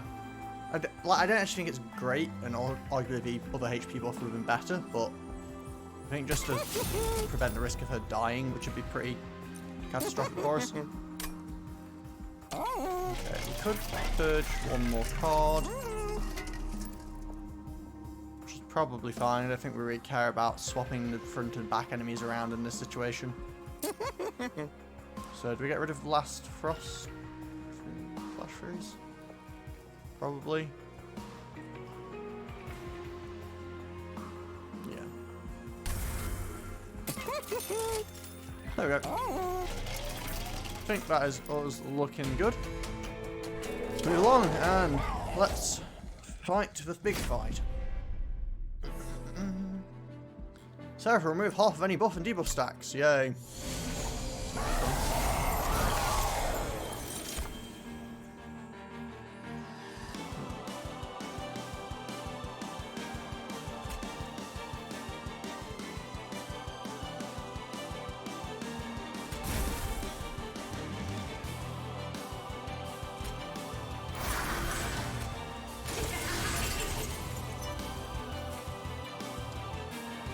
Still want you at the back even if you have spikes.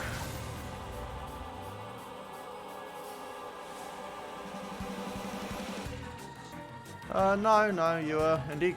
You guys were indeed correct. Here's Sharp Edges. Good card.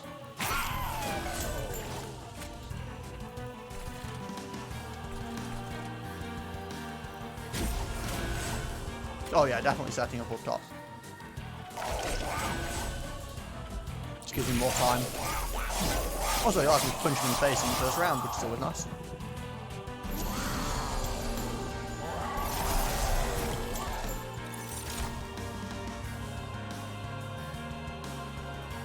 Okay, I've got hair.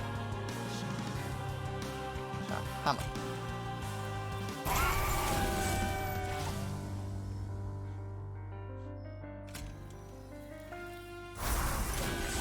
Oh. No, that's fine. We can use this. Get you out. I know I did that in the wrong order, but...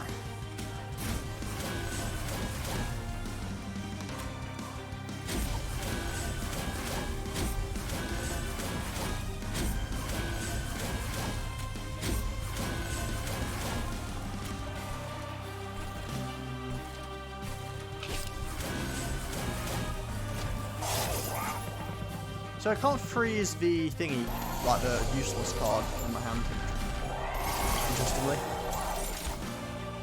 Okay, we've got a lot of stuff in my hand here.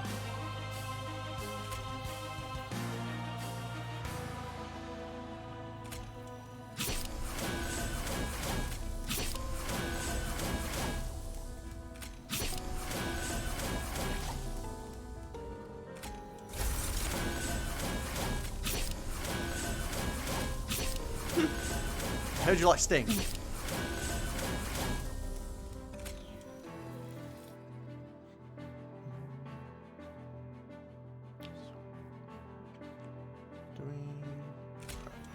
There's more damage.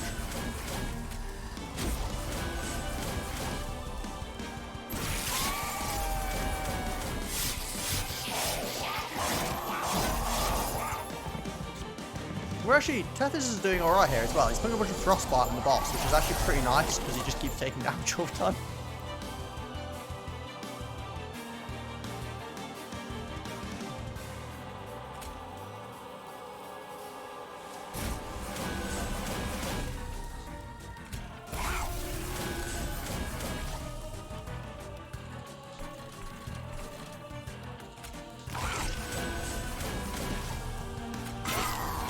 I think I have enough Sting cards on my deck.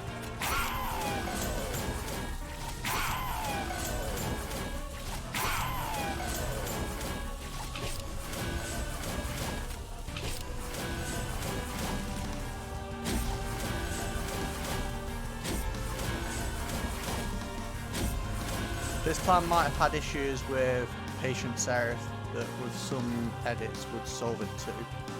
Yeah, I haven't really learnt what all the different bosses are. I need to actually start remembering to look at them when I start a run. I like how the Winged Indulgence basically just shows the enemies just come in with meat. They just wander in and they're just like, I'm here to fight and I've got meat in my hand.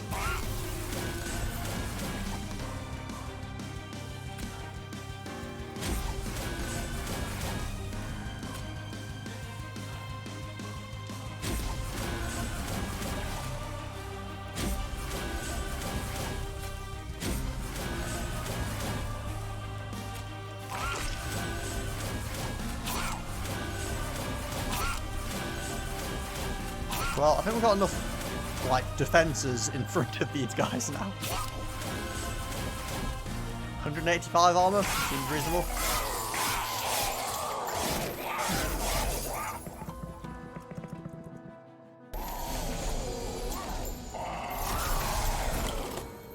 Oh, hand is full.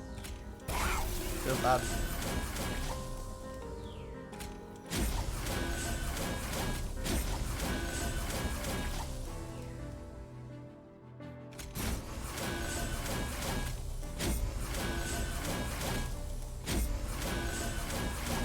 We need a deck. We need a crystal that gives us more hand space.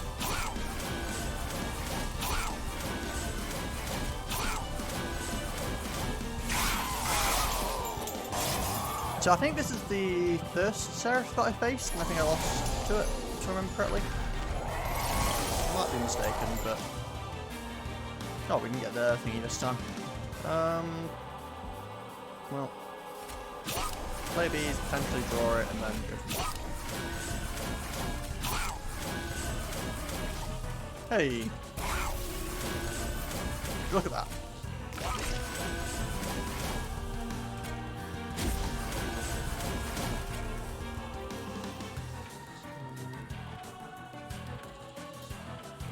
You a bit more damage. You could sweep and get rid of that, which would put extra damage on him.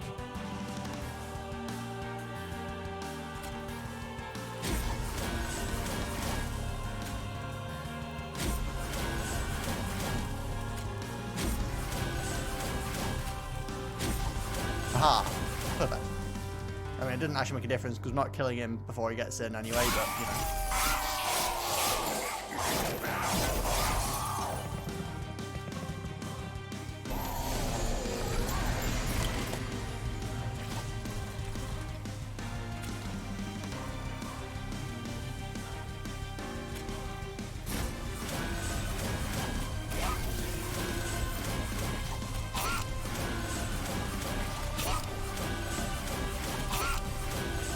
Takes quite a while to play the cards at this point.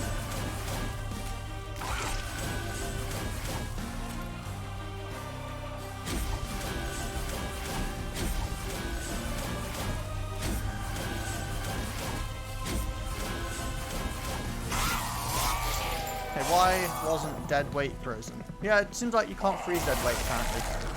A couple of times it's been in my hand and not gone frozen, so.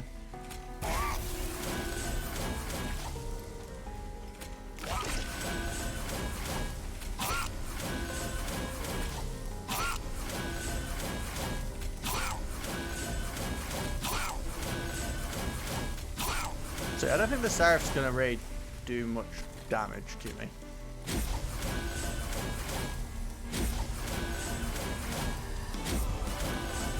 The 400 odd health tank is probably going to be fine. Especially when he's backed up by like another one who's got like 200 health, even if he managed to break through firstly. Oh dear.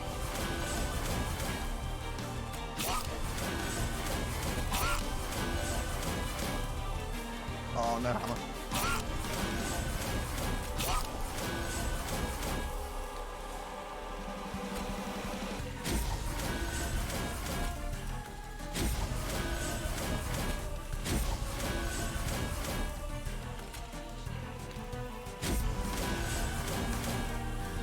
Oh, I think we've safely beaten this boss.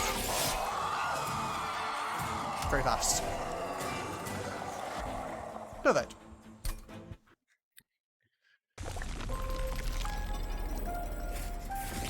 Ah, that was good. Okay, and now we've had a successful run with the Stygian guys as well. Manual still does with Preserve.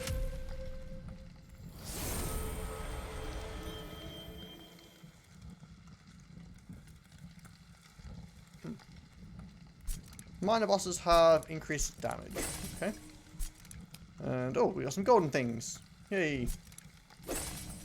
Does it just gold everything that's in the deck when you win? Is that how it works? Siren's Song, Firebound. Send enemy units on this floor and apply 30 dazed. Yeah. So you can just... Is there like some weird pyre build where you just like... Is it like a way of making your pyre really strong and you just continually launch stuff into the pyre intentionally to kill it? I feel like there's something there, but I'm not sure really. I feel like it'd fail against bosses, so maybe not. Apply 2 spell weakness to enemy units when they enter the floor below the pyre room. And, oh, hello. Solgard the Martyr. You unlocked the exiled champion for this clan. You can now choose to start runs with this champion and their starter card. So we've got 2 champions and starter cards that we haven't actually tried yet. Cuddle Hex. End of turn, apply Frozen to a random card in your hand.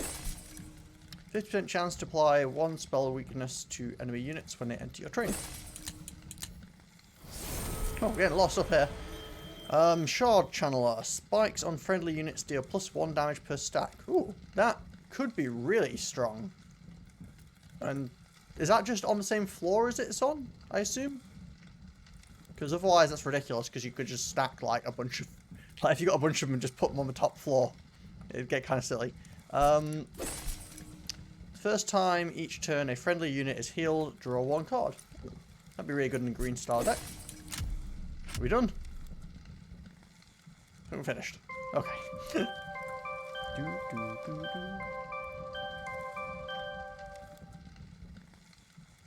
Yeah, we've at least won once with each thing now. Applied to the floor. Okay, that does make a lot more sense. I was going to say, if it just applied in general, it'd be kind of silly. I remember I had a run before where I had the... There was this green card. It seemed like it was supposed to be a tank. It had like 0 health and a bunch of damage, but it gave you a sting every turn. So I just stuck it on the top floor every time and ignored it. It was kind of handy. But anyway, guys, I am going to be wrapping up the stream here. I'm going to quickly take a look in at what the new person I got was. What did I get? Foregone Power. Cool, this one actually starts with an ability straight away. You can gain 1 shard. Powers Solgard the Martyr's abilities. Okay. Seems like it might be an interesting one. Apply 6 Frostbite to the enemy unit. Front enemy unit, discard a card at random. Ah, so maybe he's based around using the Frostbite stuff.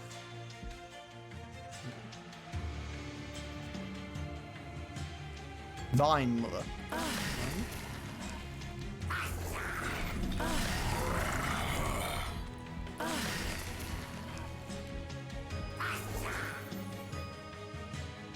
I don't know who Vine Mother is, but okay. Was that a card I unlocked? That is... What the hell's that?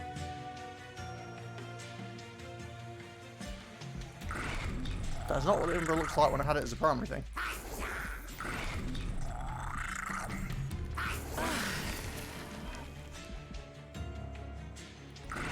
Guess that's what it looks like as a secondary? I have no idea what the hell that thing is. It's slightly disturbing.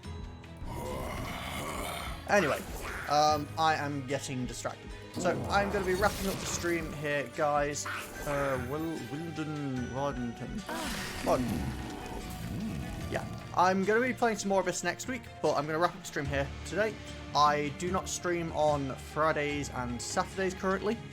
Oh, well, okay, I don't normally stream on Fridays and Saturdays currently. Tomorrow, typically after I'm saying that is an exception, I'm going to be doing an evening stream tomorrow if people want to join in. It's going to be all like social stuff, so I'm going to be playing like some Left 4 Dead, Golf with Friends, things like